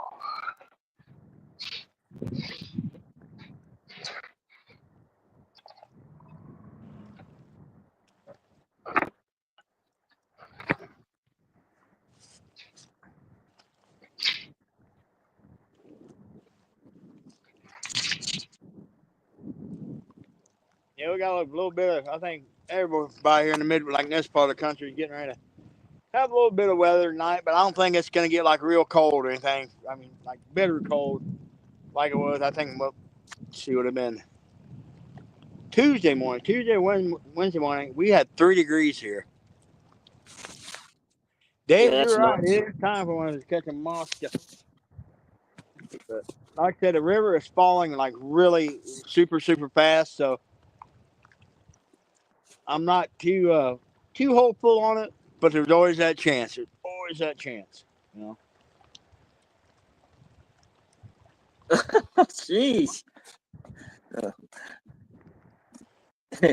David said, "Thanks for the info, Lisa. Poor Bobby." She said, "No, David, no poor Bobby, poor Parker."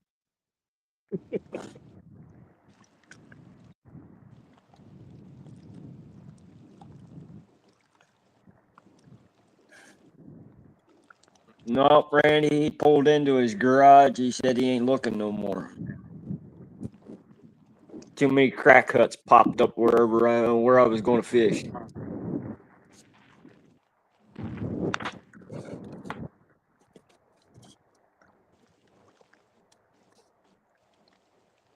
Yeah, I got a few places further south that yeah, we got a lot of problem with the crackhead and stuff. So I'm always carrying a sidearm, cause man, I've had a couple issues on the river dealing with some people like that, especially if we get around any kind of the boat ramps or anything? I don't go anywhere without company. Grumpy Bet, you're absolutely right. You find the wearing holes, that's where it's at. This is one of this area right here I'm in now. It's actually got a pretty good wintering hole in it. It don't hold a lot of fish, but like some of the fish it does hold are really good. And one of the big major wing holes downstream.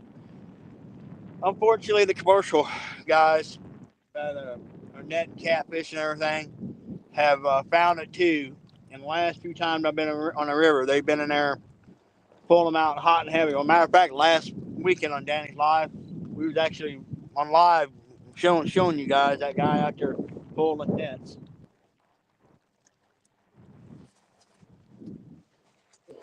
How big of a hole did you cut in their net getting it out of your prop? Actually, I'd a have made pretty it good size big. hole because he didn't have it marked when I come around that dike, and it got wrapped up in my lower unit, and it stopped me dead on the hammer. And I was like, "What the heck?" I trimmed it up, and that net was all wrapped in it. And here he come around. And let's just say there were some choice words said, and it started to get ugly.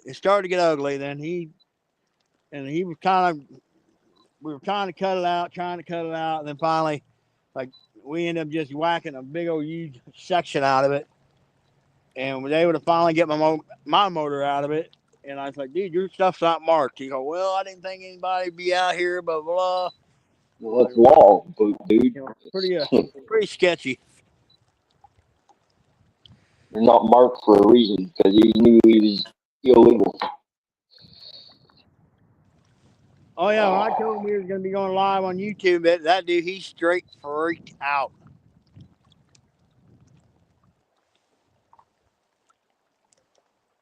Did he try to say you can't video me without my permission?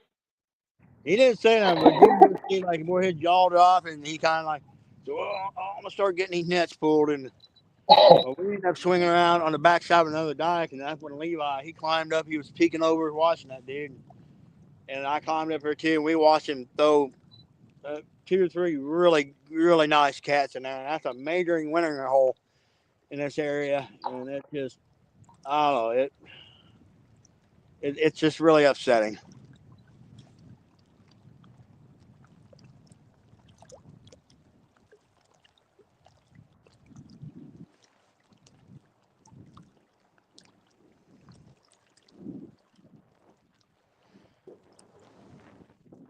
I bet you're right. It's supposed to be only bankrupt holes, but what this old boy's doing is, matter of fact, all the way across the river there's a see right over there, way across the river. There's a spot, and that is where he is launching his boat. He launches his boat right there, and then he's hitting the Missouri, which we've called the. I'm working with the local game warden here in Missouri to kind of help hopefully get on control it, and then we made the Illinois DNR aware of the situation too. So we'll see. We'll see. I hope they catch him and impound every damn thing. So, but I'm gonna say now that he knows he's being watched. He'll probably stick to the Illinois side. I think the Illinois side is a lot more liberal with the nets and everything.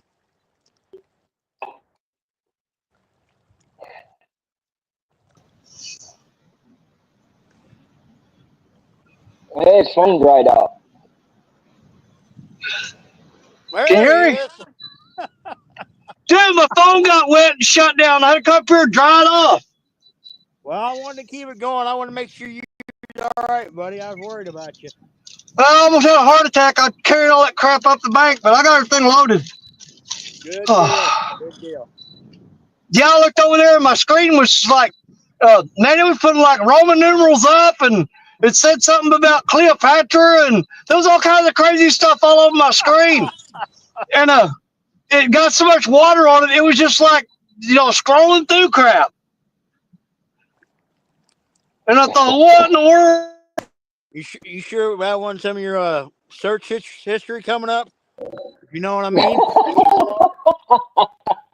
So, again, Jerry, thanks for saying it. I didn't have to. I was thinking it.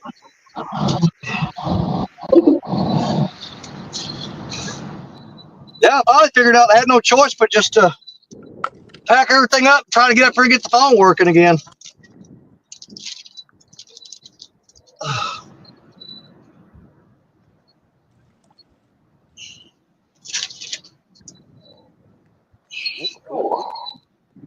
Kick some heat. Yeah, I got water all in my speaker on my phone. I'm not my whatever the hell the. Yeah, I guess the speaker.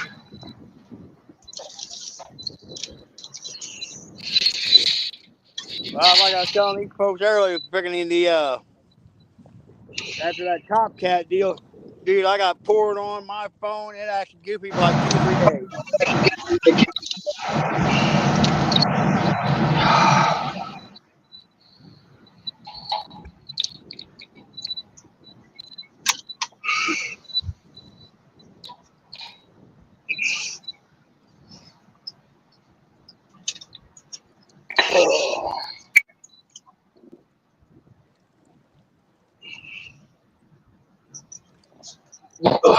Goes to the fog looking through your phone, Danny.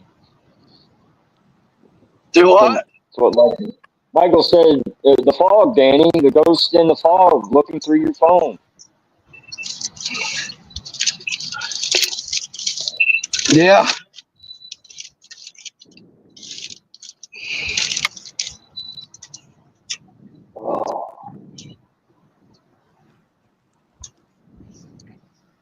You know what's sad? I didn't catch one single fish, but man, do I feel more relaxed than I did yesterday.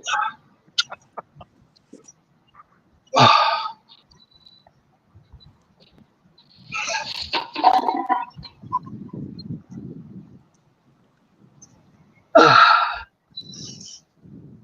right, I'm gonna try to drive out of here, but we'll keep the live going, Jerry.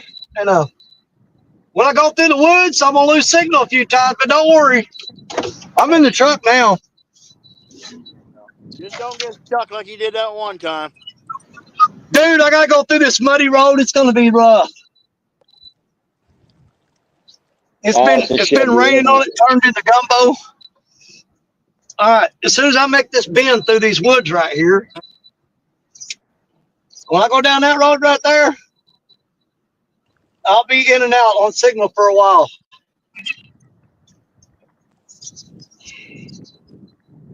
And the fun part is, when I gotta go through the gumbo mud, there ain't no signal. So if I'm stuck and buried to the axle, you ain't gonna find out till some other time. All right, I'll be in and out now because I'm going into the woods, so we're gonna be losing signal. Well, y'all that ain't familiar with gumbo, Mississippi River mud is a mixture like topsoil with clay, and it is the stickiest, Yeah. slickest stuff on the face of the planet, and it just clings to everything. And it's like the more you hit it, the tires it just builds up, builds up.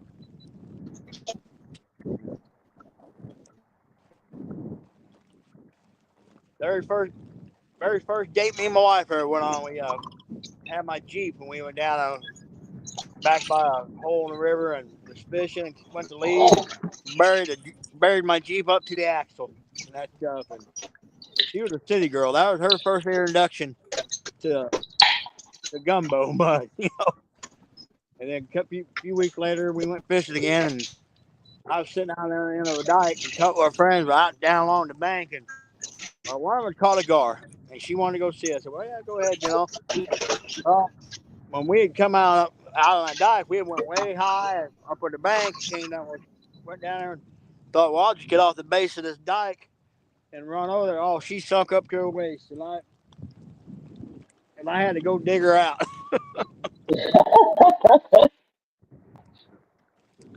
Yep, same in Missouri mud, level B roads, yes sir. and that stuff is hard on your brake pads and stuff because it'll have sand in there too. But it is some of the most fertile ground, especially like below. Like I'm upriver from Danny. I'm above. You know, you got the Ohio dumps in, but you got the Missouri River above me. That's why the Mississippi down here is so. It's kind of muddy because all that mud is coming out of the Missouri River and all that stuff. I mean, a lot of that mud is coming straight out of Canada, out of all those rivers and tributaries. And it, like I said, it is some of the richest soil in the world, especially get down past me, down around Danny, all the bottom grounds. When it floods, it'll fill up the bottom grounds full of old silty mud, and it'll settle. And most places, you'll have maybe 3 or 4 foot of topsoil there. I mean, you'll have topsoil 15 foot thick because it's just all the year or deeper from all the years of the river depositing that soil. And it just makes it extremely, extremely rich, fertile ground. Well, it looks like you made it. Yeah, I got through the bad part. I had to kick it full drive, was flying sideways.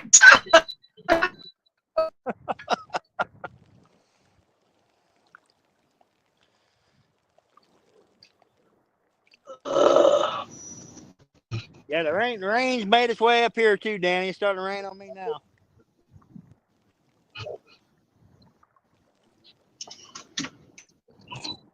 I'll still be losing signal off and on for a little bit.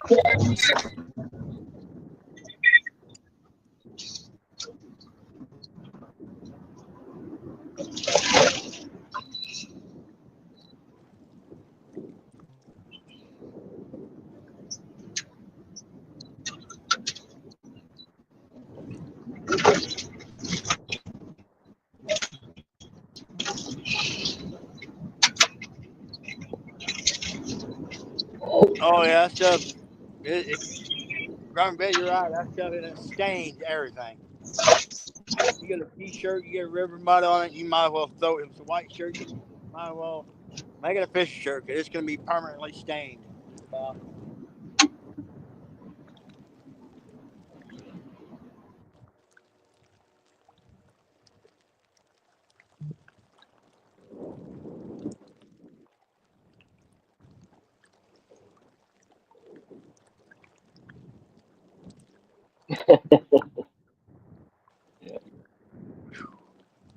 That windshield would have stayed Danny dirty. popped Ain't no back up way in in heck. here.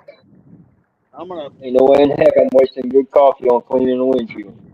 I might get out of here too. Danny's rain has made its way up to me, so it's starting to rain. Like I said, I've got a bit of a treacherous walk up a big old rock hillside. So, hey, Laura, how we doing, girl? I know I already told you. Congratulations on that PB you got there the other day. Awesome fish. Awesome fish. There's only one problem with catching fish like that. Now you have to, or your mind thinks you have to, catch the next one bigger. Oh, I'm always on the hunt trying to break my PB. Always. Me too. And I broke my PB last year in March. And I know it's going to be tough for me to break it, but I think I can do it.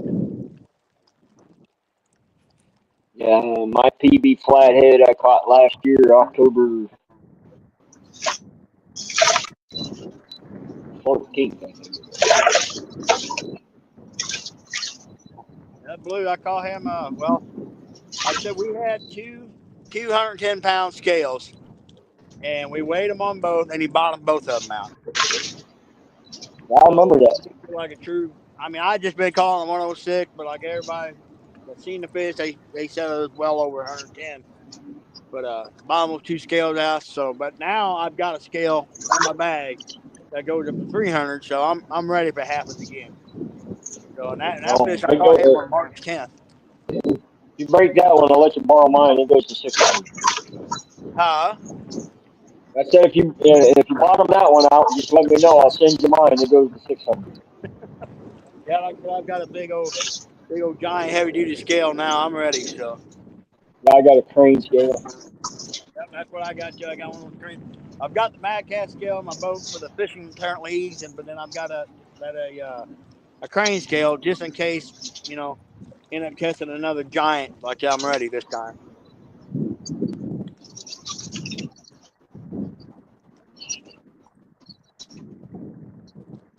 Well, Laura, I'm sorry I brought bad luck to you. I didn't catch nothing either. Yeah, it's been a tough. It was a tough day everywhere. Like yesterday, it was great. I mean, there was tons of good fish caught yesterday during that tournament, and everybody caught fish. They no, not so much so. Yep.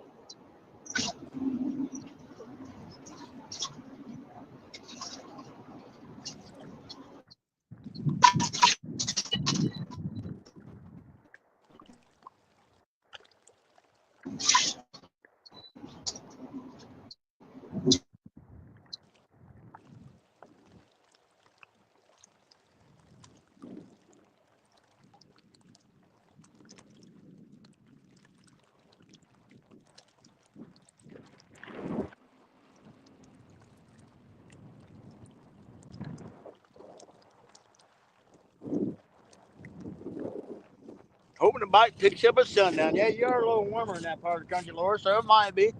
Yeah, it might pick up for you.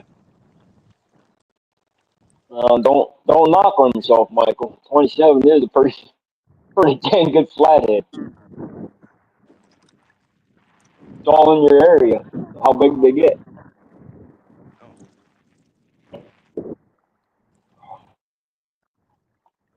Clendenning Lake, which is 24 minutes drive time from here, still holds the state record for 76.5 pounds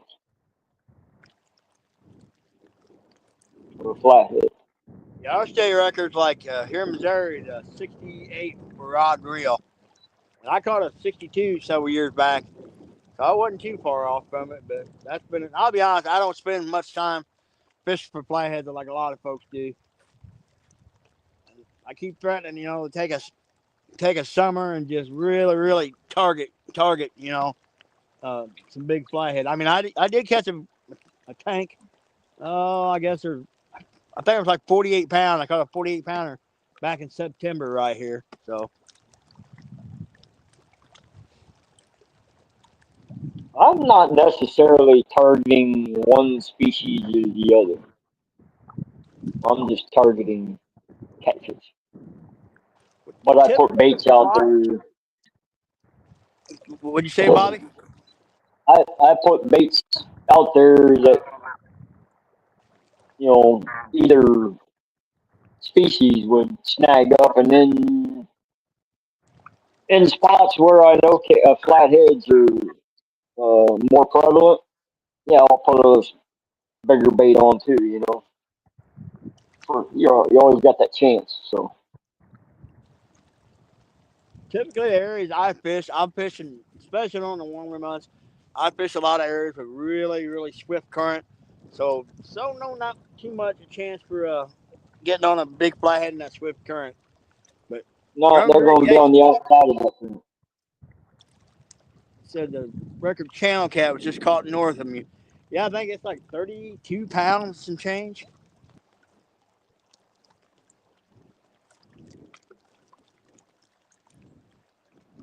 As soon as Danny pops back up here, I think I'm gonna shut her down too because I've got to fish along with the rain starting to push in here, and it's gonna get a little treacherous going up these rocks. So I tried using chicken one time. I couldn't keep him on the ground much in the water. I was using chicken yesterday during that tournament. Uh, we caught several fish, but I think only two of them came off chicken. The rest came off of a shad. And Shad's always been my most prevalent bait as far as catching catfish. It's always wouldn't say I haven't caught on bluegill or other baits, but 90% of the fish I've caught's always been on either live shad or cut shad. shad it's a wintertime bait for me. once the water temperature starts getting in the 50s, I start using shad. I hardly ever use shad during the summer months. I just I don't do very well on big fish on it. And when I'm saying fish like over 30, 40 pounds or up. And typically, like once it starts to get warm, I use a lot of red horse sucker, carp, skipjack, and stuff like that during the warmer months. But now, once like I said in the winter, it's shad all the way. I throw shad all winter. As far as I'm aware of, I don't think there's any skipjack around my area. Not that I've heard of them. But the thing with like skipjack in the winter here, like the water temperature here right now is like 43, 45 degrees, and it's skipjack being such an oily bait, the oil thickens up in it, so it doesn't release the scent very well.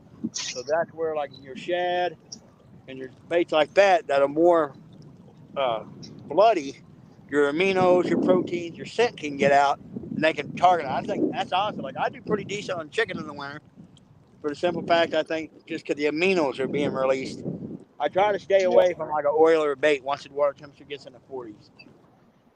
Well, I was going to get chicken this morning, use chicken for bait until I seen the price of it. Woo!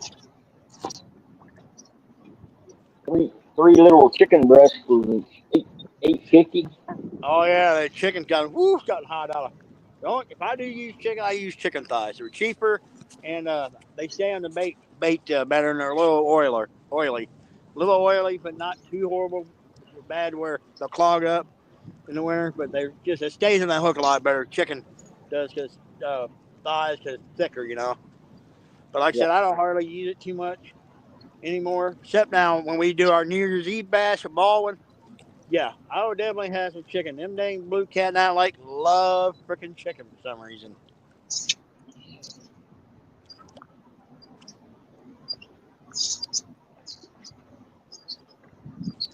Oh, I got Danny back. Yeah.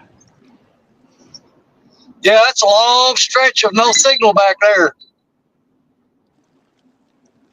Well, Danny, I think I'm gonna pop out of here, buddy. Your rain has arrived, and your fog has arrived here, so you can kind of Yeah, see down it's there gonna coming get up. worse. Yep. So I'm gonna start packing it up here, and I'll see you guys next weekend. I'm sure I'll be out next weekend fishing them somewhere. Well, let me pull over and we'll just do a proper goodbye to everybody and shut it down. All right, sounds like a plan, brother. All right, then. We'll let Bobby go first. Bobby. Hey, as always, everybody, uh, had a great time today. Get to spend some time with friends, get a rack on the chat. Hey, it's a perfect day.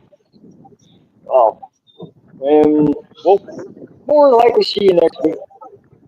God willing, and keep doing it, guys. I ain't worried about the devil. He's afraid I'll take over. So, till next time, guys. Godspeed. God bless. Tight lines, full stringers.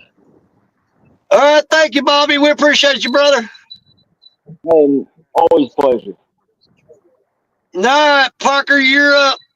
All right, well, folks, miserable day, rainy, river's falling, but hey, we always give her hell, trying to get on these fish, but they all can be knock them out of the park every time, but it's like I said, sometimes it's just great to get out and hang out with you all, and God bless everybody, and we'll see you next weekend, and hopefully we do a little better. I think the river's supposed to start really slowing down on the drop by Thursday or Friday.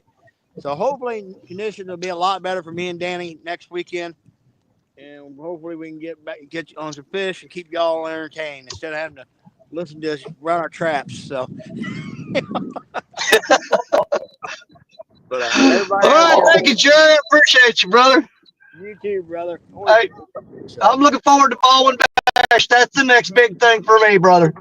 yes, sir. Yes, sir.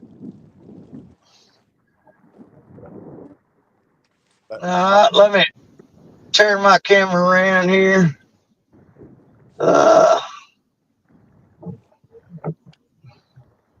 Not the view I'm looking for. There we go. There we go. All right, you guys, we toughed it out today.